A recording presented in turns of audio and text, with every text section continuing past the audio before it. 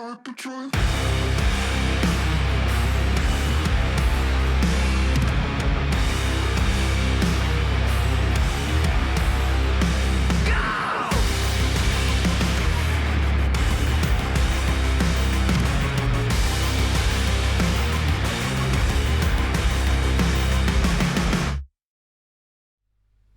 Hello, chatto, it's Sundat, and coming up today on Building a Nation with Sirens of Malta, I spent £60 million on a player that we really don't need, but that's part of the point, because when the world is ending, you go and loot the store. In other news, Malta is kind of flailing around. Europa League's going poorly, Conference League going a lot better, Champions League is a little bit of this, a little bit of that, but it doesn't matter, because we're going to find out today on Building a Nation with Sirens of Malta, and we're fucking stirrups. Hands.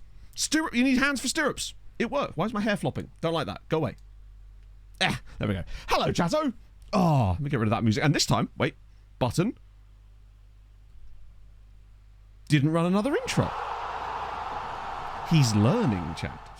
Adam, thank you very much for the 15 months. Do we need to give you a fiscal responsibility talk? Me? I mean, actually, yes, you probably do.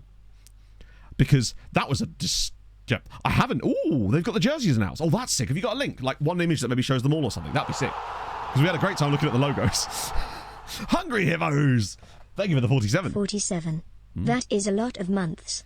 I mean, it is at least a week's worth of months. Some would say even more. If not more. Still fewer months than the number of times I've watched the world's greatest love story, Bonk Man and His Propeller. Shout out to Bonkman and His Propeller, the greatest love story ever told. I've not been able to watch Titanic the same way ever since, and I have seen it a couple of times. Never not found that scene. I mean, it was always funny to me, but now whenever I see it, I'm just like, yes, there's Bonkman and He Propeller. You know, it's just one of those things. Oh, dear. Yeah, City, it's weird, isn't it? It's like, before when City would lose a game, you'd be like, oh, they've lost a game. That happens occasionally. Sometimes teams do that. And then they just didn't for ages. And now it's like, wait a minute. There's actually a cheeky little wobble going on there. It's weird. It's like seeing your dad cry for the first time. You're like, oh shit, there's like a slight gap in the armor there, so to speak, you know? What's 4 in a row since? Yeah, exactly. It just doesn't feel like it's a thing that happens.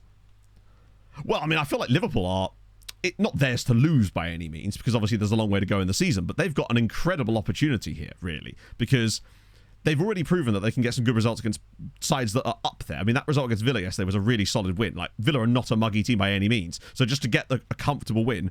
Fulham, I mean, I predicted it on Thursday stream. I said, I put a bold one out there and said Fulham will get Europe, and I'm still believing in it. We look absolutely brilliant. And if people want to keep underestimating us, then fine. I love it. It's so much better that way.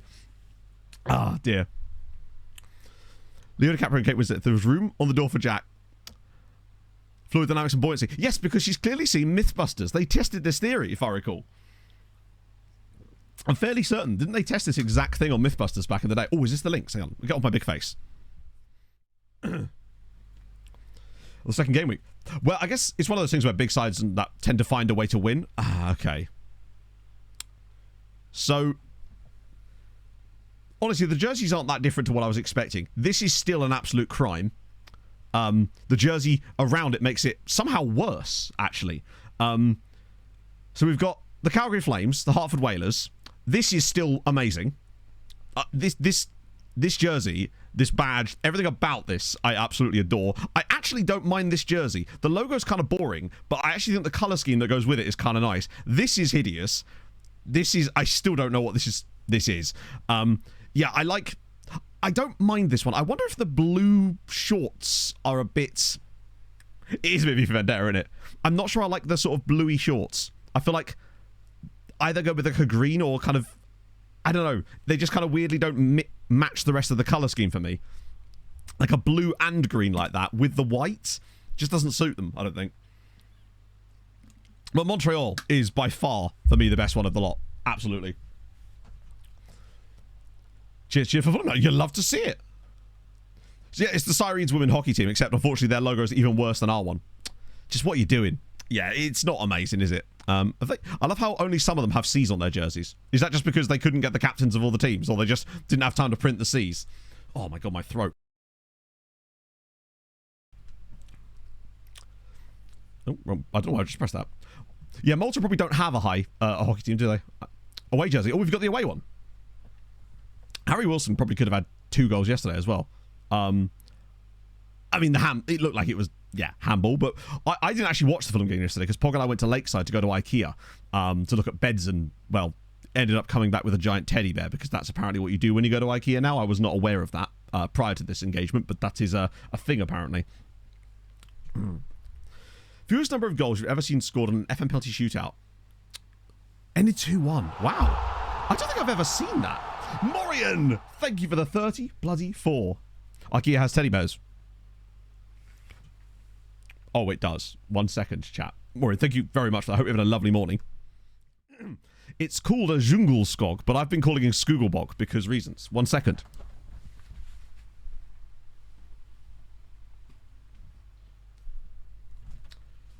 Yeah, IKEA does teddy bears. So naturally, when you take Pog to IKEA, there was only really going to be one outcome here. So, yes, meet Djungelskog. Djungelskog will sit back there for the duration of stream. Man has no neck muscles whatsoever. He's a bit like myself. With his own bare facts. I mean, he could do, potentially. Let's see. Oh, is this the one? Oh, is that... Hang on. I'm on my big face again. The biggest facts is that he is available in IKEA stores. I believe there was only one left when we got there. Pog picked him up, and I was like, well, she's not putting that down again. I guess we're buying that. He has no vertebrae. No vertebrae, just vibes. Clates would enjoy. So, that's...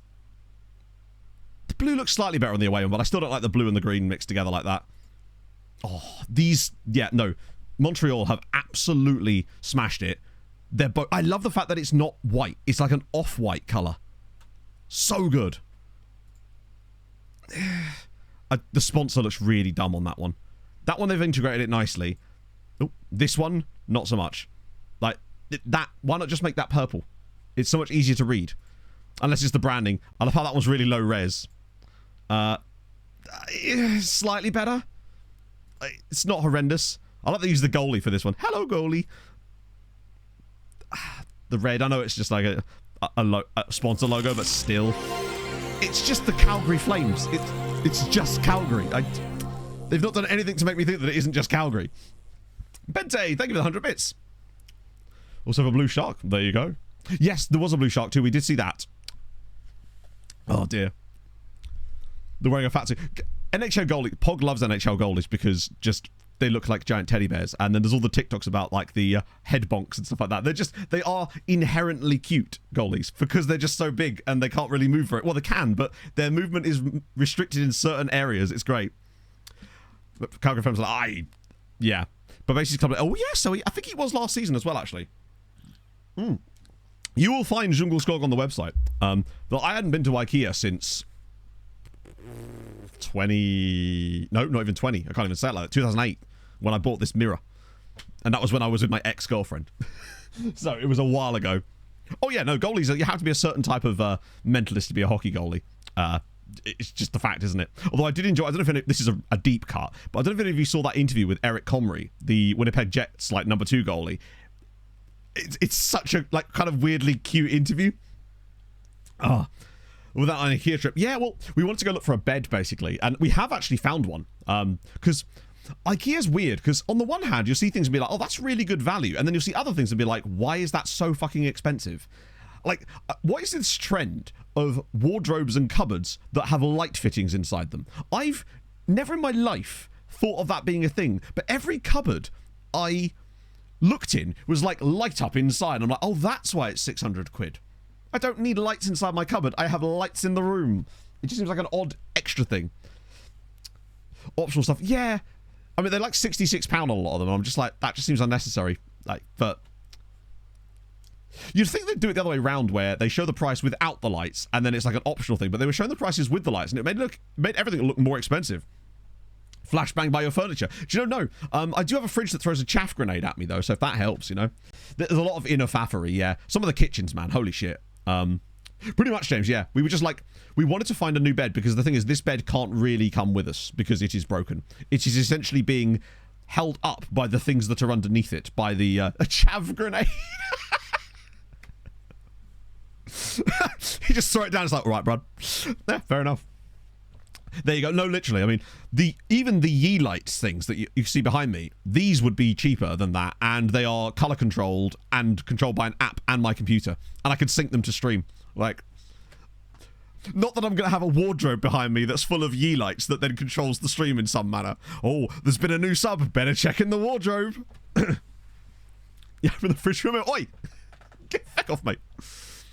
Mustard gas with it. Yeah, no, that happens, right? I can't sit on the toilet without getting a bayonet up my arse. Hello, Dan. What did you think of the game yesterday? I didn't actually get a chance to watch it. And it sounded like we were doing well. Steady pick. That's the last thing I need to make, although I do wonder if there's any point at this stage, given that literally next season is the last season of the save, which both makes me sad, but also makes me excited for the future and stuff like that, right? But no, we did actually find a bed in the end. It's a little bit higher up. It's got like the ability to have drawers underneath it too, which you can buy extra and they kind of clip in, which is actually okay because the bed's quite cheap. Biffy's Oct. Greetings from Germany. Phenomenal mate. name. Thank you, Danke, very much for the 2 months. That's very kind of you, friend. Hope you're having a fabulous morning. Do you support a German team? Weird, easy. It sounded like it, but it also sounded like Palace actually had some good chances in that game too. And I felt like we were due a game where the other team actually had those chances and they didn't go in. And it seems like yesterday was that game. Because we've been massively underperforming in a lot of statistical categories, like in terms of actual goals and actual conceded. But it feels like this game kind of balanced it out a little bit yesterday, which is nice. Fancy fridge with a camera in. I have nothing decent for breakfast. I actually saw a sorted food video not that long ago where they were testing a fridge exactly like that. It was a Samsung one. It had like Bixby built into it and silly bollocks like that. I'm a Palace fan. I'm not a Palace fan. No, I'm a Fulham fan. Ollie Glasser, I know. I don't know what's going on there. Considering how well... I mean, I know they lost Elise, but it's like... and I know they've got some injuries yesterday, obviously. But have they had those injuries? Like, what's going on at Palace? No, not a Palace fan. My mum is a Palace fan. Mound Paolo, you're not going to believe... Do you know what? You're not going to believe what I'm about to say. It was, in fact, the mound bed that we were looking at. We're going to probably get the king-size mound because if you're going to have the space and it's like 50 quid extra, at that point, it's like, why not? Really? Treat yourself? But yeah, it's the mound. It's the one we're actually looking at. With the learn set slats. And it's like 200 and something pound, which is actually surprisingly good for a bed. So I'm pretty pleased with that. I was like, I don't want to spend a lot of money on like new stuff like that because it's expensive. But a bed is one thing I will feel like is actually worth the investment to get a good one. I also own a mound bed. Chat, this is actually great data.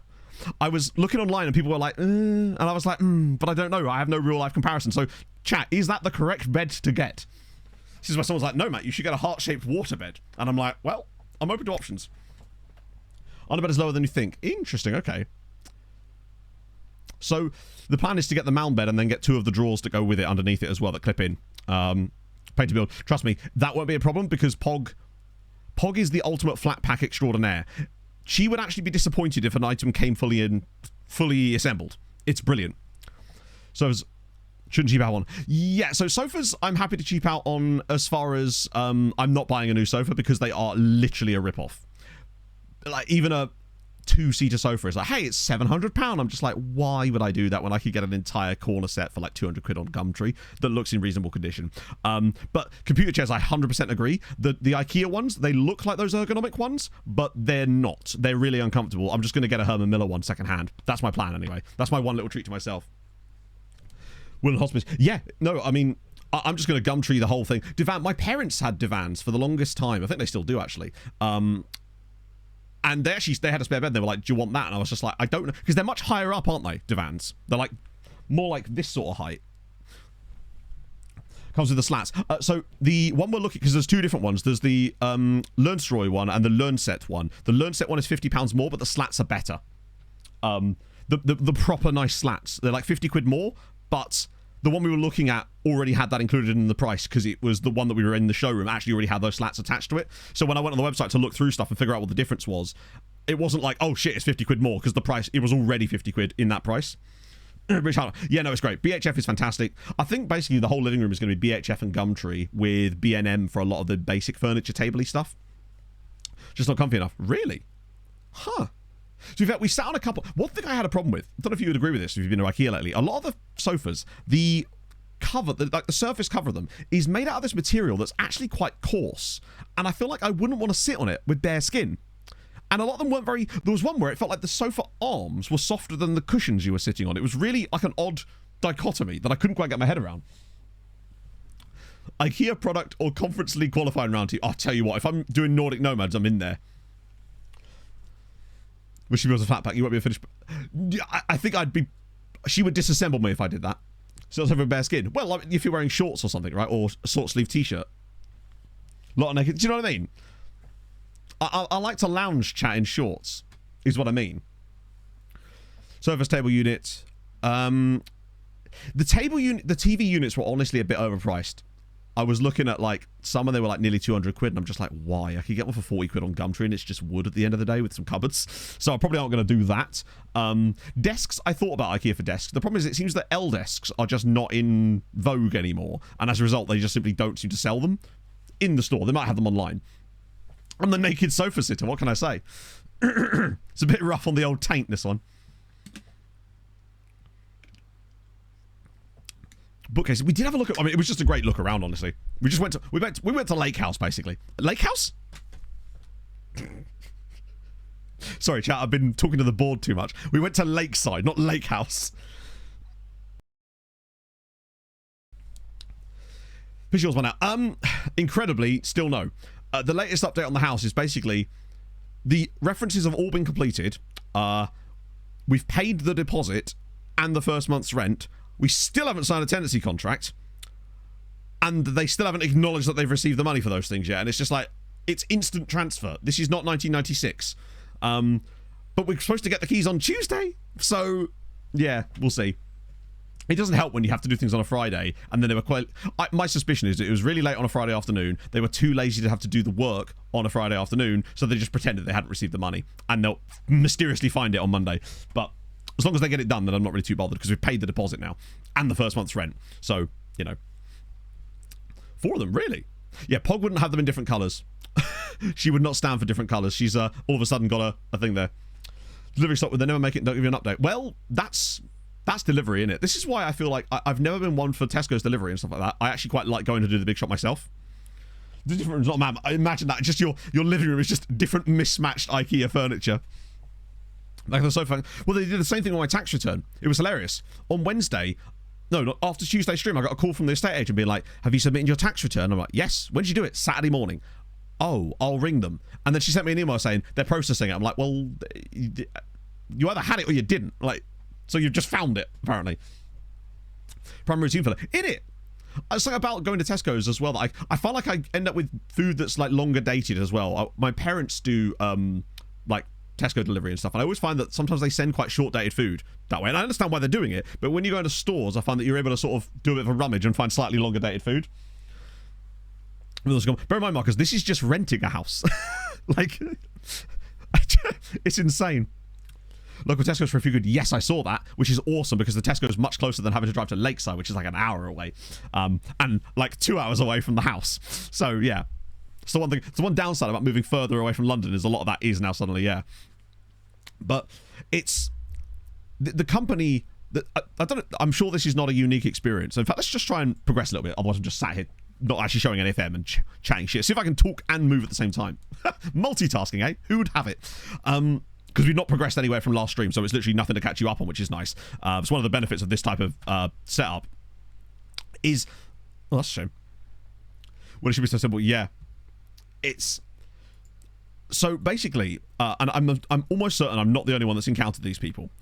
There's a company called the Lettings Hub, who provide rental like assistance services to letting agents and tenants and stuff. But essentially, they're the ones that carry out reference checks. Oh, I'll show you the signing.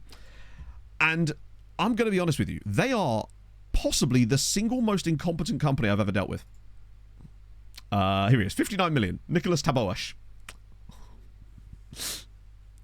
Because not only did they lose my tax return then found it, they when they were carrying out POGS references, they were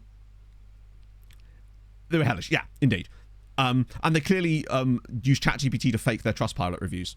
It's so unbelievably obvious. It's actually like insane that it also makes me no longer trust Trustpilot in any way. I didn't realize they were that bad for actually just having fake reviews. It's insane.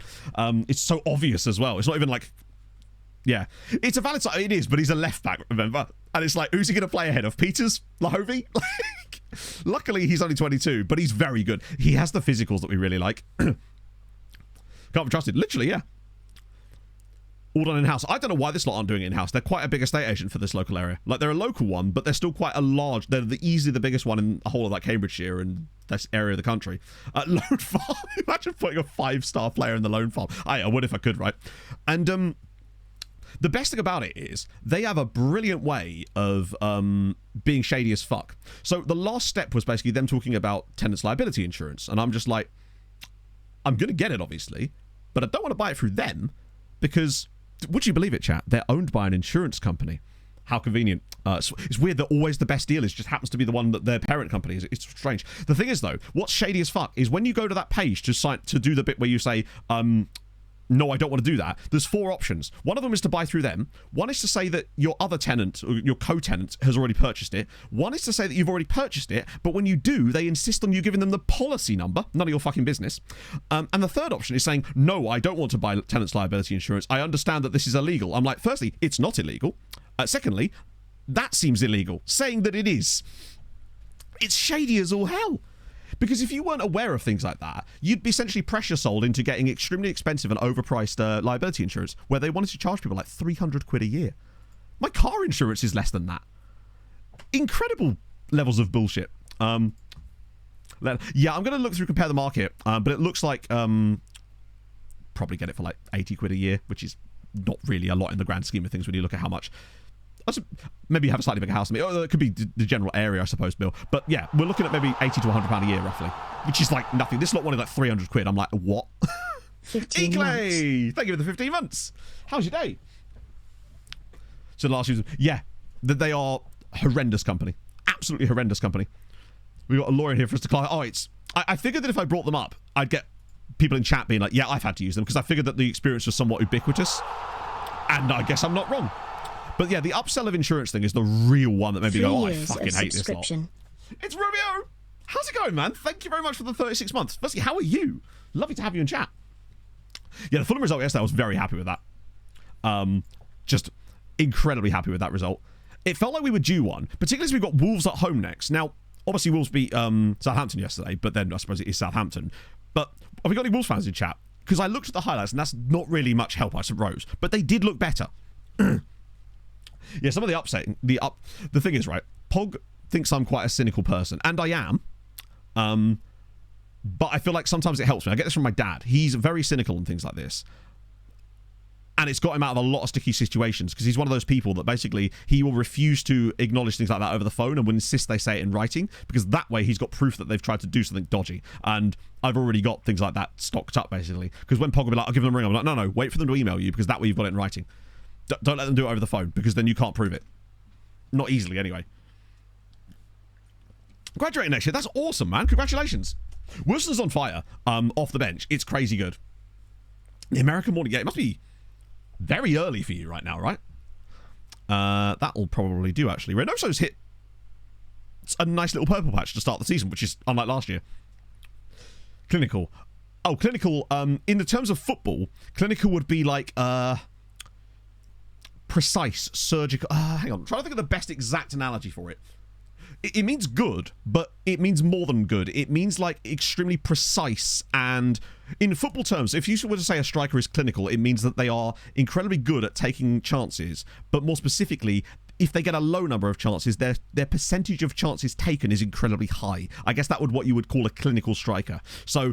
You know when they see those stats about Haaland has very few touches in a game, but he scores a lot of goals? He's incredibly clinical because he's able to do that. Measured and effective, yeah. Effective, yeah. Oh, I like questions like that. You never really think about the sort of idioms that pervade football versus other languages, because I expect there are sort of, crossovers there. But the first team under 23s to develop. In this save, generally speaking, they're in the under 23s and under 19s for the start. And then if they are legitimately... So, for example, very few players get fast-track with us. One of which was Shurabadi Hajarian. But obviously with the loan farm in this save, generally speaking, most of them just end up in the loan farm. Cry about Writing's not easy. Thank you for 6 months. That's why Grammarly can help. This sentence is grammatically correct, but it's wordy and hard to read. It undermines the writer's message and the word choice is bland. Grammarly's cutting-edge technology helps you craft compelling, understandable writing that makes an impact on your reader. Much better. Are you ready to give it a try? Installation is simple and free. Visit Grammarly.com today. This message was not sponsored by Grammarly, also by a Couch Matto. I love it, because if you'd have just gone to Grammarly, you could just get your sub money back, just if that's your sub message each month. Oh, dearie me. But there you go. Yeah, thank you for that, Crime out here. How's it going, man? Yeah, so generally speaking, in this save, that's how I would develop players. I put them in the loan farm, because that way they'll probably find a loan. At the end of the day, a player is going to develop way more from getting football. Playing games is the king of development in FM. Training helps, but the playing football matches is the most important thing. The more games they play and the better reputation the league they're playing in, the more they will develop, alongside other factors, right? But now, Hajaran was a bit of an interesting case study, because he got thrown in purely because we were kind of looking for the successor to Padilla, and I didn't want any more stopgaps, so I decided that the rest of the team would be able to carry around him for a season and hope that, because he's still only 22, that we could play him for a year or two, or it's 18 months really, to give him a chance to develop a little bit and become more of a starting level player, while the rest of the team sort of carried him for a little bit. And I think that sort of showed when you looked at his first sort of like his first couple of years for the cup. He's been there for a while now, actually, but this was all like mostly league games that he played for us. Then he made the switch over this year to play 34 games, 17 goals, stepped it up a little bit, 28 games, 13 goals. Last year, 23 games, so a little bit less, and 16 goals. Don't develop at all, because they may not have any room to development. At the end of the day, if a player doesn't have any development space, he cannot develop. So, oh shit, what the hell have I done here? There we go. For some reason, I'd not picked the squad. Wait, we don't have a Champions League game straight after, do we? Oh, no, we got this one. So I'll put Reynoso in for the time being. We're slowly trying to wean the team back together again. That'll do. And some players, remember, just aren't going to develop. You will get players that, for whatever reason, be it like their personality type, there's all sorts of things. Yeah, I'm not looking forward to the trains I'm going to have to get on Tuesday. I'm going to be spending a lot of time on trains on Tuesday, and I'm not having a great time with that. But there you go, right? Yeah, so that's the other thing. You'll notice the players just to generate will just develop better at AI clubs for the most part, generally. The star system became annoying the moment they changed it so that form stars. How long do you keep them in the loan farm to develop them when you take them and bring them back to the team? I don't. With this save, with the whole point of this save being to develop the loan farm, my ideal scenario is the player never comes back from his loan. That's the ideal scenario. But I realise that is not a useful use case for anyone that isn't doing a Building a Nation save. So in this save, they tend to come back at like 26 a lot of the time, but that's not through anything I'm trying to do. They just seem to a lot of the time. But you wouldn't want to wait until they're 26 to bring them back. At the end of the day, there isn't like a yes answer. There isn't like a good answer to that. It's whenever you feel that they are ready to come back, basically. Did Peters get another goal? But Basie started season very, very well. 7 assists already in 8 games. 25 minutes late, MK Central. Who are Ipswich playing today, Bill? Plan to change. We'll plan to change. Next season of this save is going to be the last year of the save. Oh, Spurs. Is it home or away? Because I know that you don't live in Ipswich, so when you're getting a train, I'm just like, well, that, do you know what I mean? Then again, you're leaving quite early, I would have thought, so I figured, yeah. No more new game phase. There's no point, not with a season and a half to go. That and the, I find the Nugan doesn't really work for me anymore. Half the time, it just doesn't pick up the players for whatever reason. I suspect it's something to do with the reusing of IDs. I don't really know. But it seemed to really just fail to work properly, even when I think it should have done. So I just sort of stopped using it for a little bit. But it'll be fine, because we'll be starting the new save. Wait, what was the new record? Oh, no way! He's done it! 176 goals. It's crazy that Padilla had 176 in the first place. 5-star players like you and developed players like you. So you're doing a Malta save, but are you doing it as Building a Nation or just playing as Malta? I think having the right training as well makes a lot of difference. You do need to have good training for the players that are at your club. The new save is Outcast to Icons. We're going to be doing a full, proper, big, meaty, full-fat Outcast to Icons save. Or OTI, as we will notably call it. I've wanted to do it for a while, and we've not done it on stream in like 4 years, and I feel like there could not be a better time to do it, because it's so late in the game cycle that we're quite literally into the next game cycle nearly, if you like. And it means that a big meeting, yeah, we'll get Dan involved, that the database options are going to be absolutely sensational for us, which is the perfect one. That was the first video. Yeah, I think a lot of people it was too. It's great. Yeah, I think basically I just, oh shit, oh, we're fine. I just didn't want it to get stale. And with the fact that we know we're going to get another value drop, Gets more remember play. No, I know all the tricks, Phil. What I'm saying is, I'm not saying it wasn't picking up the players. I know that it was because you could see the file size, but it still wasn't actually putting any faces on. The actual software seemed to be malfunctioning in some manner, for whatever reason. Even if you had it set to, like, the file size was perfect for what it should be, it just wasn't actually overlaying the faces for some reason. It did a couple of them, but I was just noticing that it was just not really working as well as it used to, which is a shame, but it is what it is, right? Hopefully we'll get better new regen faces next year. Maybe. Yeah, I mean, the fact is, we're in the middle of the third value drop right now, and we know that next season it's going to get even worse. Like, our values right now are actually okay, but you'll notice you've got people like Babasi that are worth £50 million. That's because he's not been bid on. The only reason these guys are higher value is because they've had transfer bids over this last window. Their actual base values are under £50 million, most of them, where they should be over 100 million as their base values. Next summer, they're all going to drop to like 20, which is just not feasible anymore at that point. Fully agreed. Oh, I told you. What did I tell you? We're going for the whole way. Regis will just be cut. That'd be amazing. Play the same picture. No, I've got it all set up. I mean, I've used this for a while, remember? Like, this isn't my first rodeo on it. It's just that for whatever reason, at some point during FM24, it just seemed to stop working. Yes, the value drops seem to be cyclical. It's unfortunate. But yeah, 0 badges, 0 coaching experience. The idea is, basically, for OTI, it's 0 coaching badges, 0 experience, the lowest settings of everything, basically. Every single European league that we can feasibly load that has anyone that isn't amateur teams in it, loaded. So basically every country in Europe, including ones that aren't in the base game, because we've got custom databases for that, thanks to Timo and Hadrian's housekeeping on them, which is minor stuff, but just making sure they're okay. And then literally we start from nothing. And the idea is we have to win the Champions League, but we have to do it with a team that's never won it. Or sorry, never been in a European final. And that's a lot of teams that are excluded. And because it accounts for tournaments during the save, it also eliminates teams during it, which is also fun. Yeah, it's a good amount of players, which also means that I think the Patreon regions might even be even more fun in the next save, because they'll often be playing in playable leagues, which means their stats will be way more reliable, which is cool. But don't worry about that, guys. Those of you that are on there, I'll send out a Patreon message to you, because you might want to change your play. If you want to change your players around or anything, we'll be happy to sort that. Essentially calling it like a new cycle, I suppose. Plus, it allows the people that got them before that weren't in this save to actually get them in a proper save, which would be cool.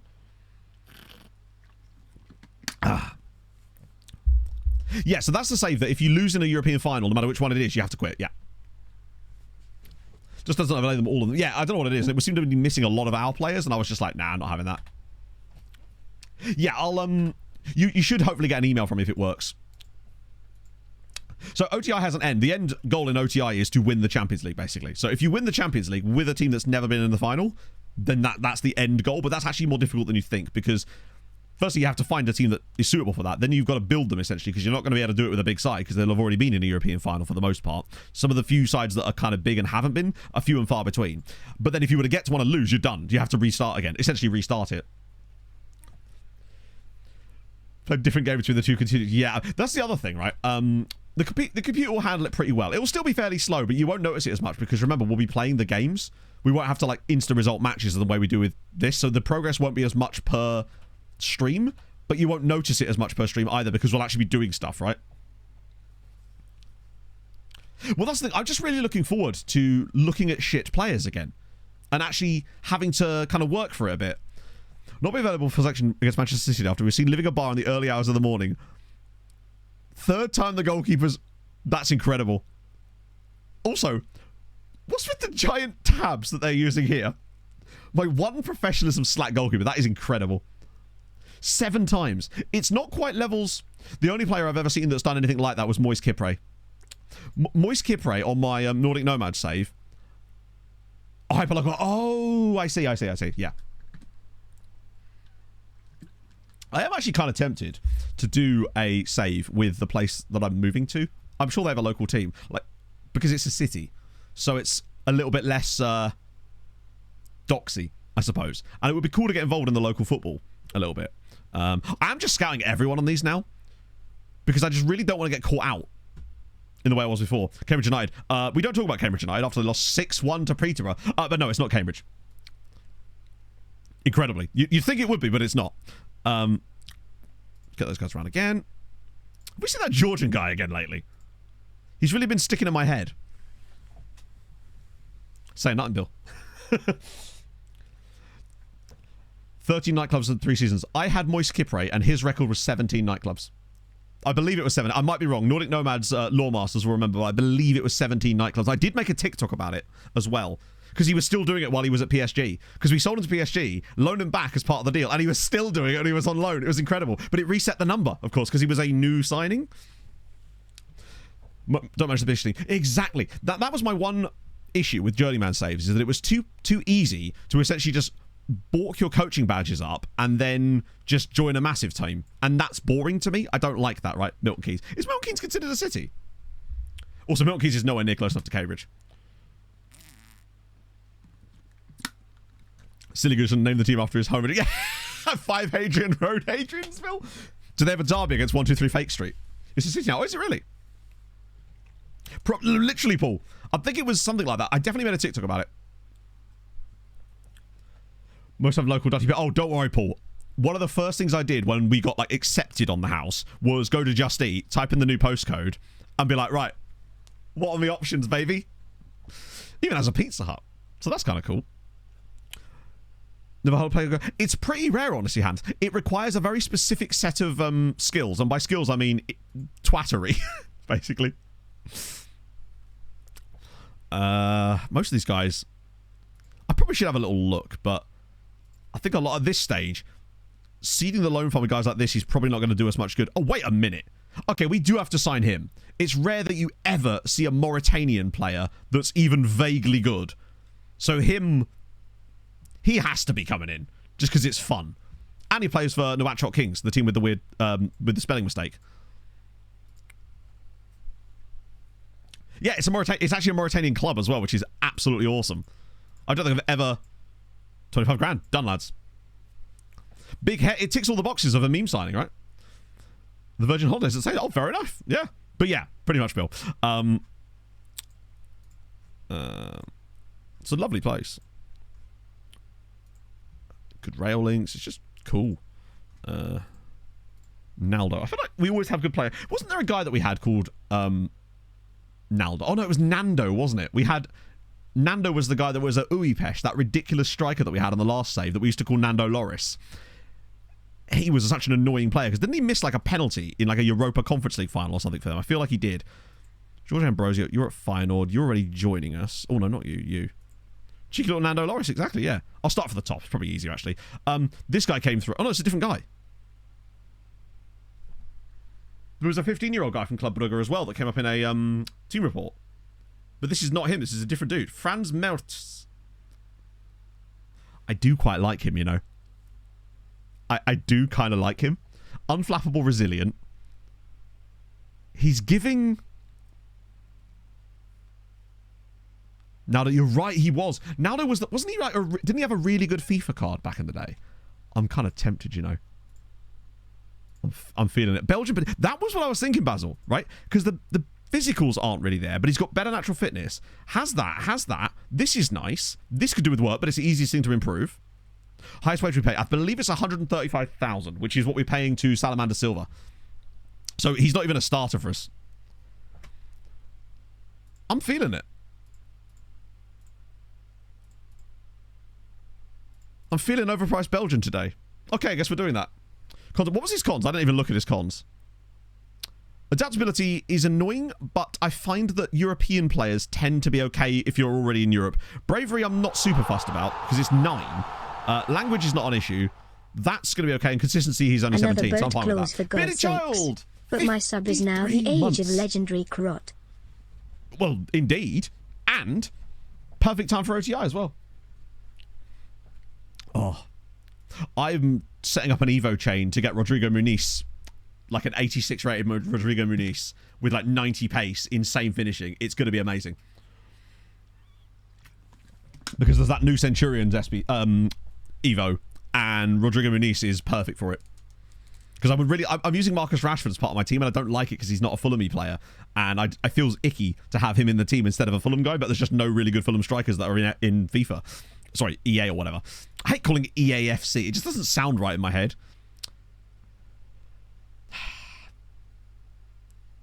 This guy's quite good as well.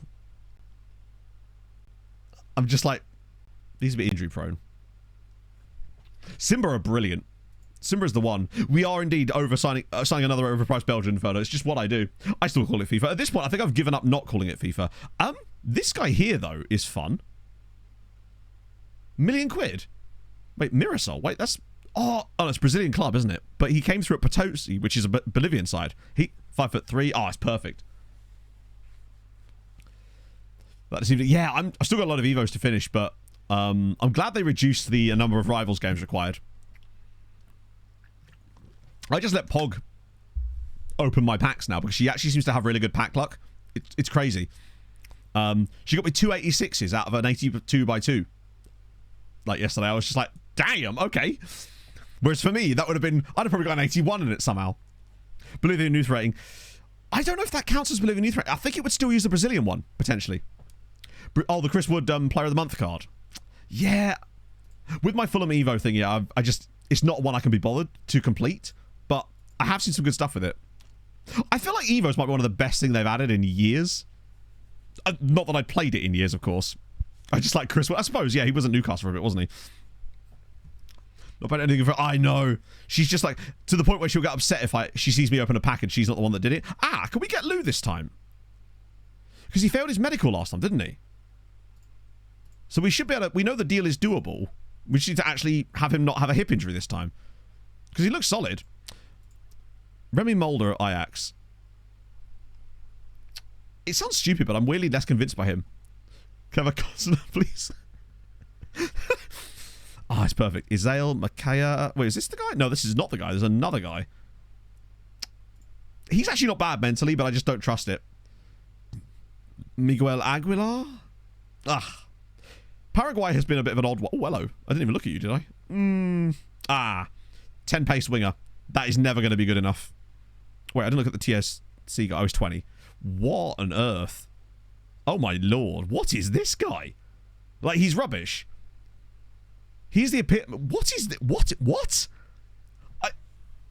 He's got such incredible physicals. But he's really bad. He's got great tackling, just no technical ability whatsoever. Like, not even a little bit.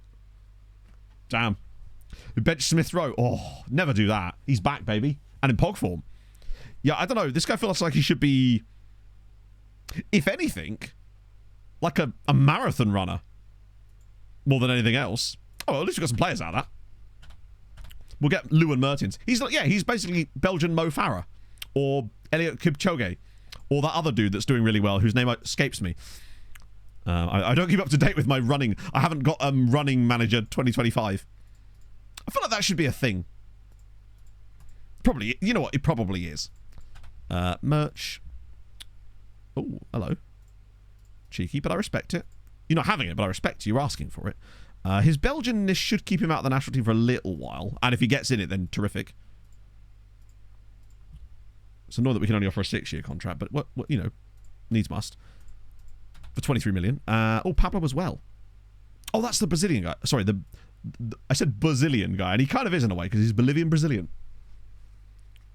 Why not running? You could run like a stable of runners. I guess, I'm not sure what you would really do in it. I guess manage their training. So basically, it would just be the training part of FM. And that's it. Like, what are you going to do in the race, I guess? Imagine playing them on full match. Doing a full match marathon and just sat there for 4 hours. I've never really played Out of the Park. I actually have a copy of Out of the Park Base. Well, one of them. I don't know which one. But I've never actually played it. I don't think. It's just kind of one of those things I just have installed. Whoa. What the fuck? Honestly, 36. I kind of want to sign him out of curiosity as to why he's asking for so much money. Do you know what? Again, because we're coming to the end of the save, I will do it. But I really want to know why he wants that. Because sometimes to me, that is 4 hours, right? You're right, I did just... Even so, 2 hours would be like pushing it, right? I love that I just assumed that an elite runner would take 4 hours to do a marathon. They could do 2 of them. A guy called Miles should be making a running game. True, maybe that's what you can do when he finally steps down as the overlord at SI. Who knows? As if that'll ever happen. Yeah, we're in fiscal irresponsibility winger. Winger? Actually, that... we are, chat, in fiscal irresponsibility winger. It makes even more sense. Freud was right. Right. Your Spanishness is going to help us out here a lot. Boring second half Sirens today. Hopefully. I mean, what am I doing there? Actually, hopefully not. I hope we play some interesting and intelligent football. That's my hope. But, okay, so Pablo's in immediately. Lou's in immediately. Like, I mean, to be fair, our fixtures today... Lyon, Arsenal away at Arsenal Stadium. Wait, have they got a new stadium? Wait, it says Emirates there. Oh, is this that weird thing where it displays the corporate name here, but not the... Interesting. Yeah, so we've got Lyon away, Arsenal away, and then we're playing against... Wait, are they all away? Jesus Christ. This is going to be our 4th consecutive away game in the Champions League. Oh, so it changes the name. That's kind of cool. I didn't know it did that. I actually genuinely didn't know it automatically did that. So if we'd have been playing them in a Premier League game, it would have still said the Emirates. That's kind of cool. Yeah, when is our... Okay, so we got the 2 games in the Vida Arena after Christmas against Rangers and Copenhagen. I honestly still feel like we should be blitzing through these. Arsenal is the tough one. But Arsenal are not what they used to be in this save. Seems like I've been saying that about a lot of teams lately. Maybe it's just because we're so good. Don't work properly. I guess it's because it... Is it because, like, in the stadium names, it has, like, an alternate name thing on them or something? RTD. I'm going to click it just in case. Oh, of course, yes. Why would I assume this was going to work? Let me just quickly use the SAS one for a moment. Yeah, it's not amazing, is it? It's weird how it doesn't mess up the SAS ones. You'd think there would be an alternate naming option for that exact reason. Beersabouge are still pretty bad. They're like 7th in the league, so not completely horrendous, but it does seem like we've kind of set them back quite a lot. So Tabakaru... No. We start... this is a Moser start. Crumpy starts... We can't start... Oh, no, we can start Via, because we can play Maldonado instead of Hajaran in the next game. Lahovi's in. Crowell Brooksy, Zimzims, Silver Salamander is terrific. Valenhout, that's a nice little backline there. I mean, admittedly, they all hate me. And then Laterac. Christensen intrigues me. Actually, do you know what? Instead of... No, Moser does need game time, whereas Javier's not going to kick off if I don't play him, whereas Moser has that new deal, so he probably will. I hate that Goodyear took an amazing striker off of us in the summer because of their 2-striker system, only to then lose their manager and now go to a guy that plays a 1-striker system, which means that Svetsanov is just not going to play for 2 years, basically. Now, he's past the point of me caring about his development because he's basically fully formed, so he'll like the player, he won't. Well, shit. Okay. There goes the unbeaten season. Maybe this new Goodyear manager is actually a bit alright. Because aren't they, like... doing quite well in the... Yeah, Goodyear are, of course, literally 7th in the Champions League as well. This new manager is genuinely smashing it. Why is it always good? It does seem like it. It's either Goodyear or Sweetie most of the time. Yeah, the new guy is actually killing it. He's got an 80% win rate. He's won 8 of his 10 games in charge of Goodyear. Hello, chatter. Azerbaijan, man. Ooh. Oh, thank you, man. My name's Matt. Just for future reference. But I realise, of course, you weren't aware of that. Welcome aboard, my friend. But please feel free to call me Matt. From qualifiers. Yeah, but like... Oh, sorry, yeah. Their only defeat so far this season literally was to Valletta. They've already beaten Bayern. So they've got a draw with Bayern, beat Anderlecht, and beat Lyon, who we're playing next. I mean, this is great news. Honestly, not so much, Chris, actually. We were just discussing the horrors of intermediary letting agents in the UK. Strategy Mania, thank you for the follow. Can I call you twat? Of course you can. Wait, why are you asking now? Call me what you like. Oh, and IKEA furniture as well. Lots of IKEA furniture chat, and also giant IKEA teddy bear chat. Lacking any vertebrae as well. Good run on title challenge. But isn't that what I said though? Literally, the moment they got a new manager and they got rid of Tarati, my first thought was Goodyear will immediately, almost within a season or two, become the second best team in Malta again. And bear in mind, they shouldn't be, but I bet they will. Call you maybe. Ooh, naughty. Tashi looking good again. Zabar, not so much. I think one of the biggest issues we've had in the latter stages of this save is random team gets into Europe. That random team then performs appallingly in the league the next season. How's Southampton doing? It's not even hunt ready anymore, Ollie. We are 99.9% there on a house. As in, we've paid the deposit and the first month's rent on it. We're just waiting to, like, basically we're supposed to get the keys on Tuesday. If everything goes to plan. Which is awesome. Not that I can, because I am going to be spending all day on trains on Tuesday, apparently. Because I'm working on a secret project, and it's fucking awesome. And I wish I could tell you what it is. Malignos, thank you very much for the 25 months. And no, it's nothing to do with FM. Look at my sub. My sub is amazing. Damn right it is, Malignos. How's it going, man? Yeah, AI is really bad with squad. At least we didn't... One thing I've noticed, actually, do you know the issue we've often had over the last couple of years? It seems like they seem to come into this season with full match sharpness in their squads, whereas in previous years they haven't, which is really odd. How many toilet seat sittings? Oh, imagine. Be a bit pointless now, right? Although, the FIFA E Rocket League World Cup, I believe, is coming up in a couple of months, which is pretty sick. But that's in Saudi. Hoping to have a separate room. Oh, well, there's no hoping, Ollie. It does. It has a separate room that is essentially, it's a 2-bedroom house. So it has a main bedroom, which is the entire... It's not like... Because it's quite a narrow house, the main bedroom basically takes up the entire back of the house across widthways.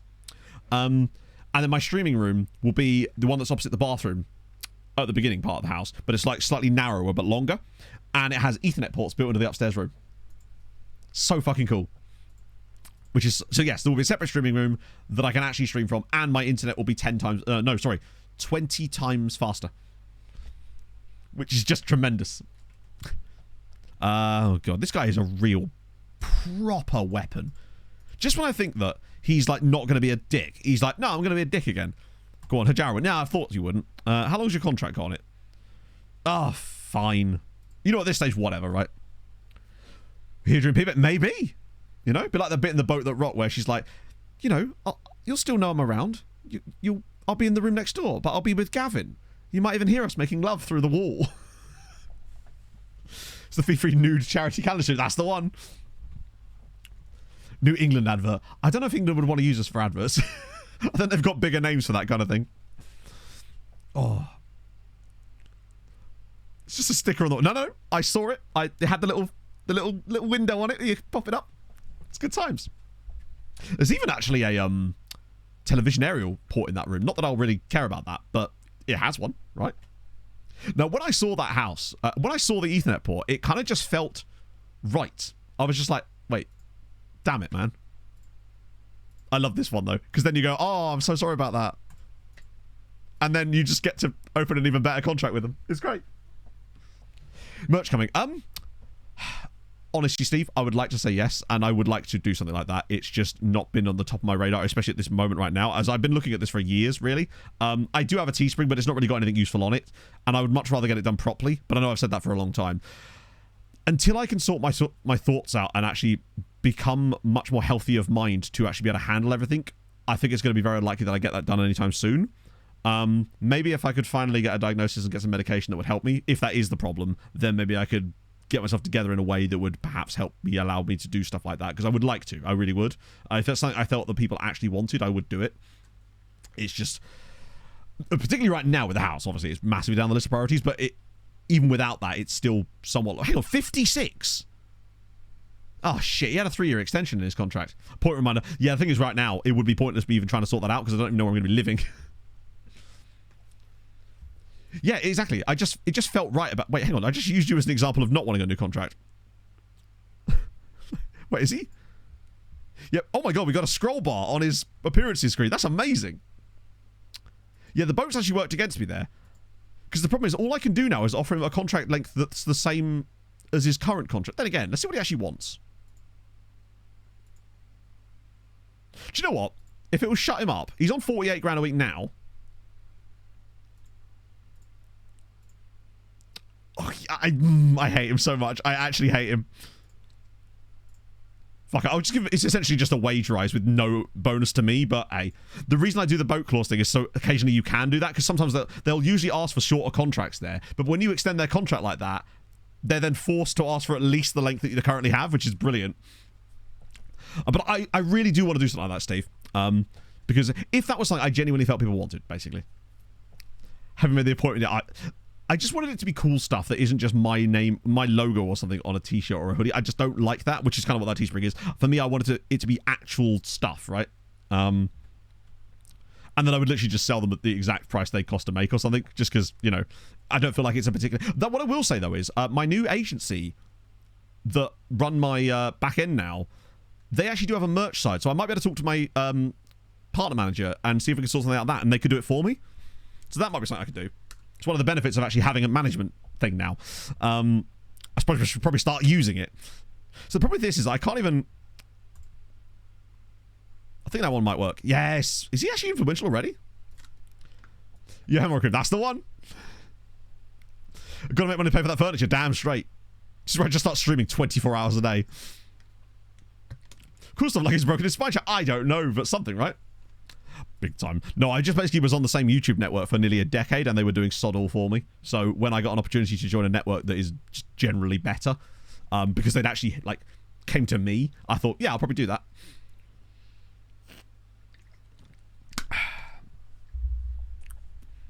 Particularly as they're actually offering management stuff out of it too. So this is not going to be a particularly fruitful day for Maltese teams. Goodja host Barca, Goodja host Arsenal, Hammer host Barca, and Sweetie host Chelsea.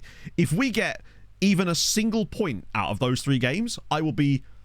I might have to just let Jungleskog run the rest of the stream at that point. Octocheck mouse mat. Sure, I don't want a Yuri Crop mouse mat. I can do those. I've got one. It's covered in coffee. Right. 9 point. I'm going to go out on a limb and say we get 1. I reckon someone is actually going to get a point. I reckon it might be Goodja. Okay. Let's go. New contract for Booksy. You're in. 2 would be insane. But a dub in there would be... Sweetie are kind of the ones that are desperate for a win. But they've also got... Oh, wow. Not even a goal. Goodja lose 1-0. Deserved. Hamron get absolutely ridden. Unfortunately. And then Sweetie... all deserved defeats. Not much we can really say about that. It's unfortunate. The good thing for Goodja there is that it didn't harm their goal difference too much. So at least they're still in the battle a little bit. Hamron slipped down quite a bit with that. Lose a lot of their goal difference, but at least it's still neutral. They only really need 1 more win anyway, I would have thought. SLC logo. I think the idea of getting custom capybaras made for merch would be incredibly expensive. And therefore they would also be incredibly expensive. And I don't think I could justify it. They really did let us down there. Holy shit. Too small to buy a kit. I would be very surprised, Maureen.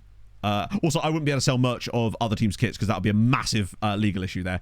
But bear in mind, the next Building a Nation team, I actually think that we will have no trouble obtaining merch for those because it's Wisła Krakow. Hilariously, I got a TikTok last night that it was like things to do in Krakow. So I was like, right, well, I'll save that because I'm looking forward to going to Krakow next year. Possibly get to go in the summer too, which would be kind of sick. And then all I got for the rest of the night, literally every other TikTok was just Krakow-based TikToks. And I've now got this huge list of shit to do. It was like mini golf here. One of them was just like Auschwitz, and I'm like, okay, I respect it, but fun things to do. Carlisle Honey Gin as much. So I still haven't even opened it.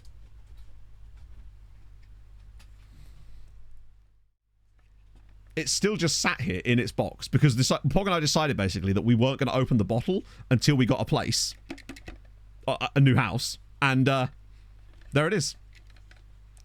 When I say I respect it, I mean like, you know what I mean. What a quote. As in, I respect it as you know what I mean. Definitely not fun. No, exactly. It would not be a fun... It was the fact that it was listed on a fun things to do in Krakow list, and I was just like, that seems like a thing that you should probably want to see just because of it's important, but I wouldn't consider it fun. You know, respect its significance. Yes, exactly, yeah.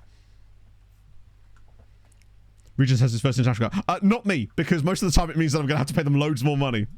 Not a fun destination, exactly. Particularly it's on a list that had things like mini golf and a Harry Potter themed bar. I was like, it was sandwiched between those two things, and I was like, done about that one. With the two of us. Well, we're going to have like a housewarming party, obviously. No, honestly, Bella, I think if I was there for a long time, I probably would still go. But I certainly wouldn't consider it a fun destination, you know? Meeting Roy Keane, in fact, well, yeah. No, I actually really looking forward to having like a housewarming party. I'll invite Mike. Could invite Ben and Ellie. They're probably not that far away. Right. Okay.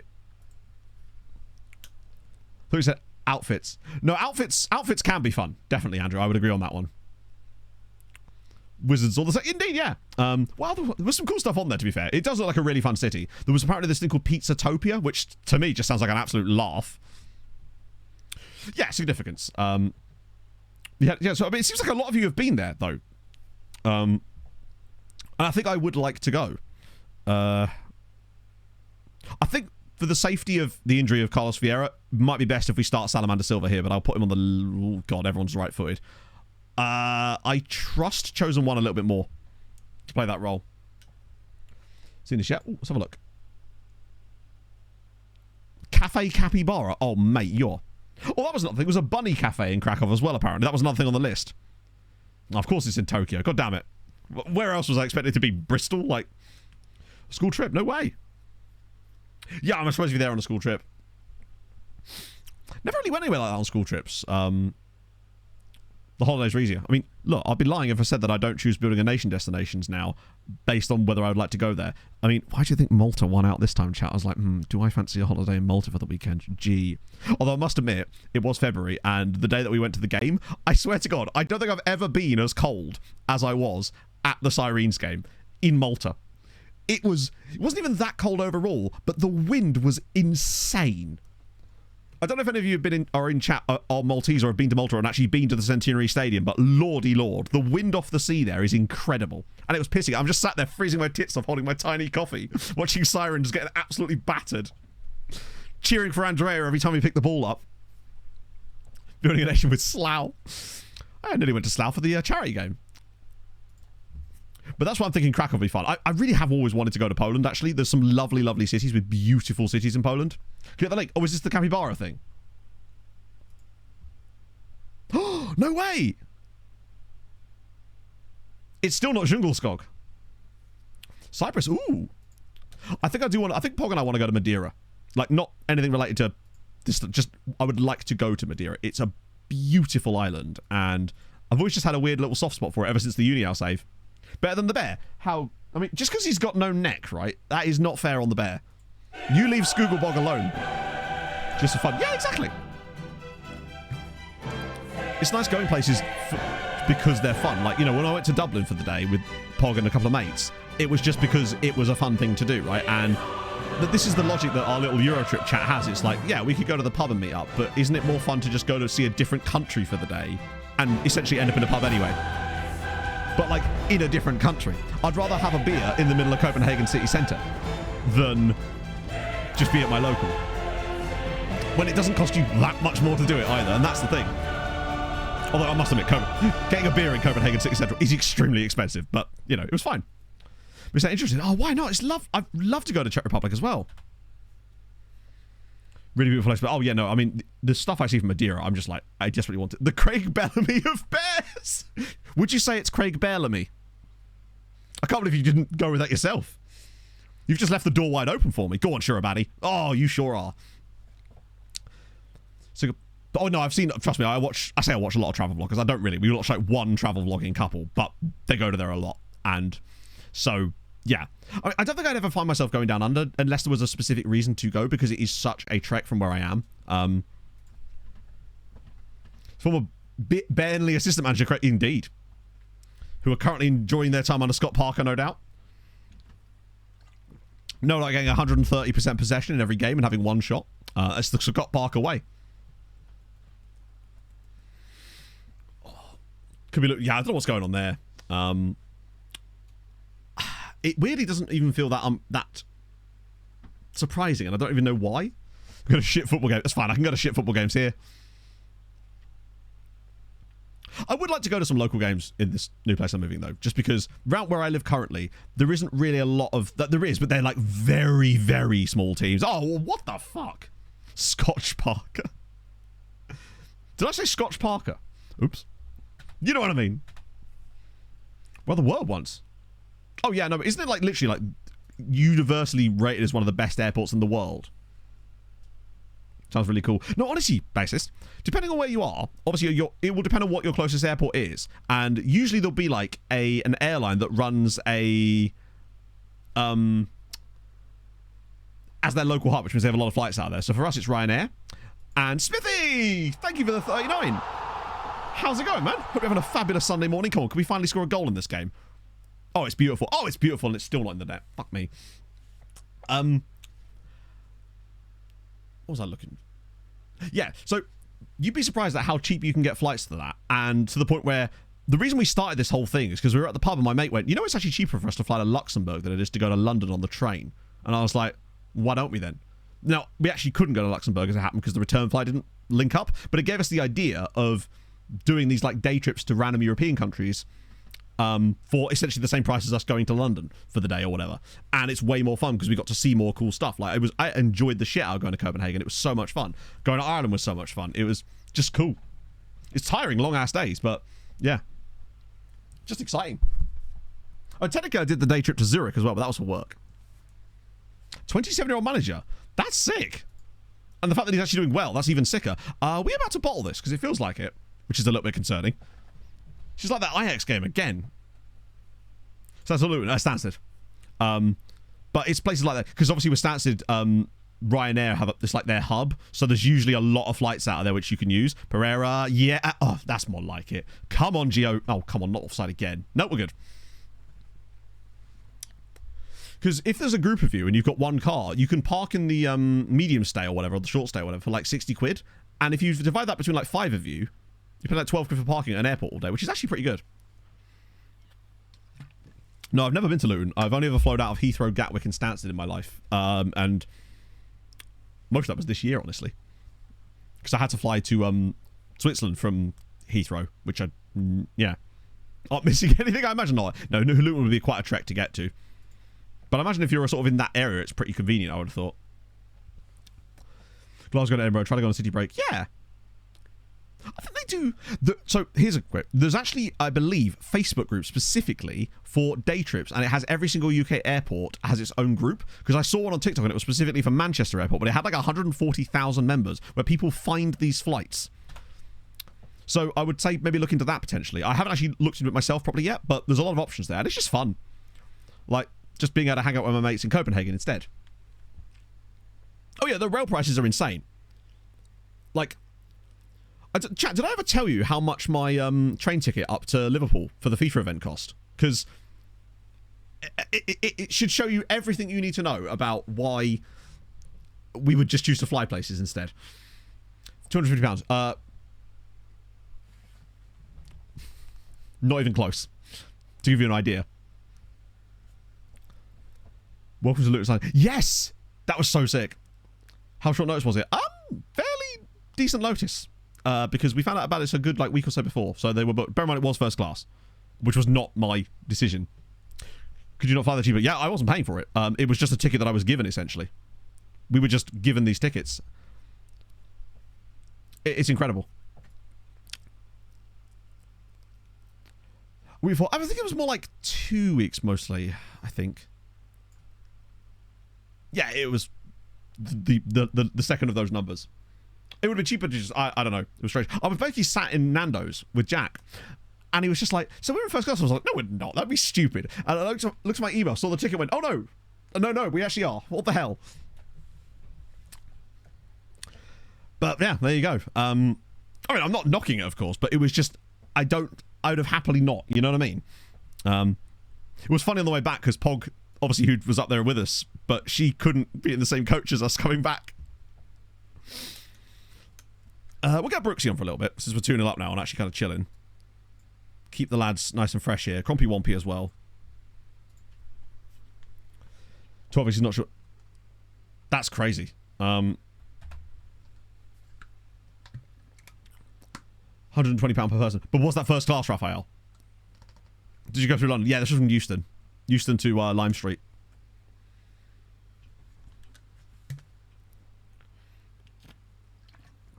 Yeah, it's one of those things. Like, I mean, I'm getting a train for something on Tuesday as well, and that's crazy as well. I mean, it's nowhere near like that because I'm literally going in the middle of nowhere, but yeah. Train prices just kind of suck in general. Though what I will say, again, the train prices where we're moving to are incredibly good for some reason.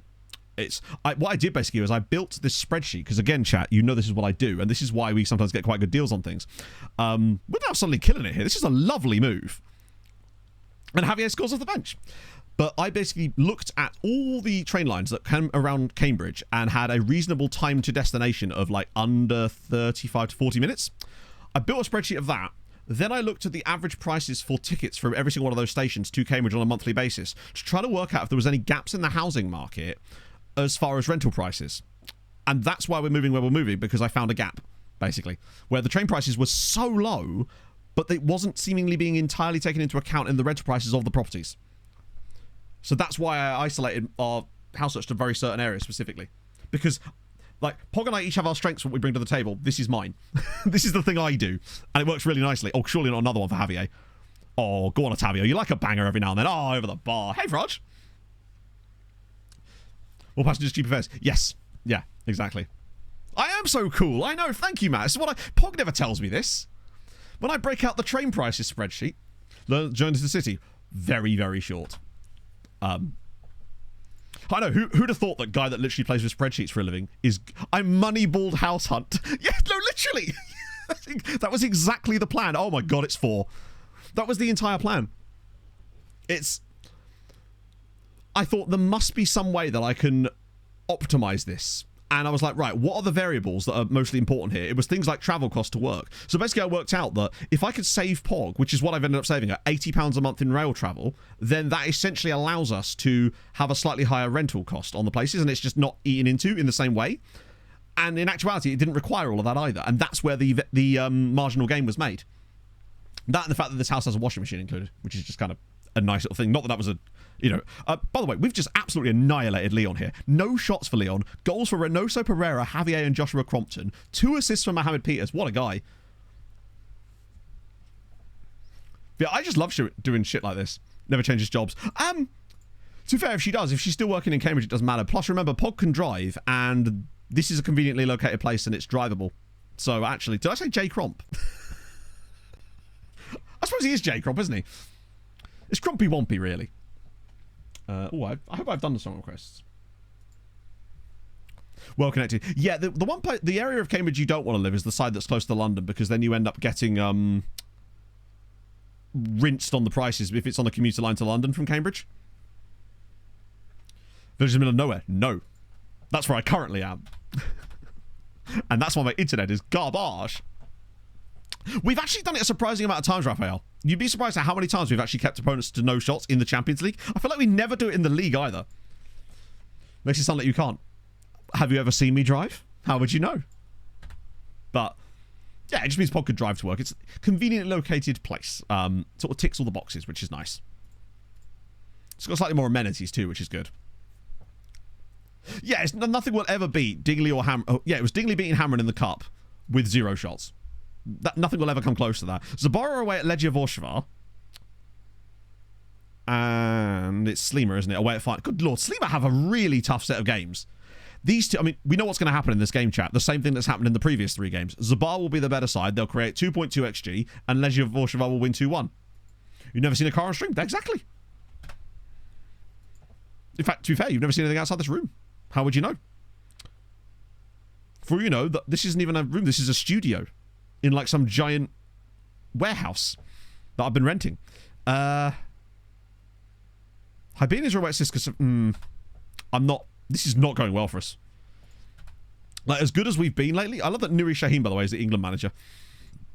We've been going brilliantly for us specifically, but the rest of Malta has been really letting us down.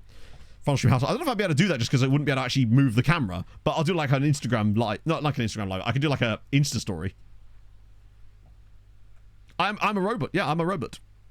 Thank you for noticing. Thank you for appreciating my robotiness. Sleemer just won at Feyenoord.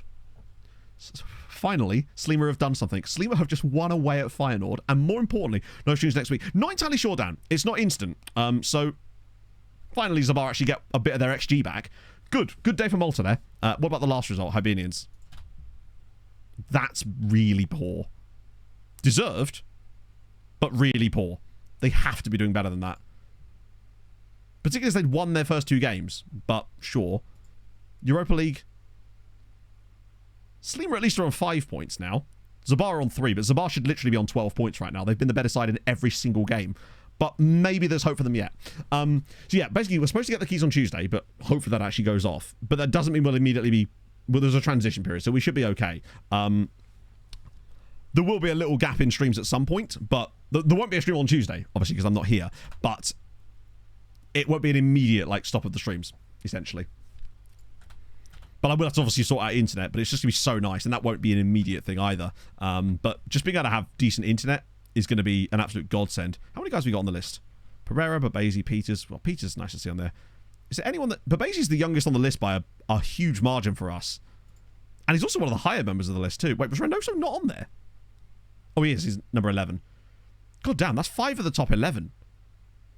I like that Lahovi's still on this list as well. At 34 years old, coming on 35, he's still on this list. And he's still very, very good. I'd be curious to know when he actually retires. Now, obviously, we'll find out in the looking forward. But it's going to be really interesting to see when he actually chooses to retire. He is a legend for sure, yeah. New computer. The PC fund was kind of a separate thing anyway, but luckily, in a way, FM being pushed back essentially pushed back the need for the PC fund. So it means I can push that back to like February, March kind of time, in theory. So, yeah.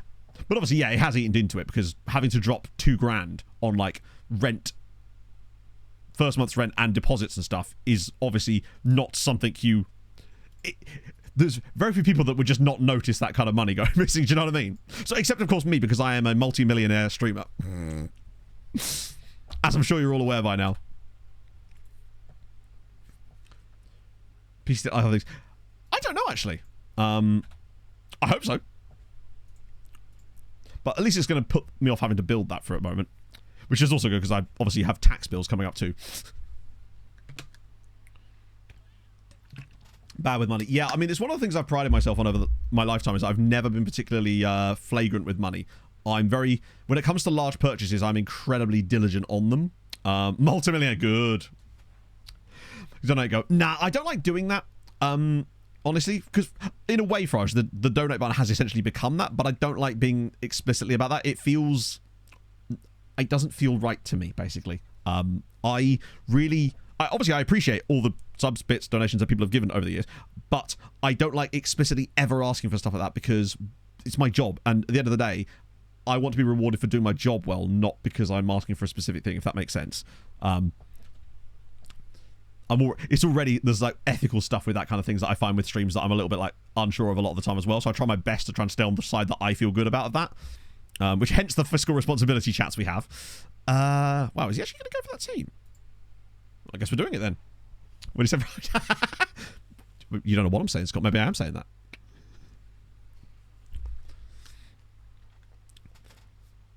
Got used to it. Cooper, do not. Am I saying it wrong, Fraj? How is it supposed to be pronounced? I can say it correctly, or I can try at least. Jose Grazza, thank you for the follow. Right, we'll do that, and then we'll go look at Barney Barnes. Wait, there's a guy called Barney Barnes.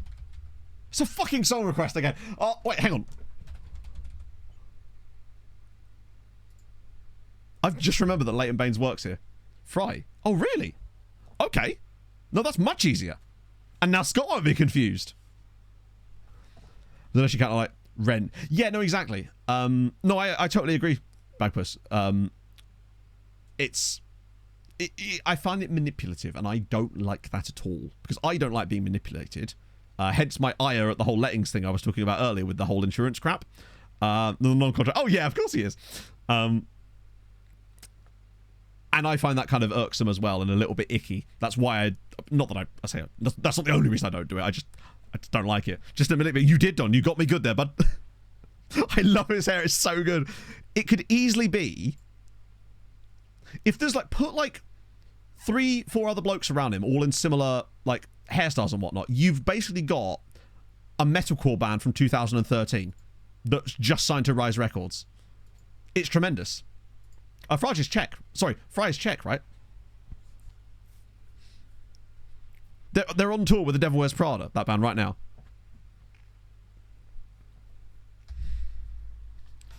Not the head of a Scottish... Oh, for sure. And he has, like, a female lady detective that works with him that only wears knitted jumpers. Totally.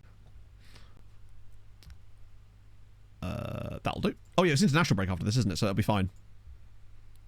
Gareth Ainsworth is 100% of the band, for sure. Who else would be in this chat? It's our latest bit. Who would be in the Football Managers / Players 2013's metalcore band lineup, and what instrument they play in? I feel like Leighton Baines would 100% be a bassist. Potentially. Carius... maybe drummer? Oh, you could do, yeah. Andy Carroll. Ooh, good point. Daishi on vocals. Nah, I don't feel like Daishi... I guess if...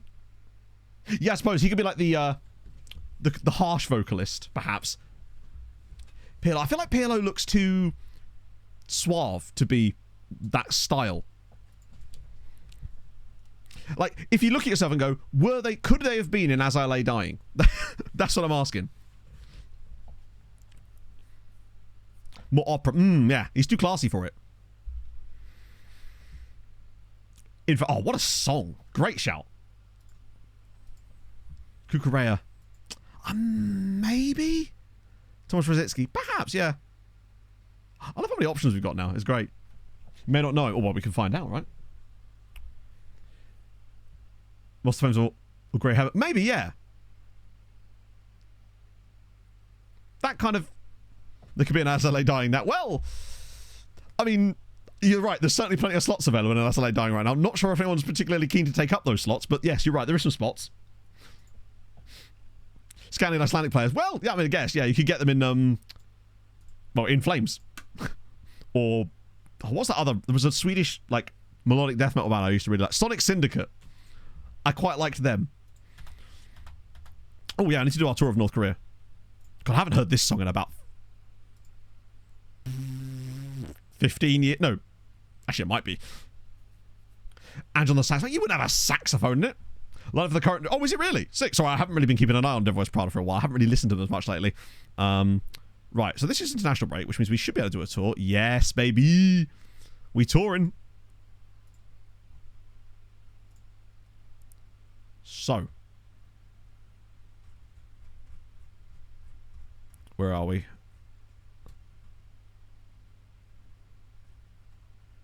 There we are. The Sirens tour of North Korea. Oh, wait. Oh, no, we can. We can. For a second, I thought we weren't going to be allowed to, but we can. The tour of North Korea is on the cards. Looks like there's no game available here. Could I bring Las Palmas with me? The board will not sanction this friendly. Well, I mean, why that one specifically and not the others? Oh. There was a stadium in the sense that it was just a car park, basically. Oh, 100%. No, totally. He reminds me of, like, he looks like he would be an O Sleeper. It's very specific, I realise, but he looks a little bit like Shane Blay or Micah Kennard. Because it's tomorrow. Oh, I see. Let's see if Las Palmas agree to it. Rungra, it's the ultimate fixture. Sorry, what now?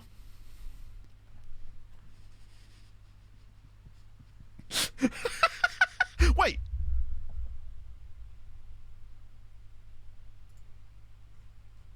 Oh, the bastards. They've convinced us to... Yeah, we're playing it in Spain. Boring. I thought we'd managed to convince Las Palmas to come to North Korea with us. Oh, I got so excited for a second. Oh, we're still playing in North Korea for a week.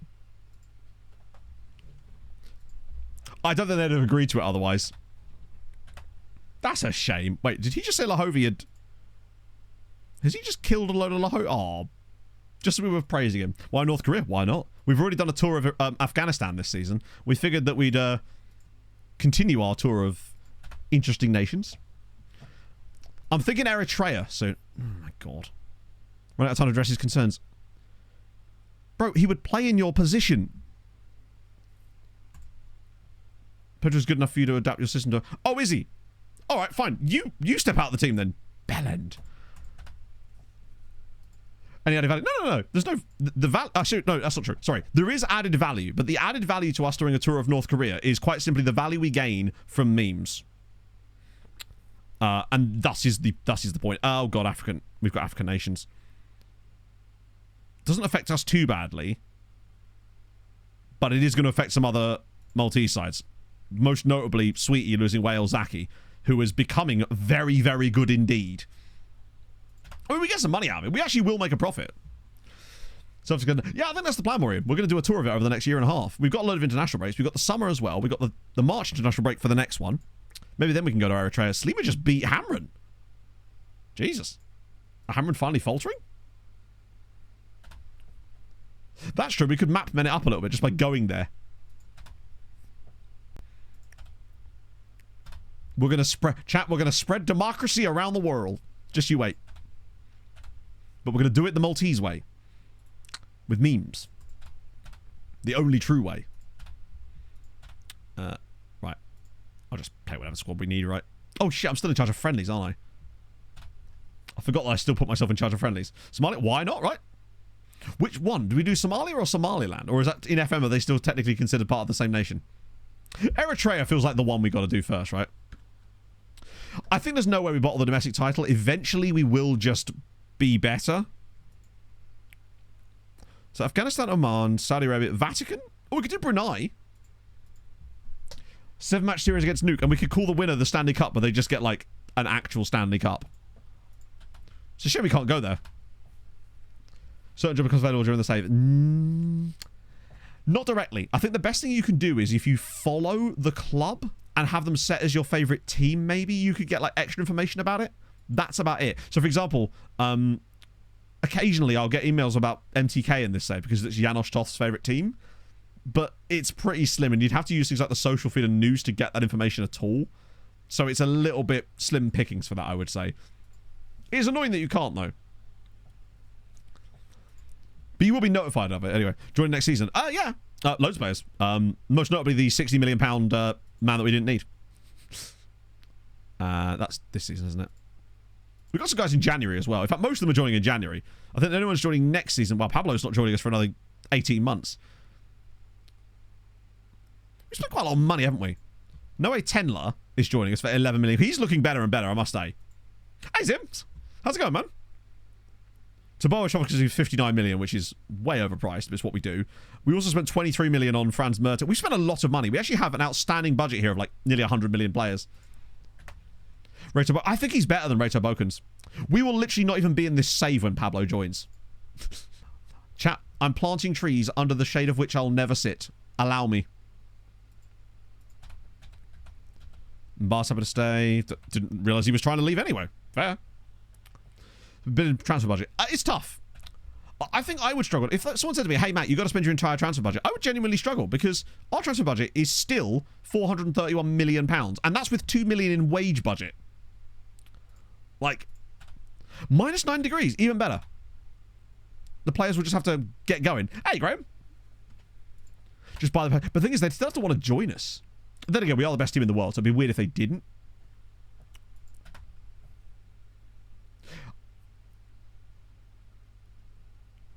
I'd buy... No, what you'd do, Jinx, is you'd spend £260 million on a guy who would then be injured. I feel like that's something you would do. On account of the fact that that's literally something you did. If I recall correctly. Don't worry, I'm just here to rub it in. Oh. Ninth ranked league. Yeah, that's the issue, isn't it? Oh, what a bargain at 260. Michael Tuma. It's crazy that a player... Like, he's actually not even horrendous, but he is. But he's not. Like, if he were anyone other than who we are, he would probably still be quite good, but yeah. Oh, I think he... Wasn't he asked beforehand? Oh, FC Copenhagen. We do need to check on team reports today. Absolutely. Yeah, the thing is, when we're this deep into a save, there's not... Literally, there are 0 real players left in this database.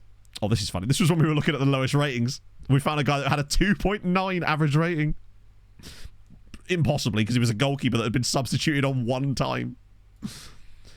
And that's one of the issues we won't have with Outcast Icons either, because it will actually have proper data for us, because we'll have all the leagues switched on. Hello, Big Dollop.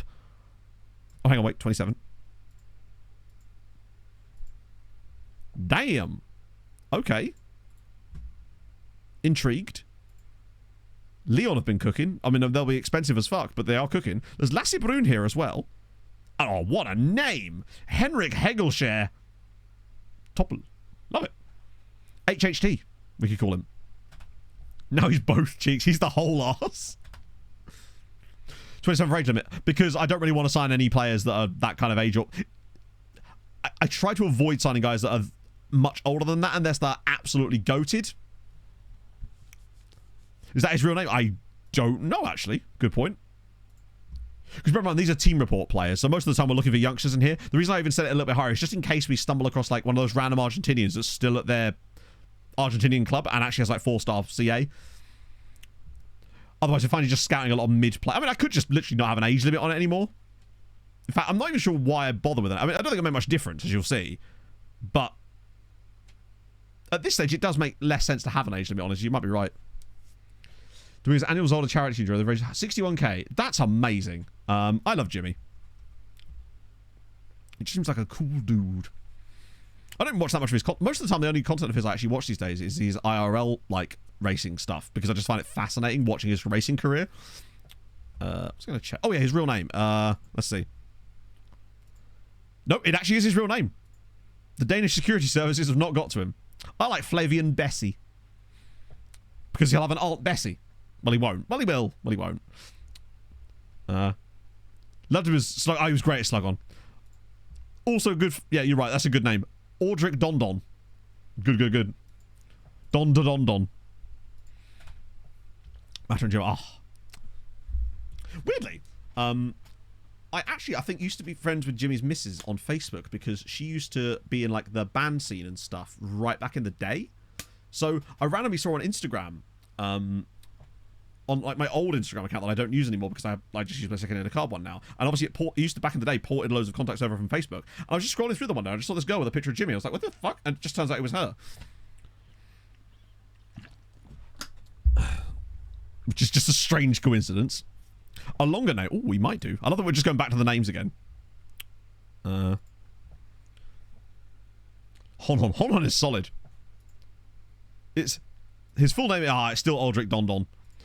But the fact that he's like French Martiniquois as well makes it even better because that means it's Dondon. And you have to say it like that, otherwise it's not allowed. Right. Section of ice, I guess.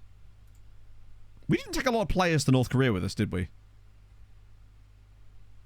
I guess they're all on international duty, right? I probably shouldn't be even doing these friendlies. Considers letting Baines. Do go on. Yes. Proceed.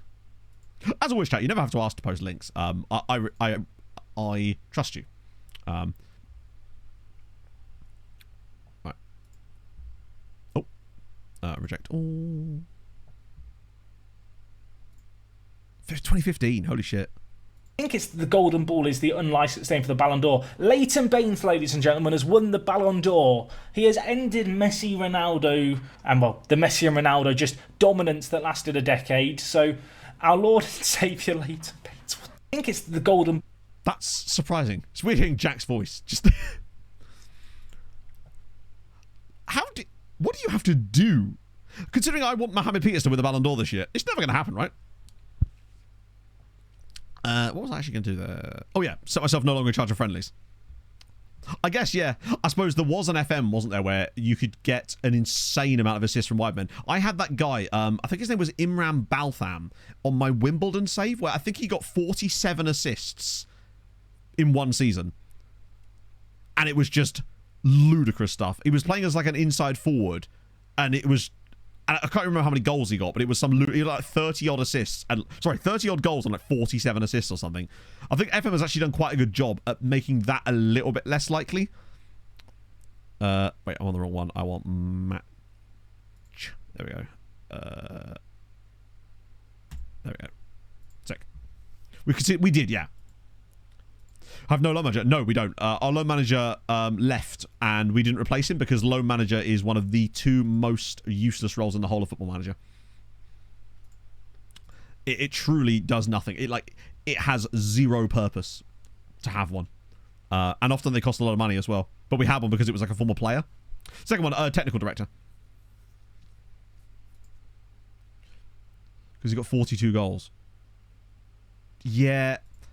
That's why I feel like it's unlikely that Mohamed Peters is going to win it this year, but I feel like he's probably the best chance we've ever had for a non-striker to win it, right? Actually, what's his numbers this year? Oh, hang on, we can't even see because he's on international duty, but he's got decent numbers. Wait, Renoto's not? To be fair, I did get Gianluigi Donnarumma to win the Ballon d'Or in one test save I did, but that was because I had him score 56 goals for Paris Saint-Germain in one season, so that will do it. Can't think what streamers. There you go. We've got you. You're a captive audience now, Chris. I could just run ads now forever, and you wouldn't be able to turn me off. I would never do that. How's it going, Jack? It's going good actually for us, just not for the rest of Malta for the most part. Oh, Burger. That's nice. Burger Ramen got his first Malta cap. That's a good option for Malta. Like, he's been very, very prolific for Balzan for the last couple of years anyway. Like 16 that year, albeit, but then last year you got 18 in all comps as well. This year he's played a lot less because they have Yannone on loan now. Yeah, the broken corners was just the perfect opportunity for me to do that. No, as people can. It is Morian, but the problem is I just don't like interrupting the stream with ads. I'd rather have as less ads as possible. I wish there was a way that I could literally just say to Twitch, here, have an extra percentage or two of my overall income, and we just won't have any ads. I'd much rather do something like that because I just don't like them at all. But I know it is annoying, and you get an enormous bounce rate on ads. Wait, Kenny just got a cap for bet. Oh my god! Wow, Kenny, buddy, he's developing, man. Another overpriced Belgian that is starting to look a lot less overpriced, and he's at Sleemer of all places. Vida will almost certainly be the manager of the next building. I think it's no one really has come along since that's made me go that as a group we would decide it to be anyone else. Roy is going to be manager on Outcastle Icons though. But basically, I just don't think Babasi's showed enough. We've conceded again to do that in his career so far.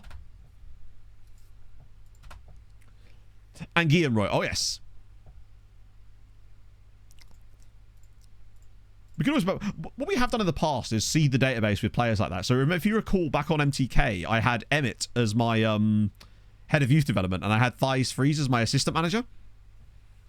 I actually forget who the manager was of MTK. Who was the manager of MTK? Because I had Emmett as my head of youth development, and Thais Freeze was my assistant. So I genuinely can't think who... Oh, Lumen Mihov, of course. How the hell did he end up getting that role? It seems weird that he would win it over... Oh, I know why he did it. It was because of the looking forward, wasn't it? It was because of the looking forward. Because he actually became treaty manager in that save and won a load of stuff, didn't he? Yeah. Which could still happen here. There is a chance that can happen in this save too. Yeah, I've never ran ads. Like, the other thing is, Twitch don't even really make it that worthwhile. You probably don't. Well, you might do. There's this thing they send you. It's basically like your ad incentive. So if you run X amount of ads, they'll give you X amount of extra money, like guaranteed. And the numbers are just not very good, honestly. And it's certainly not worth annoying my audience to get that money. It's just... Now, wait till... No, it's just... I don't know. It's just not something I really wanted to do. Roy for OTI is locked in. That, I think, was... Because it makes the most sense, because he's been kind of a journeyman himself in this save, right? And, yeah. Exactly. I annoy you enough by speaking. Most of the streams... Oh, they absolutely are. But at the end of the day, right, you're probably not watching my streams with your cock in your hand. And if you are, fair play to you, right? But it's a different audience, isn't it? I do it to prevent pre-rolls. But you don't need to run 3 minutes to prevent pre-rolls. You could probably run like 1 minute and do it. Like the only way that I would ever be considering... Well, Grand Vat Developer as well would be if it was during my ad break, during my pee breaks, right? Grip those milkers. Oh, you know me. Each their own, right? But it's just not my vibe. My whole thing with streaming specifically, and my content in general, has always been that I want to earn money because, in theory, people think what I do is good and want to reward that, right? That is it. I don't want any other incentives, really. That to me, the incentive should hopefully be that they want to reward the fact that what in theory I do is good. Now, I don't know if I believe that myself, but that really, for me, should be the only incentive that I would want to put out there, right? And I've, generally speaking, stuck by that. Hence why I haven't taken like a Raid Shadow Legends sponsor or something like that, because I don't like that company particularly, and therefore I find it would be hypocritical of me to take their money, right? Challenging. Well, I know, but like, you know, I wasn't going to make it easy for you, right? We all watch Firmly with penis in hand. There you go. Like, it's not to say that I don't want to work with brands. I'm happy to work with brands, as you know. I just want to work with brands that I feel like are actually relevant to the content I make. That's the way I want to do it, right? Besides, I wouldn't feel right about it anyway, even if I was. It would just feel icky to me. And the last thing I need is, like, dirty conscience stuff as well. Sausage roll sponsor. If I could get a sausage roll sponsor, it would be the best day ever, Sophomore. I don't think you understand how much I would want that. I'd even take a Greg's sponsorship to get a sausage roll sponsor, honestly. It'd be incredible. To be fair, what I will say is I actually do really like that Greg's is cheese and ham baguettes. They are banging. Even though it's just cheese and ham, it's great. Who's a £6 million player? He is. One sec. He's not actually joined us yet, technically. He's not until the January. And Putu, wait, did I miss someone? 1 second.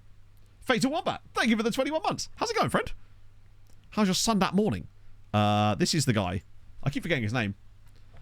Herman. Like, oh, and recruitment focuses. Yeah. Charity support.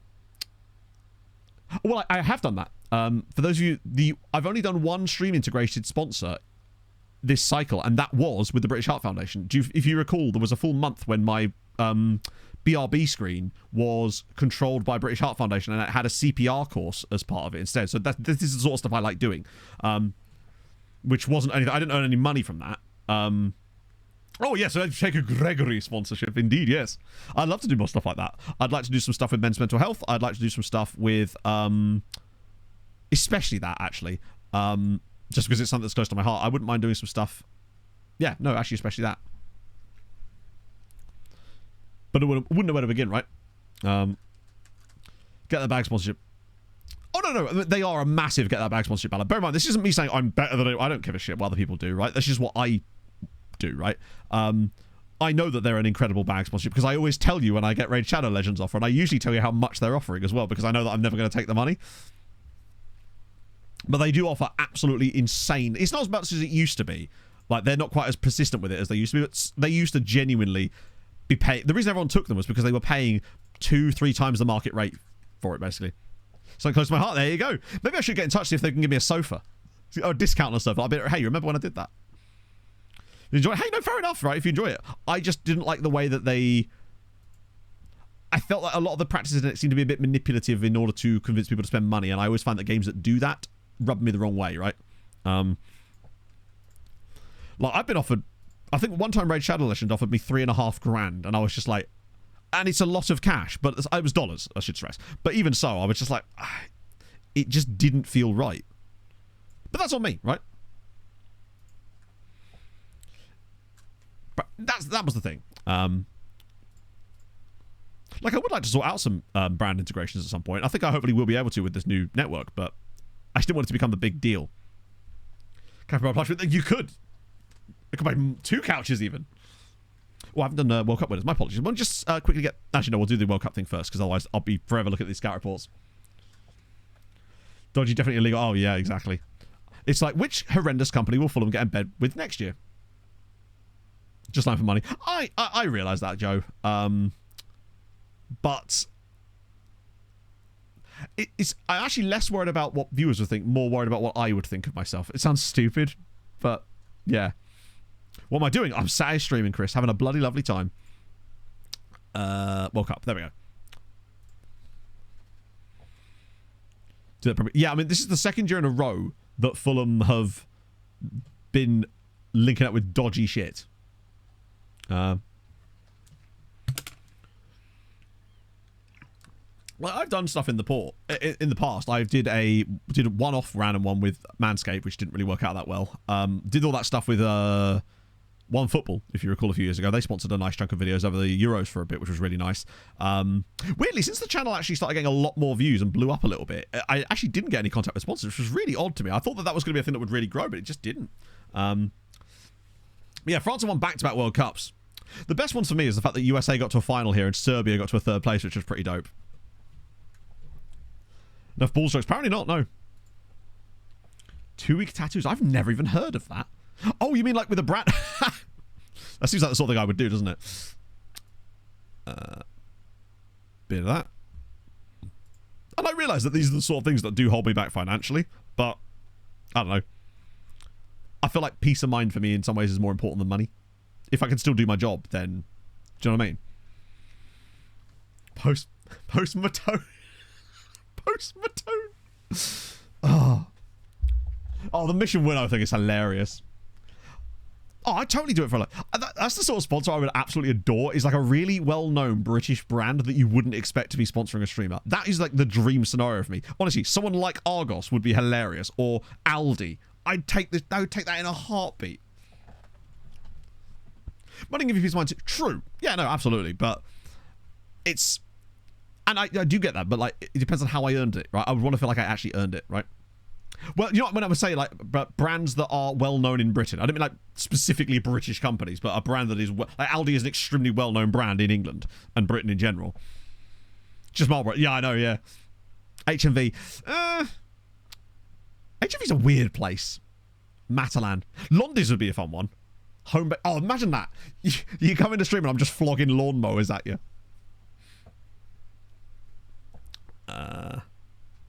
Right. I assume this is one of the guys from the bloody hell. He's so good, but he's so expensive, even by my money. So if I go, yeah, get a DFS sponsorship, because then I'd have to pretend that I'm closing down on every stream. Doesn't even have a lawn.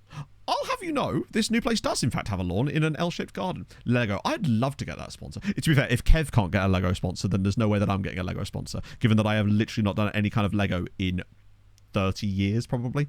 However, right, chat, stay with me for a minute. I genuinely have a question for you. Pog absolutely loves building stuff. Like, flat packs are her bread and butter. She absolutely adores it. Like I was talking about IKEA stuff earlier. She would rather things came in a flat pack, even if we had the option for it to not do, right?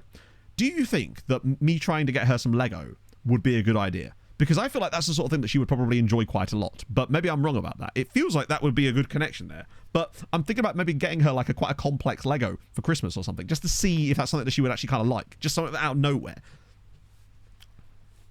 Warhammer stuff. Never really... The only sort of Warhammer-related stuff I've ever kind of touched was...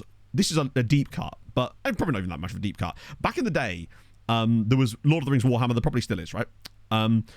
They did like those stupid magazine things that this was quite prevalent in the UK back in the early noughties, where you would get like every week you'd get like a next thing in the set basically. And I remember I did have Lord of the Rings Warhammer magazine.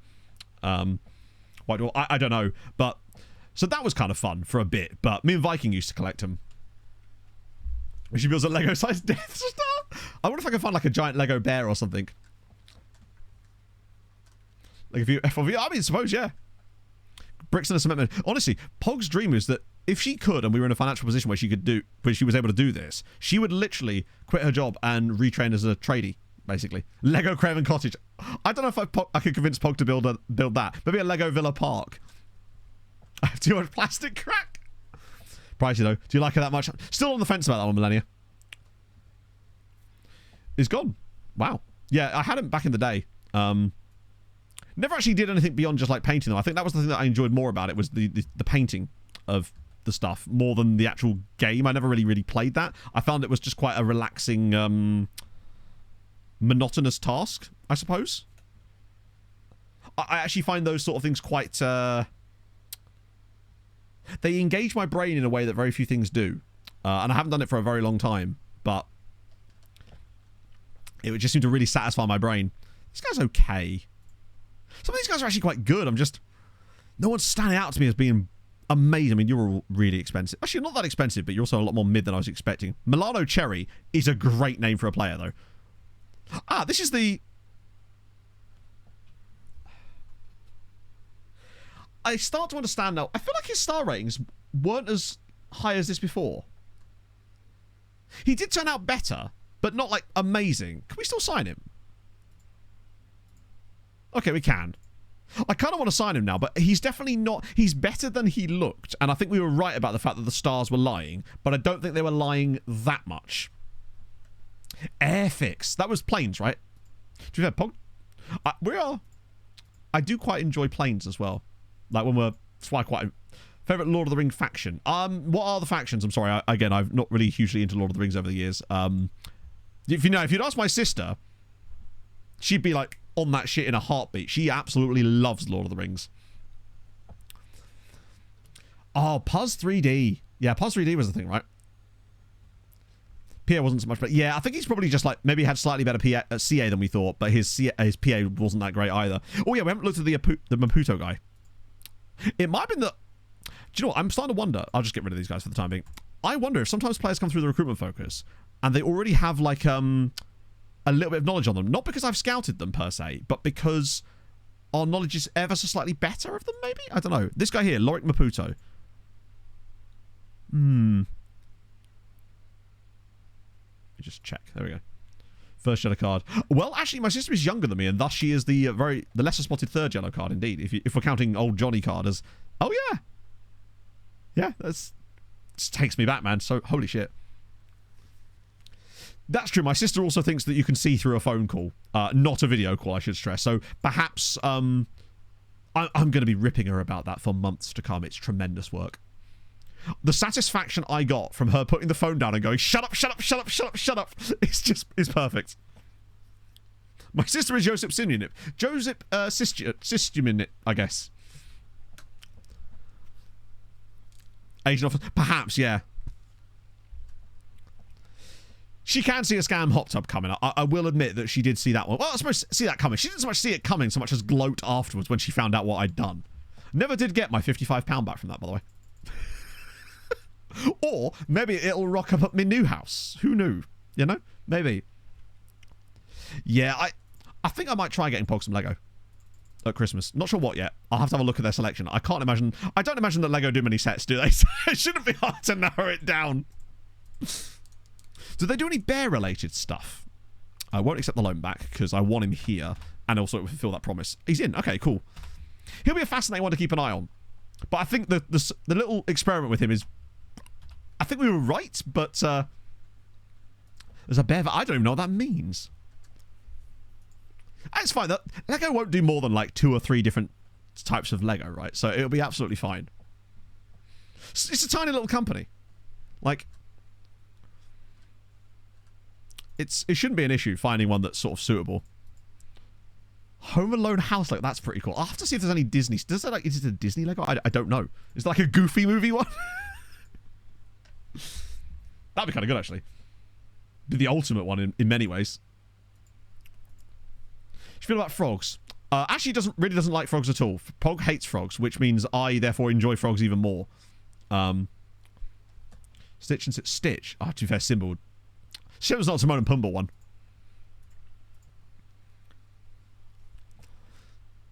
Okay. Only windmills are bigger in Danish companies. Yeah, exactly. No, they would never. So now I can't tell if we're just continuing the bit or not being sarcastic. I literally know so little about Lego, it's actually unreal.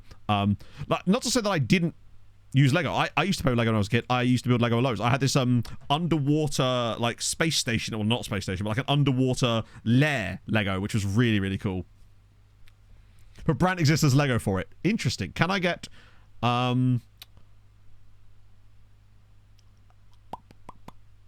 is there Breaking Bad Lego? I'm just trying to think of random things.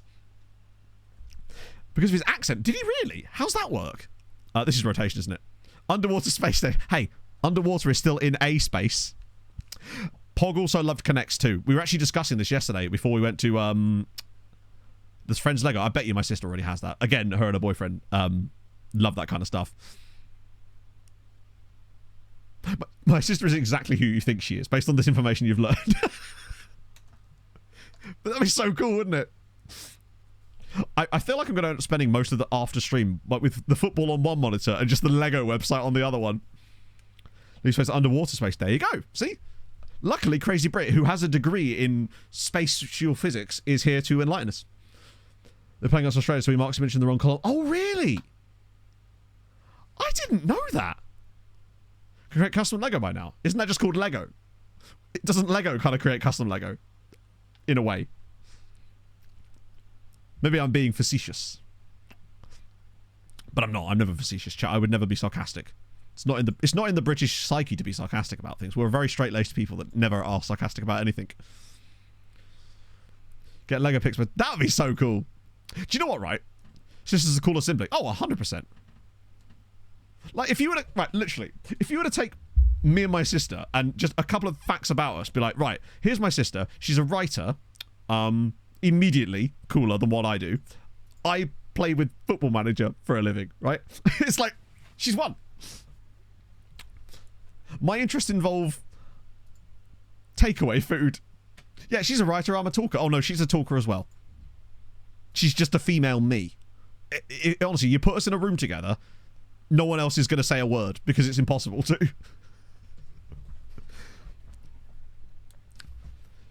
A MIG welder.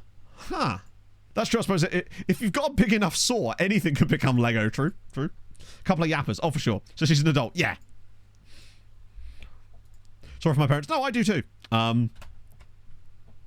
It's when we go to like family dinners or at a restaurant or something, we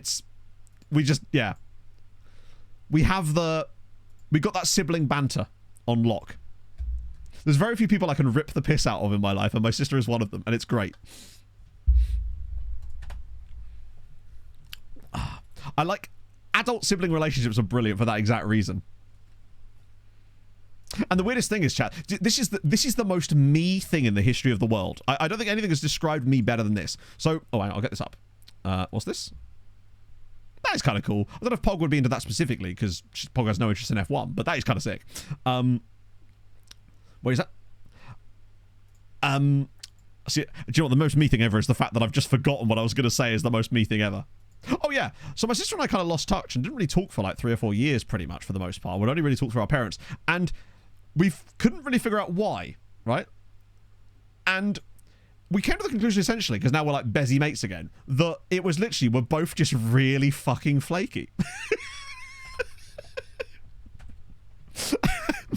And yeah, that was the answer. Oh, Zuri and Dingley have bottled it. Second tier's not going so well for them anymore. Because these two are both in the promotion spots, but now it's looking like a Balzan. Are they actually playing Yanone? Please tell me they are. Okay, he's got 4 goals and 4 assists. Does that mean he's not playing as a striker? Oh, no, he is. Never gets a word. It could be that as well. No, it really is just because when you just stop replying, because I'm terrible at replying, and so is she, and thus, when you've got 2 people that are like that, it's very easy for it to just sort of dissipate, particularly when you're not, like, seeing each other on the regular. Particularly as my sister lived in Lancaster for quite a while, so it was just like, do you know what I mean? I didn't see her for like I think I didn't see her for 4 years at one point. I love that I've just got so many of you now on the Lego website, and I wonder how many people literally will have bought Lego by the end of this stream just as a result of me randomly bringing that up. Having money instead of studying. Yeah, innit? Maybe I'd be better off getting Pog like black tar heroin for Christmas instead. I feel like it might be less addictive. No, exactly, Raj, but like, when you live so far, bear in mind this also does involve COVID, so like 2 years of that it would have been basically really difficult for me to see her anyway. But she moved to Lancaster in like 2018 and then was just there that entire time basically. Sorry, Fry, it's gonna take me a while to get used to it. Spoil the new house smell. Yeah, true. And then we'd have no fucking spoons left, and you know, what am I gonna eat my ice cream with? How am I gonna sit on my lovely new sofa in my bedtime uniform eating my ice cream out of my big pot? Because that's what I do. Because I'm apparently a 19-year-old sorority girl. Steady supply, I suppose. True, yeah. Panda mini building block set. This doesn't look like Lego. This looks like... It looks like something that's trying everything it can to avoid calling itself Lego. I'm a Gilmore girl.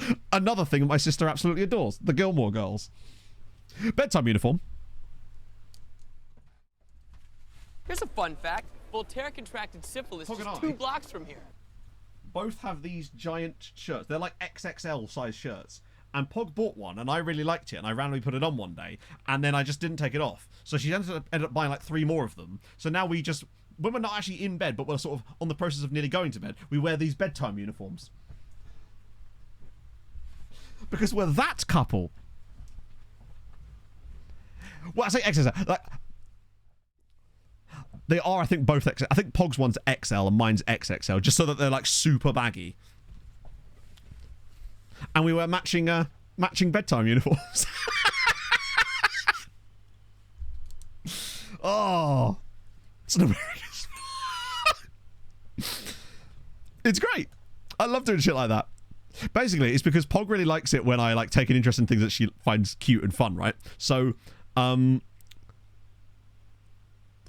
Yeah, but that's the thing. I'm not 6'5". I'm like 5'11".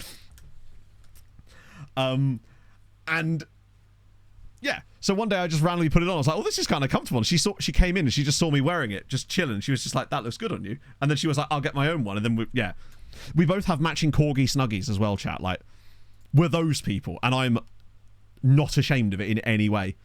Not even a little bit. We really are those people. Laugh, laugh, laugh, and whatnot.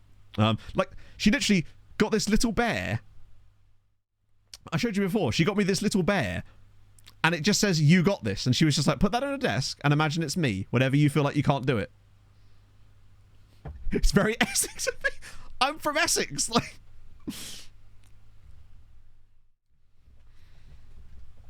yeah, exactly. Whoa, hello. I might have fucked it, chat. Look at me go.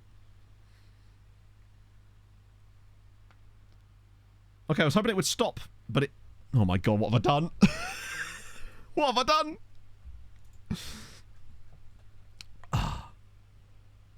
You got this. OBS is like, nope. There we go. As much as 5. Yep, no, she does. She'll be like, she just gives me snacks. She is the best human. Literally. She understands... I think it's because over the last sort of year and a half, I've been learning a bit more about how my brain works and understanding that perhaps it's not entirely normal. And Pog has been incredibly good about that and understanding where I struggle and where I'm stronger, right? And she's so accommodating about those things that it's actually incredible. I am obviously always kind of known the way her brain works, but I've been starting to, over the last, let's say, year, starting to get to grips with the fact that my brain doesn't work properly or doesn't work in a typical way, and thus learning to get around that and make up for those deficiencies has been quite difficult, but I'm getting there slowly. It's the chaff grenade. There you go. Yeah, I put in the fridge accidentally. You got this, but what you no longer have is frames. Atabulu. He's a one. Is he? Wait, where was he? On the Arsenal team? Or on our team?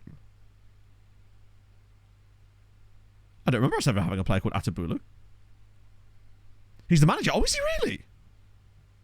Oh, that's cool. Love that. At least 7 points. Hammering away at Valencia. They kind of need to win that, yeah. Sweetie hosting Napoli. Napoli are a bit hit and miss. Sweetie need to win that if they've got any chance. We definitely did look at the recruitment focus guy, right? I'm fairly certain I showed him. I remember clicking him. Wow, we've actually started quite strongly here. We'll probably concede immediately. Oh, by the way, that is Draman Fofana in the Arsenal team that you're seeing here. He is our former player, Draman Fofana. Wow, well, that's a lot of XG without actually seeing a highlight, which is both good and also concerning at the same time. Hey, Aldo. Yeah, one of my favourite things about oh, Goodra are playing as well. Didn't see that. Is seeing interesting. Oh, he's done it again.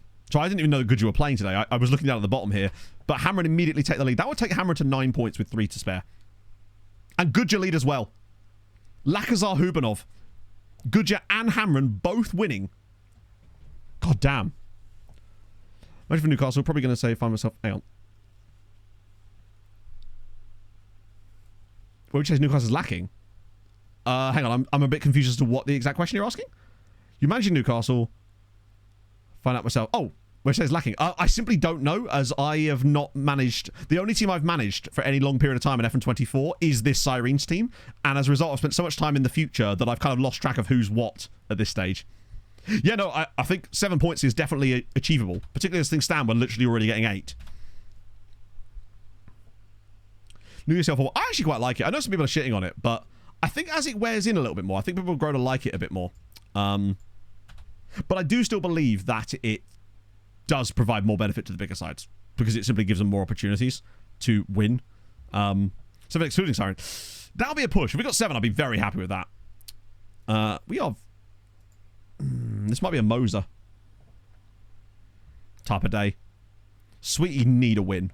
Although, if Goodyear were to win as well, they'd go to 10 points and would be already qualified with 3 games to spare. Pereira over the bar. I get the feeling this might not be a win. Hello, you know. Second half Sirens is definitely a thing. I'm just trying to work out the best plan of action. I think this is one of those games where we're in control enough that I wait till the subs and then... But I don't want to overthrow it and like put it on attacking for no reason. Because this is a team like Arsenal that could punish us if we take too many risks. But I do think that we need to get some less frags on. And this feels like a Moser type of day. Crompy Wompy as well. Just the guys that are not really doing... the defence isn't having the best day either, which is weird. Kravis has done okay, but I feel like Brooksy could give us a go. He's good enough now that he can step in. Hajara's been okay, but I do wonder if Gustavo Villa could be worth a little run. And honestly, just Lahovi. He's just so clutch.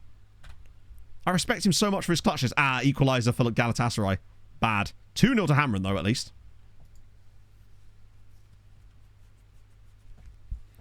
Yeah, you just sell tickets to the second half of the games. Oh, go on, VR. Yeah, here we go. Whip it across. Oh, don't shoot yourself, please. What are you doing? You embarrassing human being. Me every morning in the mirror. The fact that he's chose to shoot there instead of just slipping it across for a tap-in for Maximiliano Moser is embarrassing. Go on, Moser. Oh, that's poor. He just has to smash that across and Moser's basically got a free tap-in. Oh, Sweetie take the lead. Beirano. I'm a little bit worried about Goodyear, honestly. This is a great chance for them to get, like, pretty much get themselves over the line. Because I do worry that they could go on a bit of a downward spiral if... Oh. Worrying. Of Red Bull Leeds. How much of an ownership stake do they actually have in Leeds now? I do quite like the... what I will say is, I like the sponsor. It doesn't really suit the kit because of the colours. Right, we should need a late winner for Goodyear or something. Oh, for God's sake. What? 2-1 to Galatasaray. Lads, you can't afford to... I actually think there's a chance that Goodyear might not make it if they lose this game. Because they might have 3 really tough games now. That they're not going to get any points from. 7 is nowhere near enough. This was a winnable game and they're really fucking it up. 10%. Okay, so it's not... Oh, well, they've got an equaliser at least through Hurry, of all people. No idea what's going on with Sweet United as they've fallen off the bottom of the list. Got a nice little late winner against Arsenal here would be fantastic. Because I think if we get the win against Arsenal, then I'm pretty certain that we could get 24 points for the first time ever. But because the other games all feel winnable. It's like Leipzig away and then Rangers and FC Copenhagen at home. But this is the one. Oh, come on.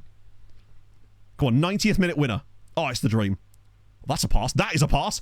It's Moser! And he's onside. He's done it. Come on. Maximiliano Moser. Arsenal 0. Sirens 1. Right at the death. Oh, what a pass. I think that pass looked like it was actually supposed to be for the other player. Like, he loops it through, and then he just leaves it. Great finish from Moser. Brilliant pass. Oh, off the bench, does the business. 90th minute winner, hopefully. Touch wood. Sweetie and Hammer are both winning. Well, you said 7 points, and they have got 7 points, just not in the order I thought they'd get them. I think a draw is okay for Goodyear there. It's away from home. What a win. That might actually be... We might actually get 24 points this year, finally. Because I feel like we did that a few times with the MTK, and we just never managed to quite do it. So, we're top. Smashing it. Hammer are in 11th now with 9 points. Goodyear in 12th with 8. Sweetie have finally got themselves sort of in the conversation on 3. They're actually only a point out currently. So they could still go on a bit of a mad run, but it's going to be very, very tough for Sweetie from here on out.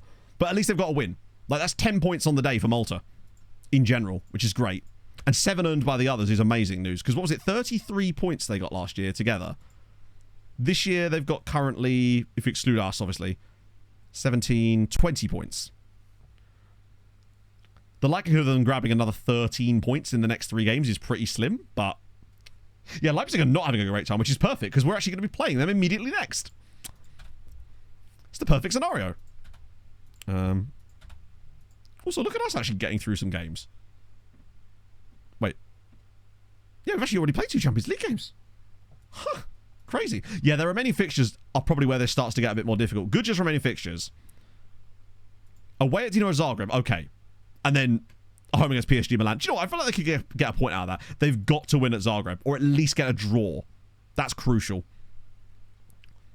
They have to get something there. That'll get them to 9 points. That should be okay. Hamren, who are already pretty much qualified now anyway, have got Hammarby away, then Leipzig at home, which is winnable, and Man City. You know, there's a chance that Hamren could actually get another 2 victories here. I think they've got a real shot at going even further. There's a chance they could get top 8 this year. And Sweety's run is pretty poor, if I recall. They've got really tough games from now on. Marseille away, Juve at home, Liverpool away. Really? Marseille away, I think they've got an okay record against them. They'd have to basically win away at Marseille and beat Juve at home, and then hope that 9 points was enough to get them through. It's looking bleak for Sweety United. I don't think we're going to get all 3 through this year somehow. They're as good as out, although we've seen someone beat... We saw Bakikara beat Juve last year, and Sweety actually have quite a good record against Marseille specifically, because I've seen them beat them in a few times. But, I mean, what was the actual game like? That was better. That's unfortunate. They should have definitely won that game. Hamren honestly got a bit lucky, so it balances out. Thursday, though, this is where Zabar have to keep winning. And Slima have actually silently impressed me. They've got very good results against very good teams this season. We don't care about this match day at all, do we? Because we're not involved in any way. All the Maltese games are on Tuesday. Biggest teams in the Eredivisie. How would I even find that information out? Like, I suppose I could just look at Eredivisie winners, but it will be the same teams. That much I can assure you. Yeah. So in the save, big run of Ajax wins, followed by PSV and Feyenoord, then 3 straight PSV wins, then 4 straight Ajax wins. In fact, literally, in the entire save, the only team that have got into the top 3 other than those guys, so RZ had a year here, Utrecht have had a few third places, and so have Vitesse, but that's it. Oh, this stuff is going to change massively in the OTI save, which is why it's so cool. Particularly as we potentially could have an involvement in that ourselves, because there's nothing to stop us from managing in the Netherlands, right? If the job opportunity comes up and we want to manage there, then by all means, right? I've not really managed much in the Netherlands either.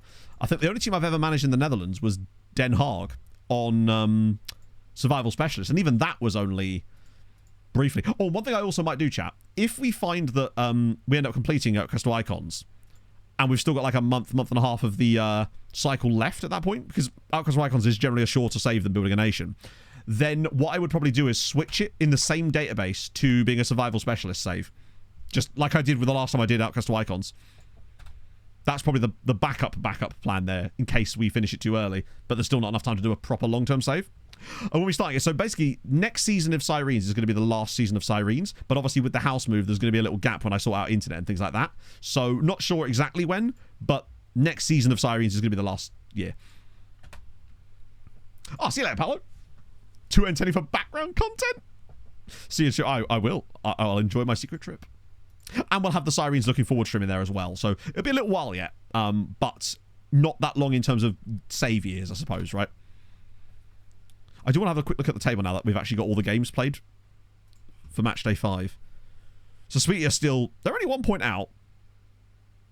Kudra are 4 points in. Hammer are 5 points in. They're looking all right.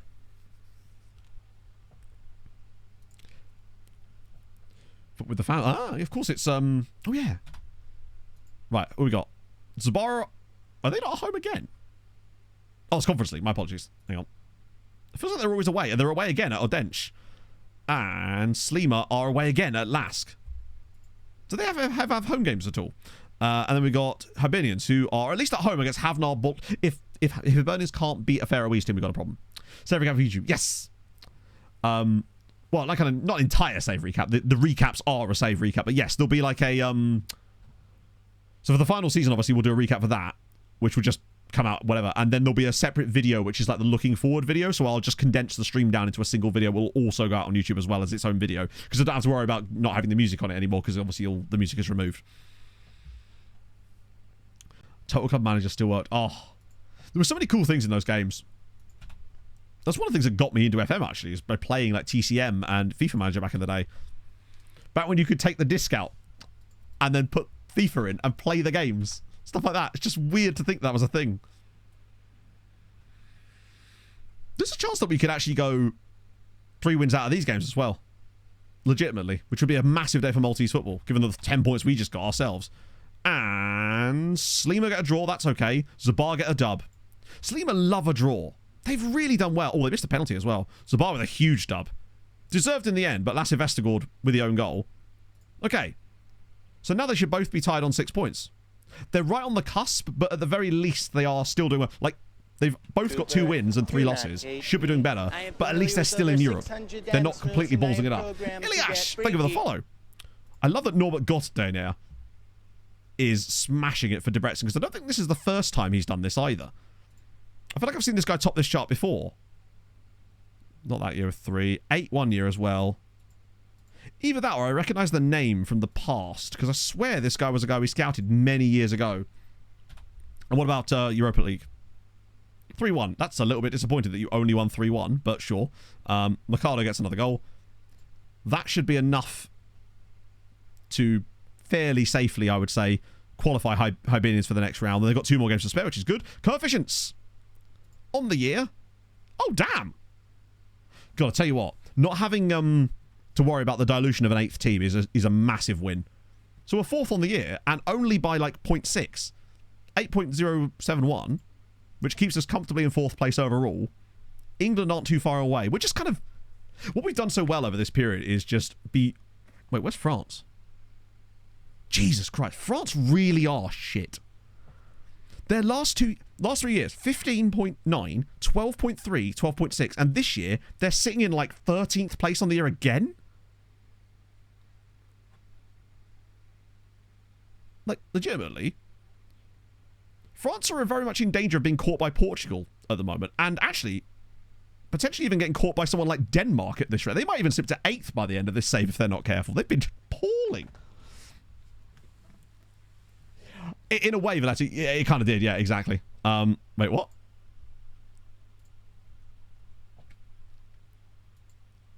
He's pretty solid, actually.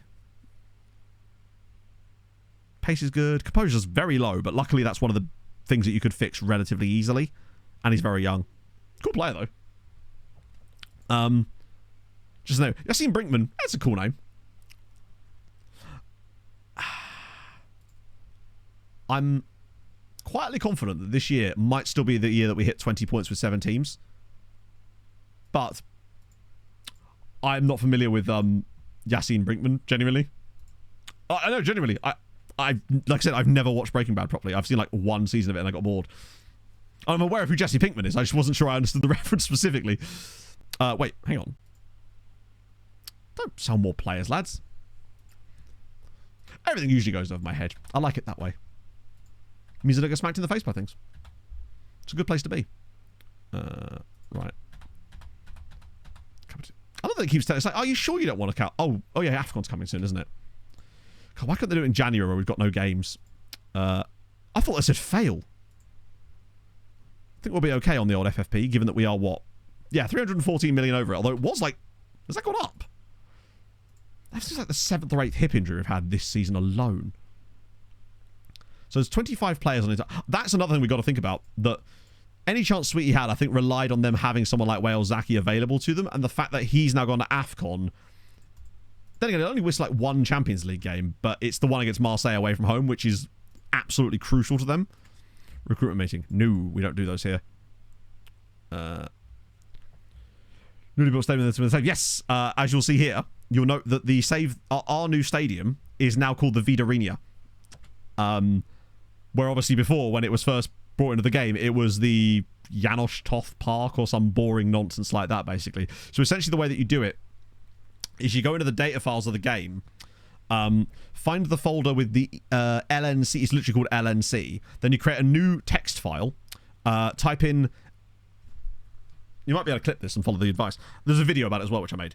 You type in, into the text file, quotation, all in capitals, stadium underscore name underscore change, quotations, space, quotation, then the name that you want it to actually have, then quotation, space, quotation, quotation, and then save that as a .lnc file, and it should save. It should work. That's how I did this, basically. When Sirens on 19, but I don't. I think, yeah. I have a little video about it on my channel. It's called.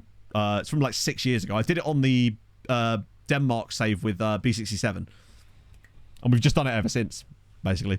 Because essentially, you're basically just making your own name fix. So the way that those name fixes with like the Brazilian teams and all that stuff happens is it's essentially just a file that the game reads when it loads up initially, and it changes the names of stuff. So, oh, and you need the ID as well. Actually, my apologies. The next button is the ID. So you need to find out the ID of the stadium. It's best if you just look at the video, honestly. I don't have it list to hand, but I actually, every time I do this, I just have to use my own video as a guide, because I don't do it very often, right? School Street Country, very happy. Yeah, I think what James has just put in chat there is the video. Oh. Yeah, that's the one from 6 years ago. Before I was a dreadful streamer. Stadium named after legend manager. Well, don't know about that, but I like that it adds that little extra context in there, though, which is pretty cool. But yeah, that should help you out. It definitely still works, because I did it like less than a week ago. Sirens. Yeah, you're right, actually. Our 23s play here, but our under 19s don't. So the notepad, it truly was. It was incredible. You could basically give yourself unlimited money in FIFA Manager by changing the value of the private island you could buy to having a negative value, which meant that if you bought it, it gave you money. But you're right, a lot of the key facts in that game were stored in literal plain text files. Like straight up text files. Simulate new name rights. You can do all sorts of things, yeah. I love the way that the recruitment stuff in those old games works as well, because you could just build like these like almost like academies in various countries, and you'd get like players in your youth ranks from them, and I thought that was really cool, playing all these countries all over the world. So yeah, we play all of our home games for the under-19s at the Victor Tedesco Stadium, which I believe is Hibernian's home ground. No. Oh, no, it's... Hang on, Hadrian knows the deal with this. I forget what the situation with the Victor Tedesco Stadium is. I've actually forgotten. For me to get fired. It's hard to say. Sometimes I've wondered if we didn't win the league, maybe I'd get fired. But then I know in the past that... Yeah. This old cheat websites. I know, it was so cool. Do you remember buying, like, cheat books? Like, you'd go into, like, Game or whatever, and you'd be able to buy, like, a little cheat guide. A sex scanner would probably... Like a Bronze-style sex scanner would probably do it, yeah. You're not wrong. Right, let me do... Actually, when's the next game? Ages till Leipzig. So we might as well go pretty full strength here. Try to keep boosting Reynoso's numbers for the year. And also I want to see what... But Mohamed Pizza still started well, though. 4 goals and 5 assists. But I want to see him get a few more if he's going to be actually in with a shot of winning the Ballon d'Or this year. Guys from magazine, yeah, magazines, yeah, like Games Master and people like that, right? Well, yeah, they came with the game with the books, and then when the sort of early-ish internet came around, where there was websites you could go on and get the codes as well. Just the idea of games having cheat codes at all. For cheese and vote, yes. There was a thing called on. Oh god, hang on, this is a tough one. There was a show on Bravo as well. It was hosted by a woman whose name I believe was Violet Berlin or something, and. That was like a game. That was the only games-related thing that was, yeah, available. I can't remember what it was called. I swear her name was like Violet or something. She had like a bob cut. Games TV, maybe, I don't know. It was on Bravo, I think, and it was like the only kind of games-related content that you could get back at the time. But now I need to pee, so enjoy your Wizzy Quizzy, and I'll be back with a Beppis in a moment, chatto.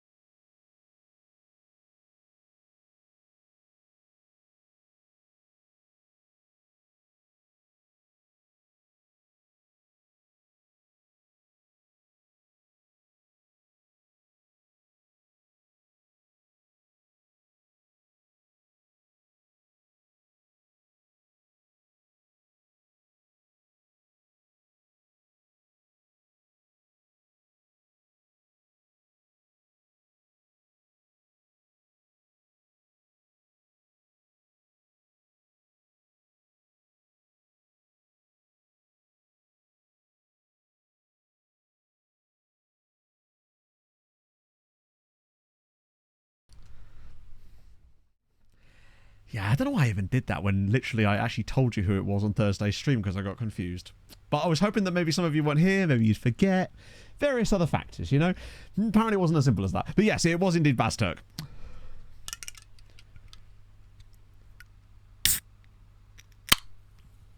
That was a good one. Also, when I went for a piss, I got a notification in my email on my watch, and obviously it only shows like the first part of the headline because it doesn't fit on the screen, and it says something like no reply, and then it's like important in capital letters. We were unable to, and I was like, oh god, what's this? Because lately all of the no reply emails we've been getting have been from the lettings agencies and stuff, and I was like, oh my god. Let me tell you, my soul about left my body when I saw that. And turns out, no, it was just Tesco. I was like, shit. Oh, it's Tesco saying that we can't collect your car insurance premium because you've changed your card details. And I was like, oh, goddamn. No, the thing is, Bala, you're not even that far off. It was just Tesco Bank trying to get my updated card information for my car insurance. It was bloody Tesco's Express haunting me from beyond the Liverpool-based grave. Oh, I about shat myself. So I tell the swamp. I don't know. I've spent basically the last week basically just waiting for something to go wrong with this. And have a lick me yarbles. Right like a dictionary. Thank you very much for the follow. I appreciate it. I hope you're having a fabulous Sunday morning / afternoon. I like Tesco's. There isn't really an Asda near me either. No, any problems with Tesco's? 2 red cards in that game as well. Oh, sorry, 1 red card for the same player. Obviously, that would be weird otherwise. Carlson's injured though. Hopefully we don't get an email about that. But Jarwin scored, but basically got a goal as well. Reynoso grabbed another one. Tremendous news. And wait, why have Tarshin played an extra game? Oh, I see. They're just getting a little bit ahead. Melita having a lovely time as well. At the expense of Sweetie, who are doing poorly in all things. Supermarket tier list. I'm just like, oh shit, it's actually quite a bad injury. Bugger. Oh well. It's one of those things where like I only really use Tesco's because growing up there was a Tesco's close to me, and now the closest supermarket to me is Tesco's. There's also an Aldi, so it's kind of like a mix of both. And that Aldi also has a B&M next to it. So, as you know, because we went after stream last week, but I don't even know where my nearest Asda is. There just isn't one really near me. Sainsbury's is sort of one kind of near me, but both are the closest Tesco's to me. In fact, I think the 3 closest superstores to me are all different Tesco's. I'm just in a Tesco's safe seat, chat. What can I say? Oh, they're dominant around these parts. And it'll be the same when I move as well, hilariously. The closest thing to me again will be a Tesco's. Oh. Was co-op? Yeah, there's sort of a co-op in it, but it's a really small one. Not that there's that many like large co-ops anyway. They're usually fairly small, but I've never been to like a co-op superstore. And obviously, if you see a Morrison's around here, you're like, damn, they just don't really exist so much down this way. I think the nearest Morrison's to me is... Actually, I genuinely don't know the last time I saw a Morrison's. I always used to fill up at Morrison's in Birmingham. And there was... Yeah. And they used to do an alright breakfast at the one in Edinburgh. But that's about as much as my Morrison's knowledge goes. An M&S error. Oh, yeah, there's a Waitrose near me, but like, come on now. I ain't made of money. Bedford. Do you know what? You're probably right, Doc. It probably is Bedford. Safeway. You will be missed. I would imagine so, Bear. It's dangerous out there, man. All those club card points and nectar cards and all that jazz. Yeah, Pog and I went to M&S. Yes, it was M&S home store at Lakeside. Ben's just telling us that everyone's been in it because we're both content creators and thus we are multimillionaires, as is every other content creator you watch, obviously. There's not really an Iceland near me either. I think the nearest Iceland might be in like Haverhill, which is out right the other side of Cambridge. I've only ever been there once in my life. A Budgeons, or a Nisa. That's what you need. St. Neots, holy shit, yeah, St. Neots it's a good old drive from me. I've only ever been there like twice. One was quite recently actually when we went to that anniversary party. Messi name was yes. It was good. Overpriced though. 100 meters. Oh, the fights they must have. Welling Garden City, yeah. Don't know, I've never been to Welling Garden City. Drulo. I think that's how we say it. Thank you very much for the follow. The only Garden City I think I've been... I went to Letchworth Garden City once. I went to a stag do. There was a go-karting place in Letchworth Garden City So we went there. Wow, he's had a really good rating, but admittedly, let's play 2 times, I suppose. Maybe play him a bit more. Jan has done brilliantly at Balsan Youth. God, he's playing in the 2nd tier. Oh, he suddenly doesn't feel that overpriced. He's developed, man. It's a shame we can't see, but he looks like he's developed. It's also unfair that he's playing in the 2nd division. Like 2.5-star CA guys in the 2nd tier. Pugliese is, oh my god. Wait, you're 4-star? He certainly wasn't. Split by a road and a McDonald's. So the McDonald's is like the referee. That's true, yeah. The closest island is not the country, yeah. Late developer. I don't believe so. He's... Oh, hang on, maybe. He is 26. Going on 27. Wait, no, he's only just turned 26. No, it's not a late developer. Because he would have literally turned 26 5 days ago. Still, for a free transfer from Man City to suddenly be a 4-star player. Damn, okay. That loan spell's working out terrifically. And obviously Hurry as well. God, he's good. Annoying, but good. And Pugliese. He might genuinely be, in the history of building a nation saves, the best loanee I've ever had out at another club. It's somewhat unfair, in a way, that this guy has been even able to go out on loan. A 4.5-star CA player out on loan at this stage in the save? Like, he's legitimately world class. And he's playing for Hamron, and it's brilliant. The longer I can keep him there, the better. What about Davis as well? He seems to have been... Him or Jivy. I think he's better than Jivy. I genuinely think he's better than Jivy, and Jivy was great. But I genuinely think Pugliese is that little bit better than Jivy. Because the numbers he puts up for Hamron are wild. Hello, Viva. Tuscany's Express. Next to a Warhammer shop. There used to be a Warhammer shop where there was this town I used to go to as a kid. Still the domestic from... Well, yeah. Trust me, if he ever came back from a loan, there's no way we'd ever find him another one. It was a complete lightning in a bottle situation that allowed him to go to Hamron in the first place. Ooh. That's a lovely little set of players. Some cool clubs in there, too. Columbati? Valentin Eck is a great name. Moshka? Well, that's a lot of 5-star potential guys, most of which will get immediately dropped down again. But if there's even one good player in there, it's worthwhile. Outplays numbers. Yeah, I think that's the thing. Whereas Pugliese plays to his numbers. To the foreign day trips. There you go. I told you. I haven't even done it myself. You're getting ahead of the curve. There's so much you can do with that. It's day trips, like foreign day trips are super fun. Some advice? Yeah, absolutely, man.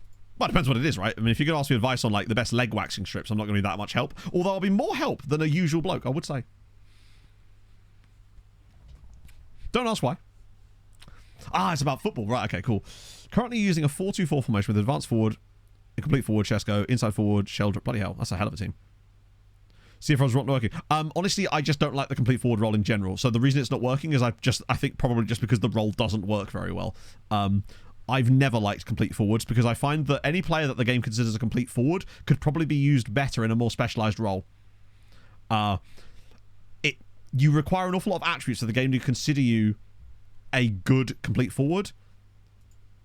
And this guy's good, but like, why would I play him there when I feel like I could specialise a little bit more? I find that the players that the game calls a complete forward are either elite level players or they're just guys that it doesn't know what to do with. They're too broad a lot of the time. I prefer a bit more specialisation often. For Cup, I'd like Blaney to win it again out of those guys. Although Tyler Reddick, I suppose, it would be quite funny if 2311 won the championship while suing NASCAR. Particularly as they lost that injunction battle yesterday or the day before or whatever. That would be funny. But I would quite like Blaney. Out of those, I'd like Blaney to win it again.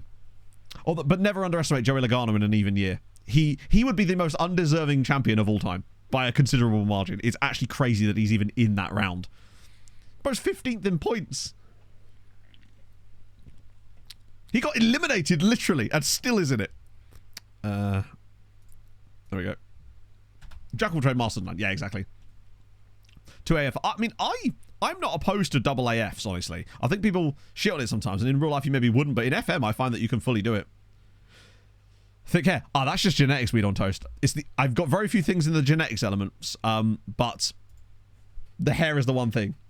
Oh no, I would almost like Logano to do it just because it would be true chaos if he did somehow win it while being 15th in points and having already been eliminated. But Oh, this isn't where I parked I my just car. kind of don't want... I would rather just have Blaney. I mean, what I'd really like is for them to suddenly add a 5th driver, and that driver be Ross Chastain, and for him to win the whole thing. But that's unlikely to happen. But never say never. Ingiz, thank you very much for the follow as well. It's very kind of you, friend. I feel like I see PSG losing a lot. Oh, no. Okay, they've only lost once. Was it Man City? Nope. Maybe they're just behind a lot in games. So there was a big side that were really struggling. Maybe it was Milan. They're actually doing worse than Napoli. Oh, it's Liverpool. That was what it was. Liverpool are doing really poorly. They've had some tough games, though. Then again, they've not really won by much when they have won either. Hiard will do that. I haven't had much success with pressing forwards this year. Used them a lot back in the day. On the topic, you know, we were talking about like magazines and game stuff before. It was the same with like hockey stuff back in the day for me, because now it's like I can just order it online and it just arrives, right? But back in the day, that just wasn't a thing you could do very easily, not without paying insane fees for shipping. And in order to get like hockey information, essentially, other than just randomly looking on the internet, I had to go to this random specialist hockey shop that existed in Essex, randomly. And they sold this magazine that was like super out of date, obviously, because it was a magazine. But it was the closest thing I could get. And it's almost like weirdly very antiquated. Quite, what's the word? Nostalgic, I suppose. But I do like not having to worry about stuff like that now. Felix F.A. Trevor Sweetie, nah. No need. Well, yet. Besides, we can't guarantee that they would win it from this stage, because us throwing a quarter-final to Sweetie doesn't give us any guarantees that they would even win the damn thing. So we can't afford to do that at this stage. Because, say we throw... Oh, it's not even that. It's the round of 16. If we threw the round of 16 to Sweetie, Hamron are still in it. So are Goodyear. So are Hibernians, Tarshin, Melita. Any of these could knock out Sweetie, and then we'd be left in a massive issue. So it's best if we just kind of keep hold of it. What is Pope doing? Indeed, yeah. Youth and Day preview? Oh my god.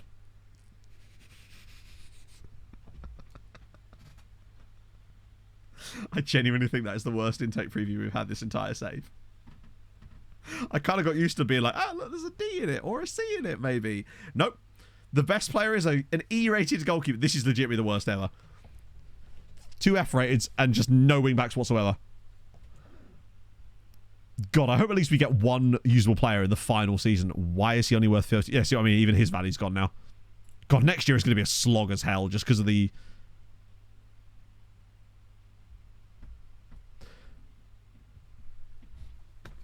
Just letting you know that Richard Pope doesn't seem himself at the minute. I think he feels he should be getting more playing time in the first team. Who's Richard Pope?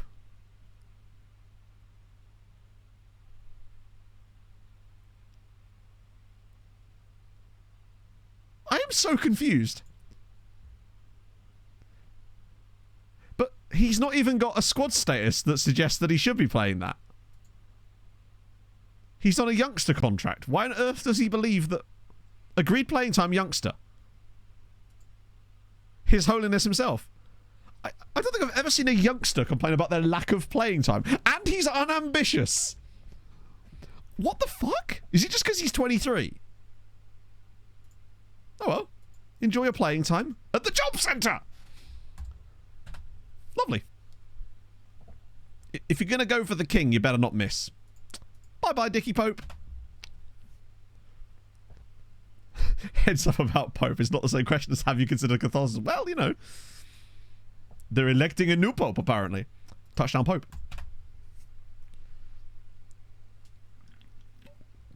I thought it was going to be like some random guy that I'd signed as a joke, but given quite a high squad status because it was the only way they'd sign for us. My shock at seeing him only be considered a youngster there is surprising to me. Gonna get the courage only for him to come home sacked. Yeah, indeed, yeah. And now he's starting a window cleaning business, which, hey, people got to get those windows cleaned. No one expects the Dick Pope Inquisition. White smoke above the Vinery. That's one crazy Pope. 24-year-old youngster. Hey, he's youthful at heart. Late developer. I think he would need to be... He's not even any kind of developer, right? Just moan to Rice. Yeah, that's the thing. He didn't even have the balls to moan to my face. He just complained to Declan Rice. Yeah, he's a 24-year-old. Do you know, what are some players, actually? This is a nice little niche category of football chat that I really enjoy. Players that you still assume are like, how old is Marcus Rashford these days? That are like 20 years old and have been for the past decade. I feel like Will Hughes is a player that suits that category really nicely. I feel like Will Hughes just is a young player. No matter how old he is, he's a young player. Good job. They're doing bits. I mean, they're matching us stride for stride. Like, they can't do much more. Other than, we've not even played each other yet. Oh, no, we have, because they beat us. John Stone, I guess. Lingard was one, yeah. Lingard was very much that. I don't know about John Stones. I feel like John Stones feels more Yuri Tielemans. I don't know. Sancho, I think like 24 is still fairly young, but not like super. I weirdly don't get that from Theo Walcott, even though he literally was. Given that he was coming to the scene so young, because he actually did spend an enormous amount of his career being young, just because of how young his career began. Liverpool literally going to owe us 17 million for that. 6-0. Oh, good job. Wait, they're above us in the league now. Fuck. I was going to be like, haha, but they've now got above us. McTominay, I don't know. He just doesn't look. Joao Felix being 25 is surprising, actually, yeah. Also, weird topic to bring up now, given that it's Sunday, but Chelsea's Europa Conference League game against FC Noah, which they won 8-0, that penalty they got given, I was looking at that and going, how the fuck was that a penalty? It looked to me like the Chelsea player ran through the back of the FC Noah guy, and somehow Chelsea got a penalty out of it. I saw that, I was like, what? Maybe I only saw the wrong angle of it, but I was like really surprised that that was given as a penalty. Wasn't Foden full rotation? Oh, yes, you're right, it is full rotation. Showed in zero context, really? Because I just looked at it and went, what? Moser, VR, Kroenke, Lahovi, Kraull, Brooksy, Zimzims, Salamander Silva. Yeah. James Maddison kind of feels a bit like that as well, actually. I wonder if... Oh, is he suspended? All right, cool. We'll put him in then. I get the feeling that someone like Angel Gomez, because of his stature, might end up being one of those players in the future. How old's Billy Gilmore these days? I feel like he's another one of those players that is, when he's like 29, is going to be considered a young player as well. Maybe, anyway. Oh, God, my back is hurting. Mid-20s? Yeah, it feels like it. Luke Shaw. Yes. No, that does kind of work for me. 23. Oh, okay, so he's still well in that category. Oscar lives in Shanghai. He's been out there. He's one of the guys that really did stick it out in China for a while. Is he? How old is Oscar? Because he's been in China for a long time, right? Only 29. Douglas Luiz just looks older. He looks a bit wizened, you know? There's a few players like that. 33. Wow, really? Christ. The Murphy twins. Oh, well, like, is it Josh and Jacob Murphy? I can't remember who they actually play for, but... I think sometimes you think players are older possibly because their hairline starts receding quite young. That's definitely a factor. Moser with a brace. We like that. Justin Cliver. Yeah, Cliver is one. Yeah, for sure. At least we're back on the top now, finally. Sean, yeah, the long... I think it sometimes applies to when you first became aware of a player as well. So... they sometimes remain in, particularly if they're a player from a club that you don't support and therefore you're not following their career as closely as you would do a player at your own club, so you don't notice their development. So when it's a player like that you saw at quite an early, because both the Longstaffs I think played for Newcastle at quite young, right? I feel like guys like Elliot Anderson and Lewis Miley, I know that Anderson doesn't play, but you get my point though, just using Newcastle as a starting point there. I feel like those guys in the future potentially could do that as well. Wait, what?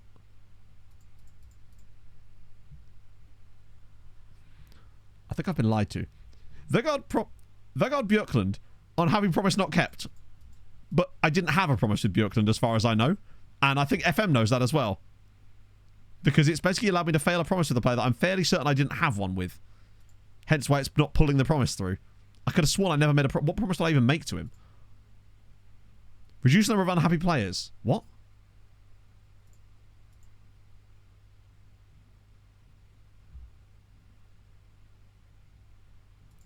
That was one of those hilarious ones where I once had... This was a funny one. I once had a player fail this promise for me because they were the unhappy player. And the only way I could make them happy was fulfilling the promise to have no unhappy players, but they were unhappy because of the promise in the first place. So it was literally a Kafkaesque trap where I couldn't fulfill the promise because they were the reason that I couldn't fulfill the promise, and thus I was destined to fail. But again, esports ready, as always. It's good when that happens, isn't it? Also, I hate promises like that as well when it's like reduce the number of unhappy players, when there's no way that I can make those players happy because I'm telling them I could sell them when not in a transfer window. Like, I'm physically unable to sell them. Is Farley not playing? That's a shame. He looked quite a good player. Probably big Icarus, they do have quite a lot of strong players. It is a little bit disappointing because I thought he might... He's just at the wrong club, I think. I feel like I have finally at least found Yannone a good club, though. Actually, speaking of that, how's Cortege getting on in his loan spell? Why's my watch going off? Wait, what was that? Oh, it's The Expanse. Yeah, he's played 23 times. Sorry. That's the wrong guy. I've done this multiple times. I was like, he looks way better than I remember.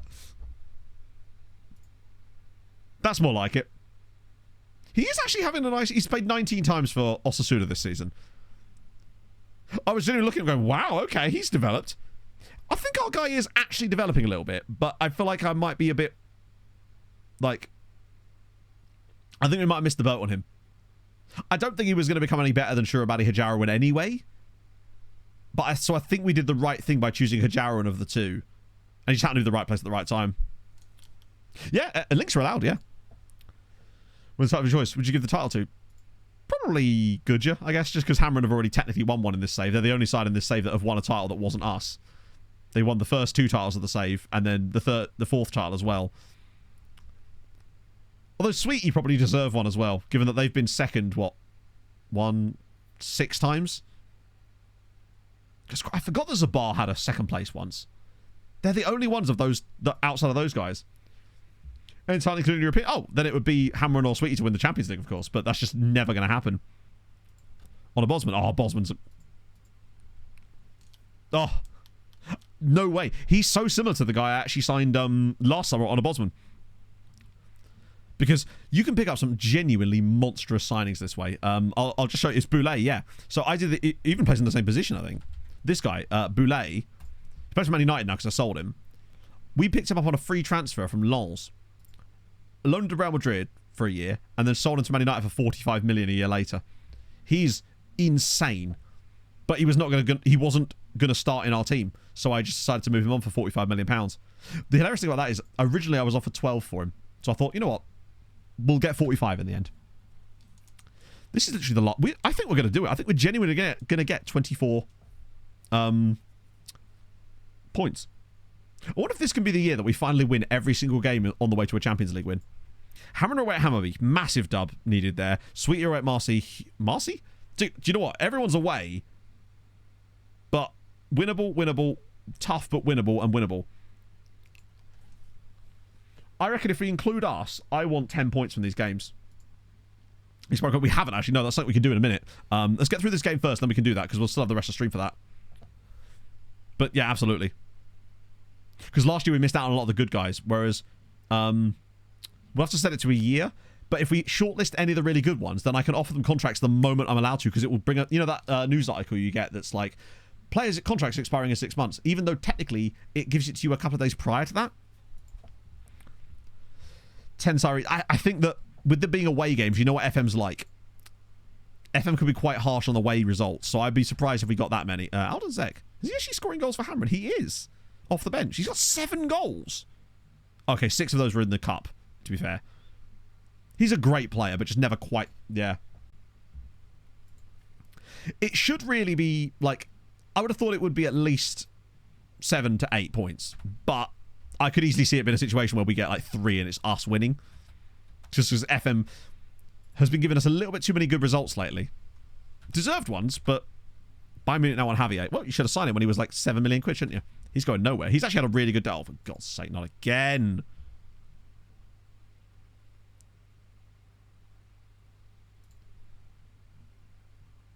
I'm not selling our record signing. Brother, settle down. In fact, what I'll do with him, since he's already being a pure thoroughbred penis is...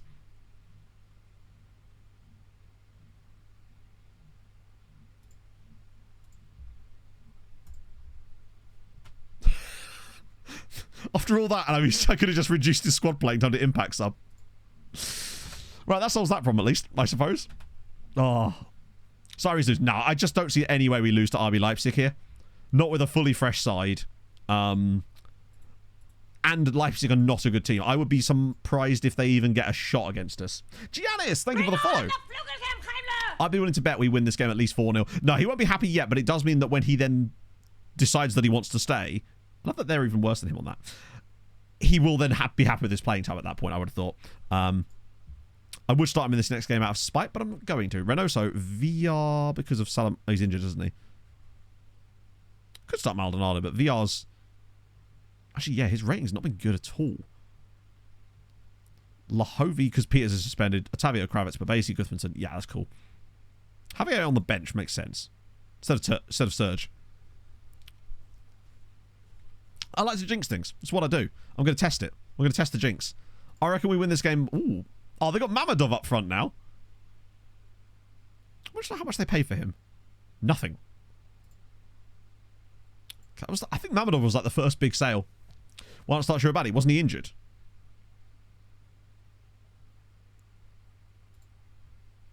Oh, he just had high injury. Susceptibility. You're right. Yeah, I probably could just start him, actually. Sorry, I thought he was injured. What was my assistant's reasoning? Fucking Jesus. What? Very consistent performer. But he's literally not. He's got the worst average rating of all of the... Ah, my life. Right. Consistently very average. Yeah, he's been really poor. Thank you for pointing that out. No, I reckon we score 4 goals in this game, and they might have a shot or two. But I'm feeling pretty confident in a big dub here. Because this is about as strong a side as we can put out, with the exception of Peters.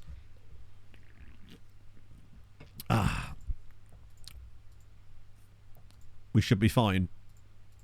Plus, it's a chance for Lahovi to play, and one thing Lahovi is very good at doing is just scoring goals randomly. So I wouldn't be surprised. Oh, it's a 4-4-2 as well. Aren't we usually quite... Wait, hang on. That wasn't the system they were playing in pre-match. They were playing a 5 at the back in pre-match. Okay. We're usually quite good against 4-4-2s anyway. Let me just quickly go in here and shuffle that around a little bit, though, given they've changed their entire system. But really, this should be a foregone conclusion for us. It's about what the others do. They need to get some dubbies. Hayward. Oh, it's a different Hayward. I was going to say. Leon already losing to Slavia. We've started quite poorly here. I'm a bit worried. We might require... Lahovi's already on booking. Watch us get like a red card and just lose it 1-0 or something. Oh. I don't think we've ever had a good draw losing. I was going to say, I don't think we've ever had a day in the Champions League where all 4 Maltese sides have won. Coming from behind is going to be tough for them now. Particularly as they're... That does worry me about Goodyear a little bit. Because 8 points is not going to be enough to qualify them. They need at least 9. Like, dropping those points to Galatasaray is a real issue. Oh, go on, forward. Please don't shoot. That's it. Slow it down. Get Lahovi in play. Here he comes. Uri Lahovi. Oh, he's lost the ball. I think this highlight's not done yet, though. I think we are going to score on it. I'm trying to think who's going to score. I reckon we get this cross. Yeah, it's going to be a cross and tap in from Reynoso. Or maybe not. Pereira? Oh, it's a great finish. Come on. Sun? No, we don't do sun here. It's been miserable as all hell for about the last 10 days. Yeah, that's the thing about the assistant advice thing that really irks me, because some of it is just... There's no logic to it. It's not got any, like... I genuinely half the time don't understand what it is that it's trying to even say. Like, why would I put VR in there instead of our starting player? Yeah, Goodyear... There's time for them to turn that around, but it does worry me. But early goal for us means we can start to build towards more goals.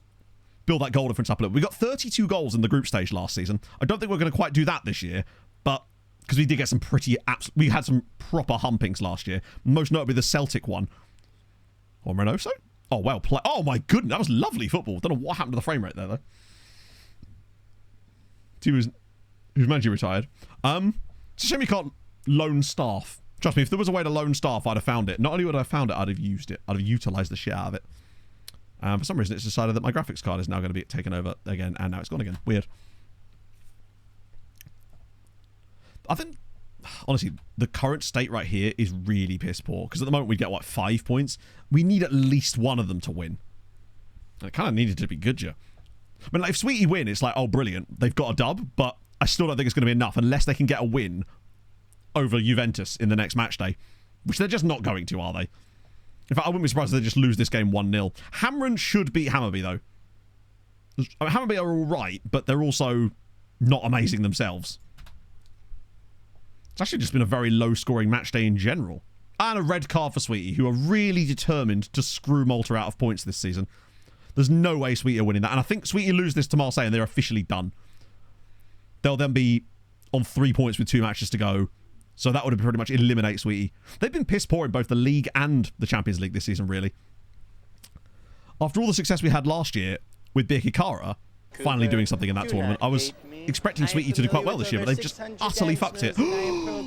Whoa! Evan, buddy, slow it down. Crolly KK, thank you for the follow. How are you doing, friend? Hope you're having a lovely Sundat. They've not had a shot yet, but this is looking an awful lot like they're about to score their first shot. Yeah, no, I think they're going to score their first shot of the game. Or maybe not. Go on, let's go for us. Second goal before half-time. I love it when you see those missed tackles and the referee just... Oh, yeah, if he gets even near that guy, that's a red card. He was just launching himself for no reason. Go on, Reynoso. Oh, it's beautiful. That's what Gonzalo does. He's so good at that. And Moser, I still don't think has that quite in his locker yet. Oh, that reminds me. In January, we'll get to find out if Moser has big matches or not. Which I think really is going to decide who's going to be our starting striker for the final season of the Save. If Moser has decent big matches, I think I'm willing to give him a full season as being our starter. I don't think I'd sell Reynoso because I wouldn't want to inflict that upon him. I want to make sure we see him out, but I think if Moser has any kind of decency on that, really, insta highlight, go on, third goal before half-time would really do nicely. Then I might even give Moser the second half.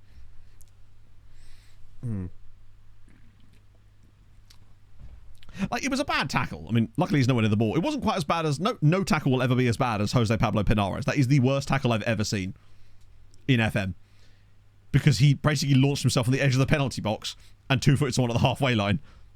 If he was doing the long jump, he'd have been an absolute world champion, but instead he was just murdering people.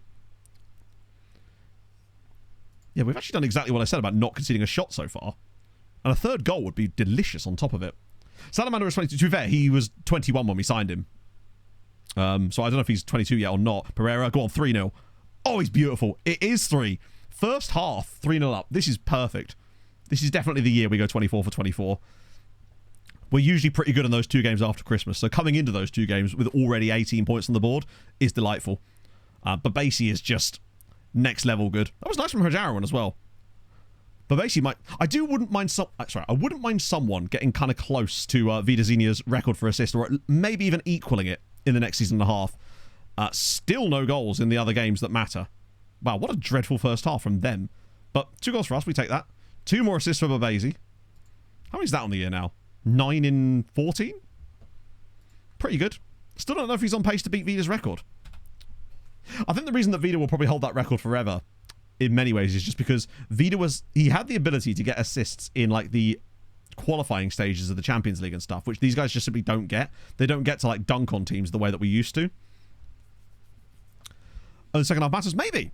I mean, well, no. Oh, well, I mean, no, there you go. A goal for Marseille. And I think that's the guy that used to... Oh, it is as well. This is the guy we tried to sign, but then he went to Milan instead. Was it Cremonese? No, he came from Cremonese. And now they missed a penalty as well. It's not going well here. This is actually, at the moment, only going to be 4 points for Malta. In a day that we've got to be getting at least 7 or 8. Hammering a bet. Oh, equaliser for Goodyear, at least. That is crucial. Them getting to 9 points here is massive. They need that. That penalty miss could be a godsend for us. Because they go 2-0 down there and it's done. But 1-1, they've still got a chance in the game. Hammer needed the winner against Hammarby, though, if they've got any chance of getting top 8. Because I think we did have a couple of times in MTK, other teams in Hungary get top 8, did we not? Wait, what?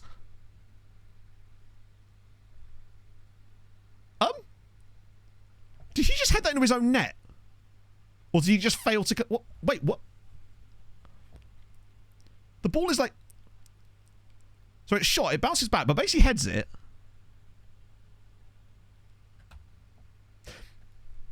He's just headed it into his own net.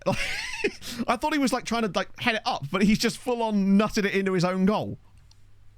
I love an own goal like that. Okay, cool. Sure. Because it's not credited to Babasi, like he was trying to shoot and it's just gone through him anyway. Yeah, you need a little bit of match fixing. Really helpful match fixing when you're already 3-0 up, isn't it? ICX, thank you for 46 months. Good God. I actually might need to get some new sub badges soon, genuinely. I think mine only go up to 4.5 years, which is 54.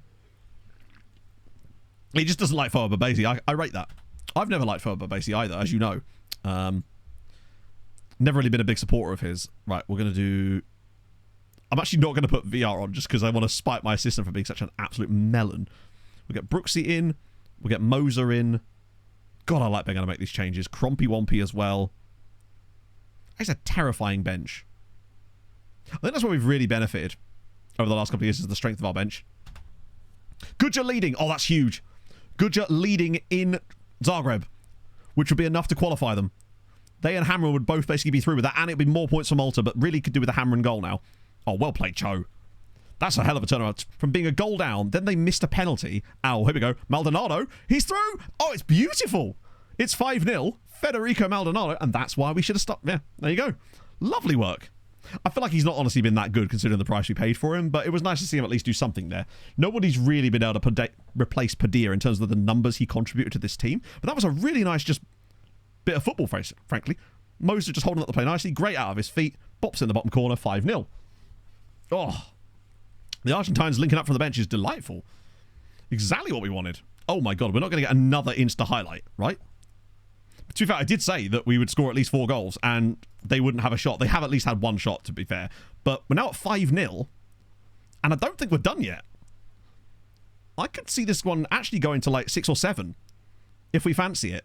And with the fresh legs on the pitch as well that are keen to prove themselves. And these guys are the exact type of players you want. The Moser and Maldonado. It could also be like a pair of Argentinian detectives. And right now they're detecting goals. This is really nice build-up. Oh my God, hang on a minute. Let's just pretend that that didn't happen at the end there. That was an absolutely gorgeous piece of build-up right up until he shot. So as things stand, we're still only getting 7 points from this match day. Oh, a hammering late goal or something just to take it to 9 points would be great. Yeah, this is one of the things I worry about with Moser because, I mean, Reynoso has his moments, of course, but the hard work was basically all done for him there, and yeah. Freshie 7 shiny leg, well, you're wrong. If anything, what's more likely to happen, honestly, is just a late goal for Dinamo Zagreb. Oh, what are you doing? Oh, well played, Brooksy. Here we go again. Go on, Moser, turn provider. Oh, the power and aggression in this team, though. I love it. Yeah, that's what the Pochomp one is from. Technically, oh, you're right, that is, isn't it? I totally forgot that that emote is literally from my face mid having my leg hair ripped off. That's true, yeah. If we just tell him it's a penalty. That's why Kravitz thinks everything's a penalty, which is why he never misses when he's in front of goal. Moser does seem to drop deeper and link the play up a little bit better than Reynoso does. Look at this again. Oh, it's oh my God. We could have had so many more goals here, lads. What are we doing? You're embarrassing yourselves now. So it was a very long highlight, which means there was at least a good chance on the end of it. We honestly should have had at least 2 more goals in this game. Moser and Maldonado could have scored. Oh, go on, Lahovy. Oh, for God's sake. The fresh legs have definitely helped. Like, they've played fantastically. Oh, God. 2-0 and an equaliser for Dinamo Zagreb. Krajina, that's not good. I mean, the point should be fine, but I really wanted them to get the dub. This has been a poor day for Malta in general. Like, to only get 5 points from those 4 matches is subpar. I mean, we've certainly perked up a little bit upon making those substitutes. Oh, that's not going to be a penalty, is it? But basically, he's going to make sure he sells this. But this is going to be a lot of VAR and a long time of nothing, only to give a free kick on the edge of the box. So we now have to wait through it. It would be cool if you could skip VAR checks the same way you could skip replays. In fact, it surprises me that you can't. Okay, got the dub in the end. He got a 5.8, not really a huge surprise. on account of the suspicious, we'll say, own goal.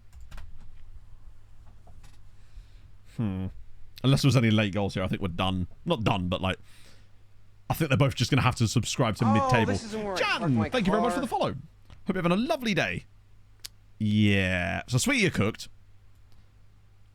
Hammond and Goodyear are probably going to be okay because of the goal differences alone, but there was missed opportunities there. They really should both be winning those games. Let's have a look at the XG.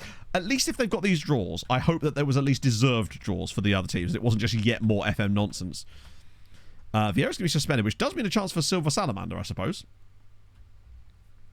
So on the 12th man, no. We'll leave him there for the next time we play RB Leipzig. Right.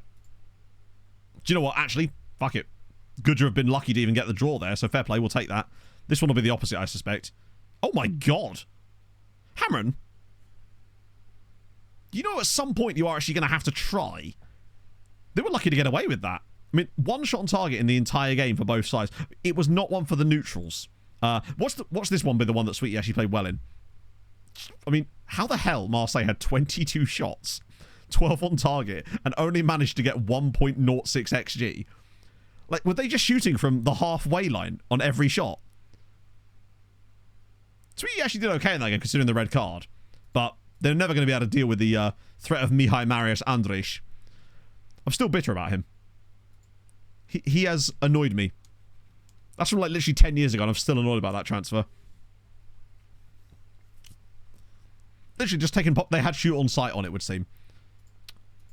Okay, what about the Thursday matches, which will matter quite a lot? Then we can look at some freebies for the summer. Oh, there's still the... not a lot of games on Wednesday. Maybe there is, actually, just... I don't know, it just looks like a smaller amount of matches than I'm expecting. Unless there's another, like, weird fixture thing from earlier. Hello, Passbro. I suppose it doesn't help that some of them were missing players for AFCON, I think. I don't know who. I mean, we know who Sweetie were missing, but I don't know about the others. They possibly did have some missing players. Yeah, almost all of the players we scouted from that report have turned out to not be any good. Apart from Valentin Eck. Oh, wow. Okay. 2 jumping reach and 5 strength is not ideal. They must have had, yeah. There must have been some random, like, other date in there that's just a count. That would explain why some of the fixtures are off, yeah. Is this the last stream of the Sirens? So, the next season is going to be the last season of Sirens, yes. Because that way we can finish off. It gives me time to finish things off and sort stuff out, obviously with the house and whatnot. But it also means that we can finish the save having won the most Maltese titles. In the end, anyway. Right, Zamara, they're actually going to play at home this time. They are, and it's against Ferencvaros. And I have a horrible feeling Ferencvaros might be about to finally do something in Europe, but in the wrong save. Slima are beating Juventus Vesta. This is the easiest game they've had so far, which means they'll almost certainly lose it. Ramiro Rojas, what a guy. Hibinia's a wet floor Italian. You've got to win that as well. Right, he was the DM, wasn't he? That we sold to Dortmund like 14 years ago for 8 million quid. I respect that. Like, he has been tremendous for them over the years. And, how was that? 309 appearances, but that's probably more in all competitions, right? He's got to be in the best 11. Oh, you don't get best 11s for them. That's a shame. Again, not problems we'll have without Castle Icons. That's nice for him, though. Do you know if there's a train coming anytime Tiago? Oh, yes, very soon. Oh, Abreu. They are building it now. Oh, sorry, Tiago? Abreu? Thank you very much for the follow. Qualifying with Dingley. Yeah, Ferencvaros were particularly... yeah, his physicals are definitely gone. Ferencvaros were a bit of a disappointment in the MTK save, really, compared to some of the other teams that did stuff. Ferencvaros was that one that lets you down. I often find, actually, in building a nation saves, it's often one of the biggest sides that you start with that tend to be the biggest disappointments at the save as well. Just think with Rosenborg in Tromsø, and less so in Treaty United because the squads were so small, but Ferencvaros were not particularly great. I'm doing good, my friend. How are you? It'd be a lot better if we can get some Maltese dubs here. Whenever I do that for emphasis, the game's just like, no, you don't get emphasis, my friend. You have to wait. That is quite a long wait, actually. Maybe it's just processing the massive Slima dub we're about to get. I'm calling it now. Oh, well, okay. Oh, for God's sake, Zabar. That's a good result. Fair play, guys. This, let me guess, it was another 2.3 XG game, which they lost. Oh my god. They didn't lose at least. Oh, mate. Arsenal Chelsea. I'm a Fulham fan. So Arsenal. No. Honestly, I couldn't care less. Probably Arsenal, but we'll see. They're at home. Zabar's numbers in this tournament are utterly shocking. It's actually crazy. How do you learn players just for your league? So if you set up your development list, we'll come back. Hang on. One thing at a time. Zabar's still in this. Sleemer actually looking pretty good now. Zabar only having 2 wins when they probably should have won every game is actually a disgraceful set of... Let's just look at that stat again. Where is it? Yeah, actually underperformance. -4 still. It's better than it was, but it's still pretty crap. SW the Lone video, when I finished it. It's done when it's done. It's been tough because I'm trying to record bits of it throughout the season, so it's all in context. That way it makes more sense for the viewer standpoint. Rather than me trying to explain something to someone, I can just show it. So with it's just easier that way. Plus I want to sort of record some like outside stuff for it as well for the memes. So actually, I just want to put more effort into the video, basically, so it means it's taking a little bit longer. That, and I just haven't had a lot of time lately, what with all the house move stuff, basically. It's just been... That stuff takes up a lot of time, as I'm sure you can imagine, right? About to turn to fights. Oh, is it? Is it Sheffield Derby? I didn't know it was on right now. But yeah, how to loan players to your league. Basically, what you do, obviously just offer them out for loan, of course, but I'm sure we're all doing that. Sabar out. No, are they? Why would they be out? They're in 23rd, and there's still 2 games to go. They'll probably be fine. They just won't do what they should do, which is they honestly should have probably won every game so far, bar one. They probably should have like 15 points right now, and have just utterly shat the bed constantly, basically. Busy great content. Well, no, it's my job at the end of the day, right? It is. It's just that unfortunately sometimes things like that get in the way of your job, right? Yeah, Roma are having a very weird time of it, it would seem. Christ. That's a Feyenoord, in fairness. A couple of flashpoints. Yeah, I think I could only watch those kinds of games for flashpoints. It'd be kind of cool if it was in the Premier League, though. Yeah, Harry Wilson has just been crazy. He could have had another goal yesterday, too, if it wasn't ruled out for handball. He is killing it. Killing it? He's killing it. Yeah. Everyone's at least got a win, I guess. This would explain again why France are doing so poorly, because they have things like Nice should be doing so much better than this, man. But yeah, sorry, back to the loaning players in your league. You need to set up your dev list, which is the most crucial part, which is this. So I have it set solely with the loan types are only to Malta, which means that when you offer out for players for loan, if a club that isn't Malta comes in and offers for a player on your dev list, it will automatically reject the loan, basically. So I go, oh yeah, I mean, he could have had 2 goals yesterday as well. He had one very, very narrowly ruled out for offside as well.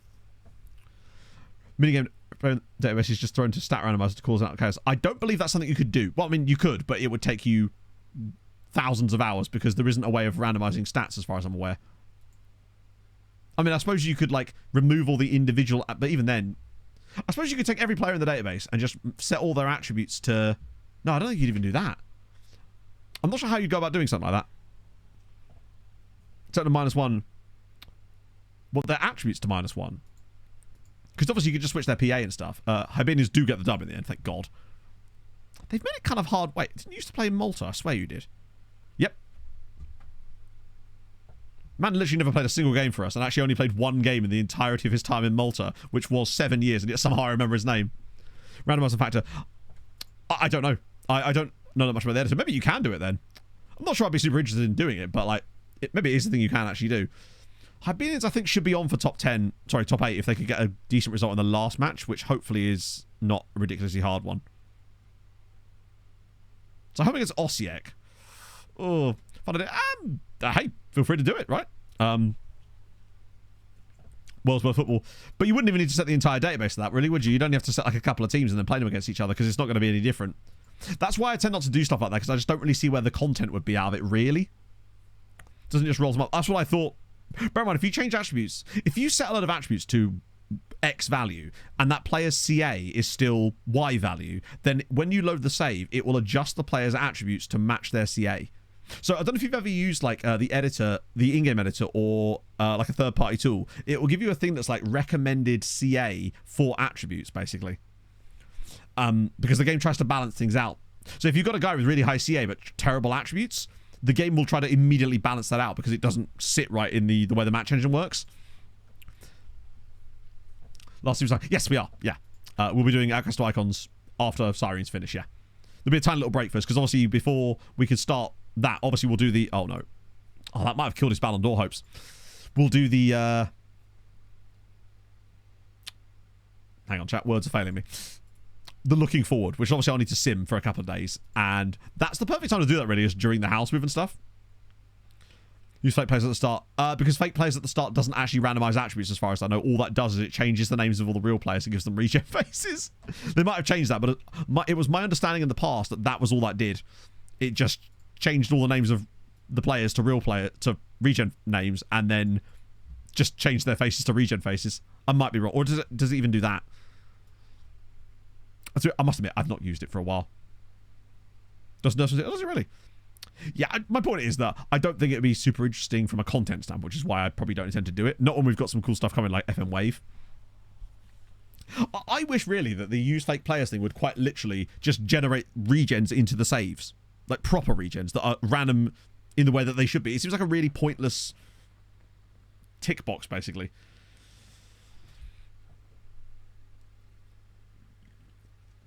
Gives the same idea. Yeah, it almost certainly does, yeah. It's really odd to me. I feel like that feature is is a cool feature that just doesn't have the use cases that you would actually want. But then there's a lot of things in FM that behave very similarly to that, where it's just like it doesn't actually do what it should or you'd want it to do. Like, for example, the team selection advice bit where you ask your assistant about it. For me, there's ways that could have been so much better, but it doesn't function in the way that I even want to really use it, you know? Most of these guys are probably worth... Oh, that was the really... Wow, he's lost so much PR. I'm so glad we didn't sign him. Holy shit.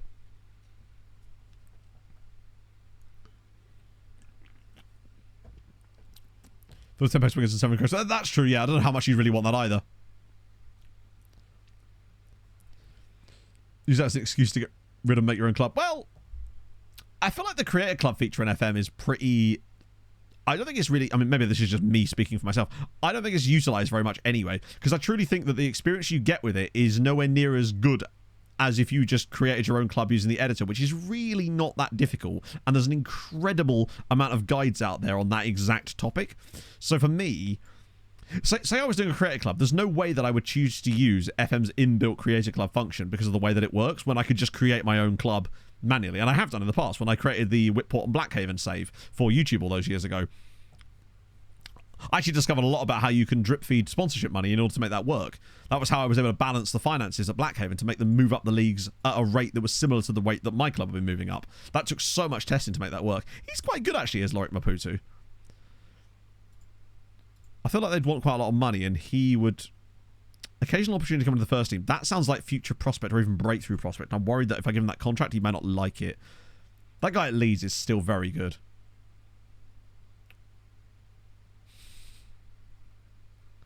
Mate, you're a new gens using it.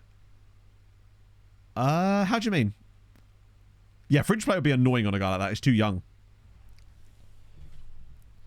Make your own new gens using it. You can get regens using any save. Yeah, Whitport was really fun. It never really got the traction, one, because it was a Let's Play when Let's Plays were kind of dead at that point, but also because it's hard to support teams that don't really exist. When you add a player, you can create a player. But you can create a player in the editor. You can create players in the editor beforehand, and you can create your own regens as well. We did so in this save. So you don't need to use the creator club thing to do that. Yeah, literally, no. The way that the assistant advice thing should work for me is if it utilized the squad planner better as well, where you were able to set the priority list in the squad planner the way that you can, and then your assistant took into account that information when setting the team for you using the selection advice. So it said, if this guy isn't available, use this guy. And you had some different options. So I enrolled... I kind of want to, but then I'm like, where would he play? Instead of Shirabadi? And we've got so many players in that position already, and he'd want huge money. And they're in a strong financial... I just don't really see the point, honestly. He is very good, though. One of these days, squad planner will be worth it, I'm telling you. I did try to sign Eurico Luis in the summer, but eventually he went to Benfica. For way less money than I was offering. Bear in mind, I was able to offer this guy, like, I was going to offer him about 90k, which is quite a lot, but it's free. But as usual, if I recall, they want like 250 from you and then sign for another team, which is unfortunate. But yeah, if you want to create your own player, just do it in the editor beforehand. You have way more control over the club, and you could create your own regions using the EDT files. Also, when you say... again, I've never actually used the create a club function beyond like surface level, so can you actually create your own... How does create your own regions work, genuinely? For anyone in chat that knows this, because I didn't know that was even a thing. Doesn't that just a youth intake? But now I'm actually genuinely kind of curious. 26... right wing back would cost us money. He's good, but what point would there be no point in us signing him at this stage? This guy's at Al Ahly. But there's been quite a lot of good wing backs in this save, like more so than there would normally be. Didn't this guy play against us in the Champions League last season? Wow. Oh, he's worth a shitload of money. Now, okay, I'm curious though. I mean, again, like I said, I still don't think that would be any easier than just doing it using the pregame editor. But again, not everyone has the knowledge of the pregame editor, but there are loads of tutorials out there, and I just think that Create a Club is still kind of pointless, really. Because doesn't it make you like draft players into your team or some shit like that? Whereas in the pregame editor, you don't have to worry about shit like that. Yeah, the fact that he's at Slavia Prague and is worth 15 to 17 million is crazy. That's a lot of money for Slavia Prague, which I guess maybe indicates how good he is, but I'm worried about that potential, and it's a lot of cash to drop on a player from the Czech League. Although I will... Oh, no, he's already on the shortlist, isn't he? Right, what we should do, though, is look at guys from contracts expiring. And also the shortlist, too. Not the shortlist, sorry. This. Colo. So I'm not doing it on the 1st of January. Because what can actually happen is... We're going to do it a bit sooner. We're going to do it now, in fact. Because... there's that notification. If you've got a guy on a shortlist and their contract is expiring in 6 months, you get like a notification about it. I'm going to get a load of guys that we like the look of now, add them to that shortlist. That way I can try to sign them the moment we're allowed to. And I always forget when that date is because it's not actually the 1st of January. It's like really late in December is when you actually get the notification, I find. Right, so all we want really is expiring. It'll have to be expiring 1 year because we're not technically 6 months from it now. But luckily that is an option, so that shouldn't be a problem. Contract status expiring 1 year. 26th, yeah. I find the 24th, by the way, is a really good offer out date for loans as well. Wait, your contract is... Well, he's joining... When is... Oh, yeah, this guy joins us in January, by the way. He might be genuinely... Oh, if he's actually got anywhere near that, I'd be so excited about him. That's surprising, actually, Crowbar, because I've genuinely not struggled too much with wingbacks on this save or whatever. Oh, hello. Oh, of course, we've got all the ages set, haven't we? We don't want anyone that's like 36 years old because we can't have any sell-on value. Really, 29 is about the oldest I'd want to go. But we've got some options, potentially. Kono of... Wow.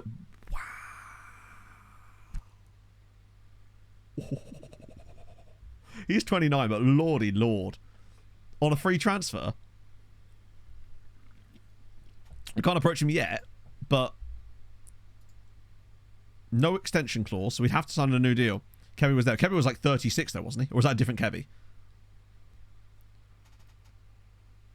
Attributes changes a few players' features at all. But are they either way, I still don't see how it's any better than just doing it pre-hand. But again, I suppose it's probably easier if you're not familiar with the editor to do stuff like that. 70 Japan caps. He's definitely... Should I make a new shortlist? Because, you know, I think what we need right now is more shortlists. I could just use... No, I'll make a new one. That way it's easier. That way I'll forget about them in the future. And you know me, I love forgetting. Freebies. Well, I actually spelt it correctly and everything. Look at me go. I'm a new man. Right. So he'll definitely go on that list because I feel like he's the sort of guy that is just about Well, it depends on his wages, actually. Fuck. Oh, fair enough, yeah. But like I said, you can still create regens without having to do that, but you wouldn't have control of their attributes, I suppose. What shortlist was Youthy Woofy? Let's find out. It might be blank. Default short. Well, we have different shortlists for different things. So Youthy Woofy is blank. Test is also blank. Patreon is also blank now because obviously the Patreon players have all retired. Malta is all the players that are either playing for other Maltese sides that look really good, or are players that were wanted by other Maltese sides and that we can keep an eye for their transfers. So some of them have gone through. Levy Weevies was, I believe, freebies that were released by us, and we wanted to keep track of where they went. And then we have 20 is plenty and 19 is plenty, which we don't even use anymore. And then obviously the default one. So most of these are completely blank. But, you know, I basically just... This is the equivalent in FM of me having loads of tabs open. The Mexican rice, hey. They're not wrong. Let's see what else we got in this list. So we've got Axel Halen, who's 27 from Liverpool. He's interesting. Why? I think Liverpool were just having a clear-out sale. £30 million seems like a lot when I can get them for free. 19 is planked. From the Mexican right. Nothing ever for me. Well, wait, hang on. Roll Dahl's on a free. No way. He wasn't, was he? Oh my god, he is. Thank you so much for pointing that out. Oh my god. Okay, yeah. We'd sign Rob Dahl if it was on a free track. Turkish Delict was the one I had. A player was described as the Turkish Delict. That was my favourite by far, and it's going to take a long... I've not seen anything that even comes close to the Turkish Delict. Holy shit. Yeah, if we sign Rob Dahl on a free, that's done. Sorry, I didn't even notice that he was on a free transfer. Axel Hedden, he's not even that much money. We already know about Rob's money. Yeah, these guys I think are just too expensive. I don't want to give them 100k a week, really. I'm just a miser. Freebie Weebies. Oscar Lopez. It really drops off very quickly beyond that, though. Like, in terms of the clubs that they're playing for. Like, you've got a couple of guys at Liverpool. Leeds guy down here. There's a PSG guy there, though, actually. Yeah, Maxime Dupont is a guy I sold to Saudi. He's only like 28, though, isn't he? Wow, he'll worth a lot of money. Wait, you play for Sirens? Oh. We have a habit of doing this, don't we? John Rodriguez was another guy. Marinov. Then, yeah, that'll be a facing the game regen. So, there's a whole load of facing the game players, basically, which are guaranteed to develop. So, he's obviously not in my save, but at some point he probably was. Or will be. You can find them by literally typing in... Oh, hello. FM, hi. I'd like to type in this box, please. Oh, my lord. End me. If you type that into the box, then there, you get a big list of them. Currently 616 of them in my save right now. Always good. Right. Oh, now I can't even... Yeah, I mean, I forgot about Oxlade. He only played 10 times for us, to be fair. But like with John Rodriguez, for example, he was another one that came into Sirens, went to various other clubs, and I brought him back from Villa in the end after he became one of the best players in the world, which is really annoying when that happens. Liverpool have lost a lot of players on a free. Remember that guy? Oh god, who was he? That centre mid guy that we got from Liverpool on a free transfer as well. Sam something, I think his name was. Oh no, Sam Ingram was the last save, wasn't he? We definitely have had a few of those though in this save. Liverpool are very good at letting players go for free, which is great for us. Woolaway was one. Maybe it was Woolaway. Yeah, it was Woolaway. Because I sold him to Barca, didn't I? Yeah. Wait. Yeah, sorry, it's because, yeah. This was the one, Sam Woolaway. Liverpool let him go for free. I brought him in for a year, loaned him to Newcastle for £5 million, and then sold him to Barcelona for 40 million a year later. Wasn't going to get starts for us, but he's doing all right for Barca. Same name as signing one of them. Yeah, I mean, it's fun doing that, to be fair. Kane Full of Love. Yeah, I'm pretty certain that Kane Full of Love is not in the save this year, or in anyone's save this year. Because every single time I've tried to get people to look up Kane Full of Love in their saves, he's not there. Which means for some reason he's been removed as a face in the game. And I'm glad of it. He definitely upset someone at AI, yeah. Maybe he was leaking information to like content creators or something. This is where it turns out that I knew Kane Full of Love all along. And it was Mike! It's not. Back for the memes. Tesco's expressed his contract. We only sold him last year. Oh, this isn't where I parked my car. His contract at Liverpool is going to be... Yeah, he's got 4 years on his deal. We only sold him last... In fact, was it this summer? No, it was last summer, wasn't it? We sold him. Rebeers. Or R1 Beers. Thank you for the match. Thank you for the follow. But yeah, we're not going to be getting him back anytime soon, particularly as he's actually playing for Liverpool. I still think it was the right move. Just as well we did that the year we did. Because we would have got, like, at best... I mean, it's still hilarious that he's worth 200 million at Liverpool. And we can only get 100 million here. But if he was still at our club right now, he'd be worth, like, 25 million. So we sold him in the right year. What else we got? Christian Jakobsen, but he's at Al Ittihad. He's good, but the wages are making pointless option. Mohamed Hassan, I already looked at him, didn't I? Wait, 20... Oh, is it... Wait, 27 grand? Okay. Still don't think I'd probably sign him, but I might still put him on the shortlist just to see if there's any interest there. He's not on huge money. Freebity boobities. What's the personal grudge against? Maybe. Maybe that's the reason I've never had a face in the game player, because Mike has personally stopped it. We've got Nick Griffiths of Burnley. Nah, he's just very mid. Maxime Dumont. Yeah, so Maxi... So actually, he went through... Or was that a loan to a PS? Usually it's a loan then a move, right? Yeah, that's generally my workflow was bring in on a free, loan for a year, try to get some money if you can, and then send them for a big move. Problem with him is the insane... No, Dahl is the one I think that I will 100% try to sign. Now, the problem is he is also wanted by Barcelona, so I suspect that when I offer him a contract, they will as well. So hopefully he doesn't want stupid amounts of money, but his contract wasn't too bad, was it? He'll still want, fucking... I love it so much when they've been in Saudi and they want more money to come back to Europe. Meanwhile, he'll sign for Manchester United in the summer on 130 grand a week. Christ Silla. I recognise that name too. Yeah. Wow, they got ripped off on him. Particularly as he's basically not played for Porto upon signing for them. 2 appearances, and he's done Braga, Ulsan Hyundai, Real Sociedad, back to Ulsan Hyundai again. They sure wasted this guy's career. Mad. They really... Oh, hello. Wait, you were at... Signed for Balsan for a bit, then did 2 more loans back in South Africa again, then they just sent him straight back to South Africa, where he played for... He's played for a lot of different South African teams, though. Black Leopards, I know, Pirates, Stellenbosch, Cape Town City, but he's not played for the best South African team, Cape Town Spurs, or the middest, I suppose. Graham Smith is already under a bid. Oh, yeah, he's really bad. I mean, if that's the sort of bids they're putting... Wow, this is a really bad year. Then again, if Rob Dahl is this far down, then it can't be all bad. And the world rep is maybe not the best metric, but then some of these guys, we just don't know their PA and CA. Wait, there's a Hamren guy on this list as well. Samuel Heflinger. Why are you selling him? Is he just not playing? Maybe he's got bumped down the pecking order by some of the better players they've signed over the years. Damian? Or I guess Damien. He's 28. Right, PSG guy. Oh no, we already know his PA and CA. Oh. So 50 or so. Problem is, by mass scouting them, we wouldn't get the scout reports through fast enough anyway for it to matter. By the time we got their scout reports through, it'd be too late. What I might do, though, is just see if there's any guys that we have lower world rep that might still be useful and have okay PA or CA. Like this random dude at Chelsea here whose name intrigues me. Oh, he's Togo! Mesan Takunadi. Who came through in Belgium. No, he didn't. Must have been a loan spell. Actually came through at Chelsea. But he was born... Oh, born in London. Okay, fair.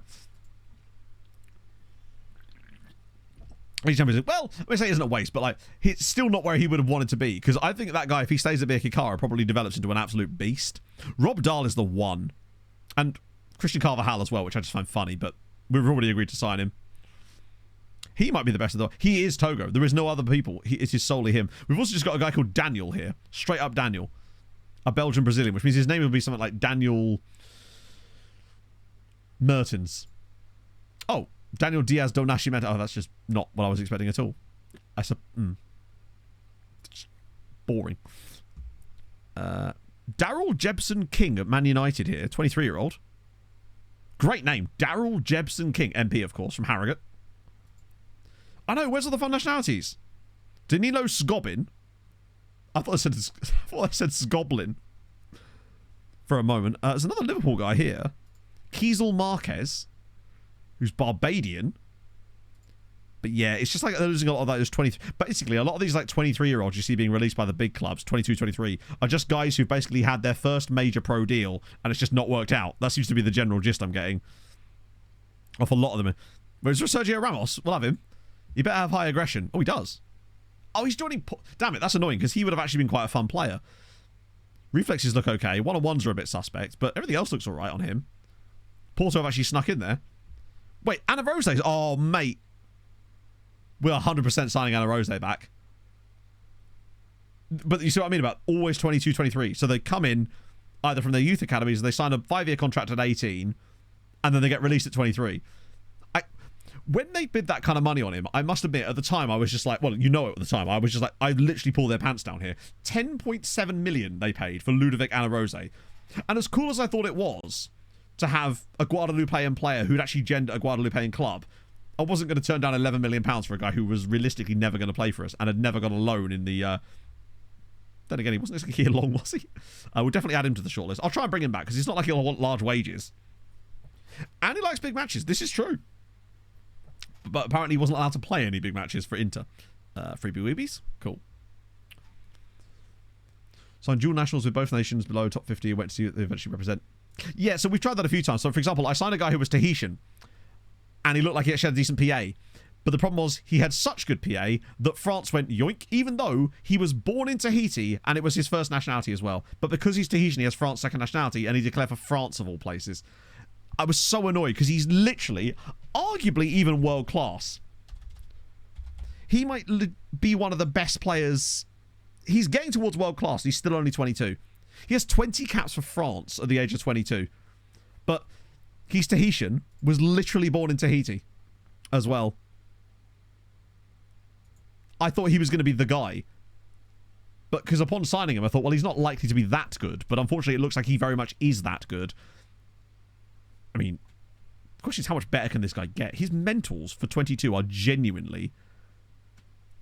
No, I know I can't blame him, but it would just been been cool if he could have stayed as Tahiti. He, right by himself, could have single-handedly carried Tahiti up the national team rankings by like 20, 30 places. Just having a guy like this. To have these kind of level... His physicals are incredible, but it's the fact that his mentals are this good at 20. Sorry, 22. Because mentals, generally speaking, don't tend to be like at their max until like they're nearly 30. Put it this way, if he was to come back, I'd be willing to play him in our team because he's so technically gifted and so physically and mentally excellent that I would stomach the fact that his work rate isn't perfect because he does have 18 stamina. 14 for me is like the bare minimum you need to play the role in our team. 14 pace isn't even that bad. He's just a bit everything, really. Because great aggression, great bravery, tackling and marking. Tackling's 14, which is okay. Marking and positioning are brilliant. Teamwork's brilliant. He's just... Ottavio. Oh, he's not even close to Ottavio, I wouldn't have thought. Although, you know what? We've never done the comparison, so maybe... I'd be surprised, though. The only thing he maybe has over Jose... I mean, actually, that should give you an idea, right, of just how good Jose Ottavio actually is. Like, if you're looking at that guy and going, wow, he's nearly as close as Jose Ottavio, and then you see that, like, look how good Jose Ottavio actually is. He is genuinely probably the best in the world in his position, I would say. Marking better, tackling 3 better. Aggression a little bit lower, I must admit. Bravery the same. Physical's even... He's even better physically. He's got 18 acceleration as a DM. His attributes are truly incredible. It's crazy that the game considers him elite. Like, why is elite? Elite is still below world class. To me, I would be surprised if there was another player in the world in this save that is as good as him in that role. I still don't see it being possible. And let's not forget, if we needed him to, he could even cover wingback because he's got the pace for it and he can actually cross a little bit. He truly is an unbelievable footballer. And he cost us £84,000. Let's not let that one slip by. And to think, we didn't even really think he was going to be that good. Physicals carry him. No. I mean, look at his mentals. 17 tackling as well. 16 marking. Physicals are incredible. Mentals are incredible. Maybe not like the very best. Technically, for the role he plays as well, he's perfect. Yeah, the fact that he only has 25 Brazil caps is crazy. 80k, that's amazing. I think that one of the things that makes Ottavio so good is because he's the perfect player for the role we use him in. Because we play him as a ball-winning midfielder on support, which means he needs to have great stamina and great work rate to get around a bit, right? You're right. The only thing about him that I would change would be I would make him 6'2". The problem is if he is 6'2", there's no way he's as good speed-wise. He won't be anywhere near as agile if he's that size because of the way that FM balances things. So I'm happy for him to essentially be like an N'Golo Kante type player, because that's essentially what he is. He's basically a Brazilian Kante. Like, I very rarely have strict attribute thresholds for roles in our team, but the ball in midfielder and support, in the way that we play it, has to have, at least for me, 14 work rate, but the higher it is, the better. Because I've noticed whenever we've played a player that's closer to 10 work rate in that role, you really notice how overrun we are in the midfield, because he just simply doesn't have the ability to swarm around and buzz around players and get the ball back in the way that we want. Because our ball winning midfielder, despite playing as a DM, actually pushes really high up the pitch and wins the ball sometimes in the final third. And you've got to be able to get back and forth to do that. Because 48... No, I mean, the thing is, right, honestly, there is so much market for players like this to find. The skin is called Saz24. 8 and 11 jumping reach. There is a difference. 3. But you're right. I feel like a guy with 11 jumping reach, he'd need to have like 15 for it to be really noticeable. Has many injuries? Not really. Well... Actually, not really. Like, look at this. 2 weeks out. He's missed a grand total of like 17 days with injury over the course of this calendar year. Right. It's... Work rate for me is incredibly important in this specific role. Like, I don't need it in every role, but it's nice to have, right? But obviously it's going to be using CA, so in certain positions you just wouldn't care about it. But cheap guys in Brazil, like, bear in mind, we didn't think he would be this good. He had reasonable potential when we scouted him. I think he's original. I mean, it's a long time ago, but I think when we originally saw him, he was like a 4-star PA guy, and we thought Botafogo, Brazil, you know, high youth rating, good club in Brazil. The likelihood of him being decent is actually fairly high. So we figured it was worth £84,000 to find out. Then, when he actually signed for us, his PA was readjusted to being 5-star potential. We thought, okay, cool, we've maybe got a bit of a solid option here, right? Then, I love showing this, and I will never stop showing this. Then, he got a late developer in a way that I'd not seen before. And it caused this. 6 months before he was given the tag late developer, he got insane stat bumps to a whole host of his different attributes. The biggest one being his vision, which is the most insane thing of all. So he's gotten, is it 9 he get? Yeah, he got 9 composure over the course of his career, but actually only a little bit of that was here. It was his vision that, to this day, went from 11 to 16 in the space of 1 month. Which was crazy. A little bit on the long throws there as well. He got it on... And then 6 months later, he got the late developer tag. So his composure went up as well. Leadership 2. Whitney got leadership that day as well. I think he got some minor... No, he didn't actually get any physical developments, did he? I don't think he got any physical gains from that. It was... Oh, no, a little bit there on his balance. Weirdly. And I think they need to do better in future about having that be more gradual. If they're going to have them be a late developer, they've got to give them the late developer increases over the course of a longer period of time. Like, at least 6 months, right? Because he got these in the space of a single month. Yeah, I think the plan with Otavio initially was going to be a case of, like, when he came back from his loan at Balsan, he was never going to go back. So my thought was, okay, he'll just act as a sort of, basically kind of like what Blash Crowell does for us, but at the time worse. But then the moment he got this boost, and then continued to grow a little bit more in certain attributes as well, there was no way that we could keep Gert.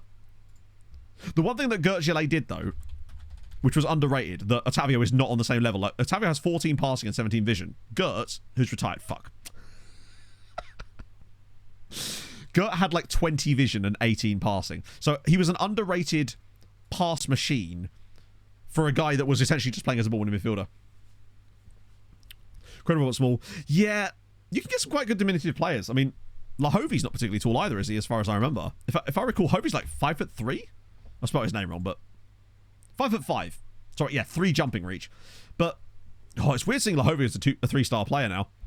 But he is nearly 35 years old. No sense of him wanting to retire anytime soon. Like, he's still getting game time. Still our rotation option. That might change when our incredibly expensive player joins us. But it's just mad, isn't it? Like, I mean, Lahovey's done... He's actually only done the 17 seasons here. Because I think we signed Lahovey when he was like 19, didn't we? Because I don't know if he's even got homegrown eligibility. Oh, no, he does. I've also noticed in this save, a lot of players have been retiring at 29 from international duty and not really fulfilling them. A lot of these guys, like even Reynoso retired at 29 from international duty with Chile. Happiness. Any plans? Long-term plans? Oh, hang on. He was willing to fight to retain his place, retire from international football 5 years ago. No long-term plans currently. I think the reason he's not got any long-term plans is because right now his contract has 4 years left on it and a 3-year optional extension. So technically, he still has 7 years left on his deal, should I want him to, which could take him through till he's 41. And I really want to find a way to make sure I can extend that contract on him so that we can see how far he goes in the looking forward, given that he's got that very special player trait that doesn't even show up on his thing, that is wants to play football for as long as possible. Yeah, 42 potentially as well. Yeah, the AO will end up... What will end up happening is the AO will simply either sell him to a Saudi club. I don't know if he'd ever want to go. Lahovi's never once kicked off about wanting to leave. We rarely ever get bids on him, but he's never once complained about it. Not once. He's the ultimate model citizen, frankly. The match engine. It depends on where the situation is. Often bigger players tend to be better physically because of various factors, but the game does also heavily prioritize agility, and I've noticed that generally speaking smaller players seem to have higher agility for obvious reasons, right? So it's kind of a balancing act. There are certain positions where I want a really tall guy, but I'm not like, if my winger isn't 6'2", I'm not kicking off about it. But if my centre back isn't 6 foot, or actually I couldn't consider that height, but if their jumping reach isn't up to scratch, right? Could extend his career? Well, it could. But I just don't know. My issue is I feel like he might end up actually retiring rather than moving to Saudi. Anyway, we're going to finish like 10 minutes early today because of the football and stuff. And I need to actually stop the stream here anyway because I don't want to go any further because I need to do some bits for the Lone Farm video off stream. And if I go any further, we'll go past that. I don't want to have to try that live. Salty Dog UK. Would it be great if we did the looking forward? And then he's just still playing. We just load up the save and he's still going at like 82 years old. What an absolute gent. Right, who's live this afternoon? Oh, I've seen some options here, actually. Let's do Bossy. So, no, I'm not live on Tuesday, chat. Very important to remember this. My next stream will be on Thursday, as far as I know. Anyway, obviously it's subject to change, but I don't see any reason why not. Because on Tuesday, I am, 1, hopefully getting the keys to the house. 2, I'm away on a very secret project. Which is awesome. But I can't tell you about it. So even if I wasn't getting the keys to the house, hopefully that day, I wouldn't be able to do the stream on Tuesday anyway. But yeah, so I'll be back on Thursday. Keep your eyes peeled for the Lone Farm video. I don't know if it'll be next week, probably the week after, depending on what happens. Yeah, so I'll see you guys on Thursday. Hopefully by then, but there's no way by then I won't be able to tell you about the house. Like, I still can't give you a definitive answer. We're at 99.9%, but by Thursday, literally the deadline would have expired. So there's no way we will not know either way if we're in a house. Imagine I rock up on Thursday and be like, oh yeah, somehow it fell through. I would be devo, mate. Anyway, I'll send you guys to Bossy. Enjoy the rest of your day. Enjoy the football. Enjoy whatever lovely activities you've got this afternoon. Another England cap. No tournaments at the moment, is it? You know, maybe I should retire from international football. I'll see you guys soon. Hold your gun. Capybara. Bye-bye. Hot collar, honey.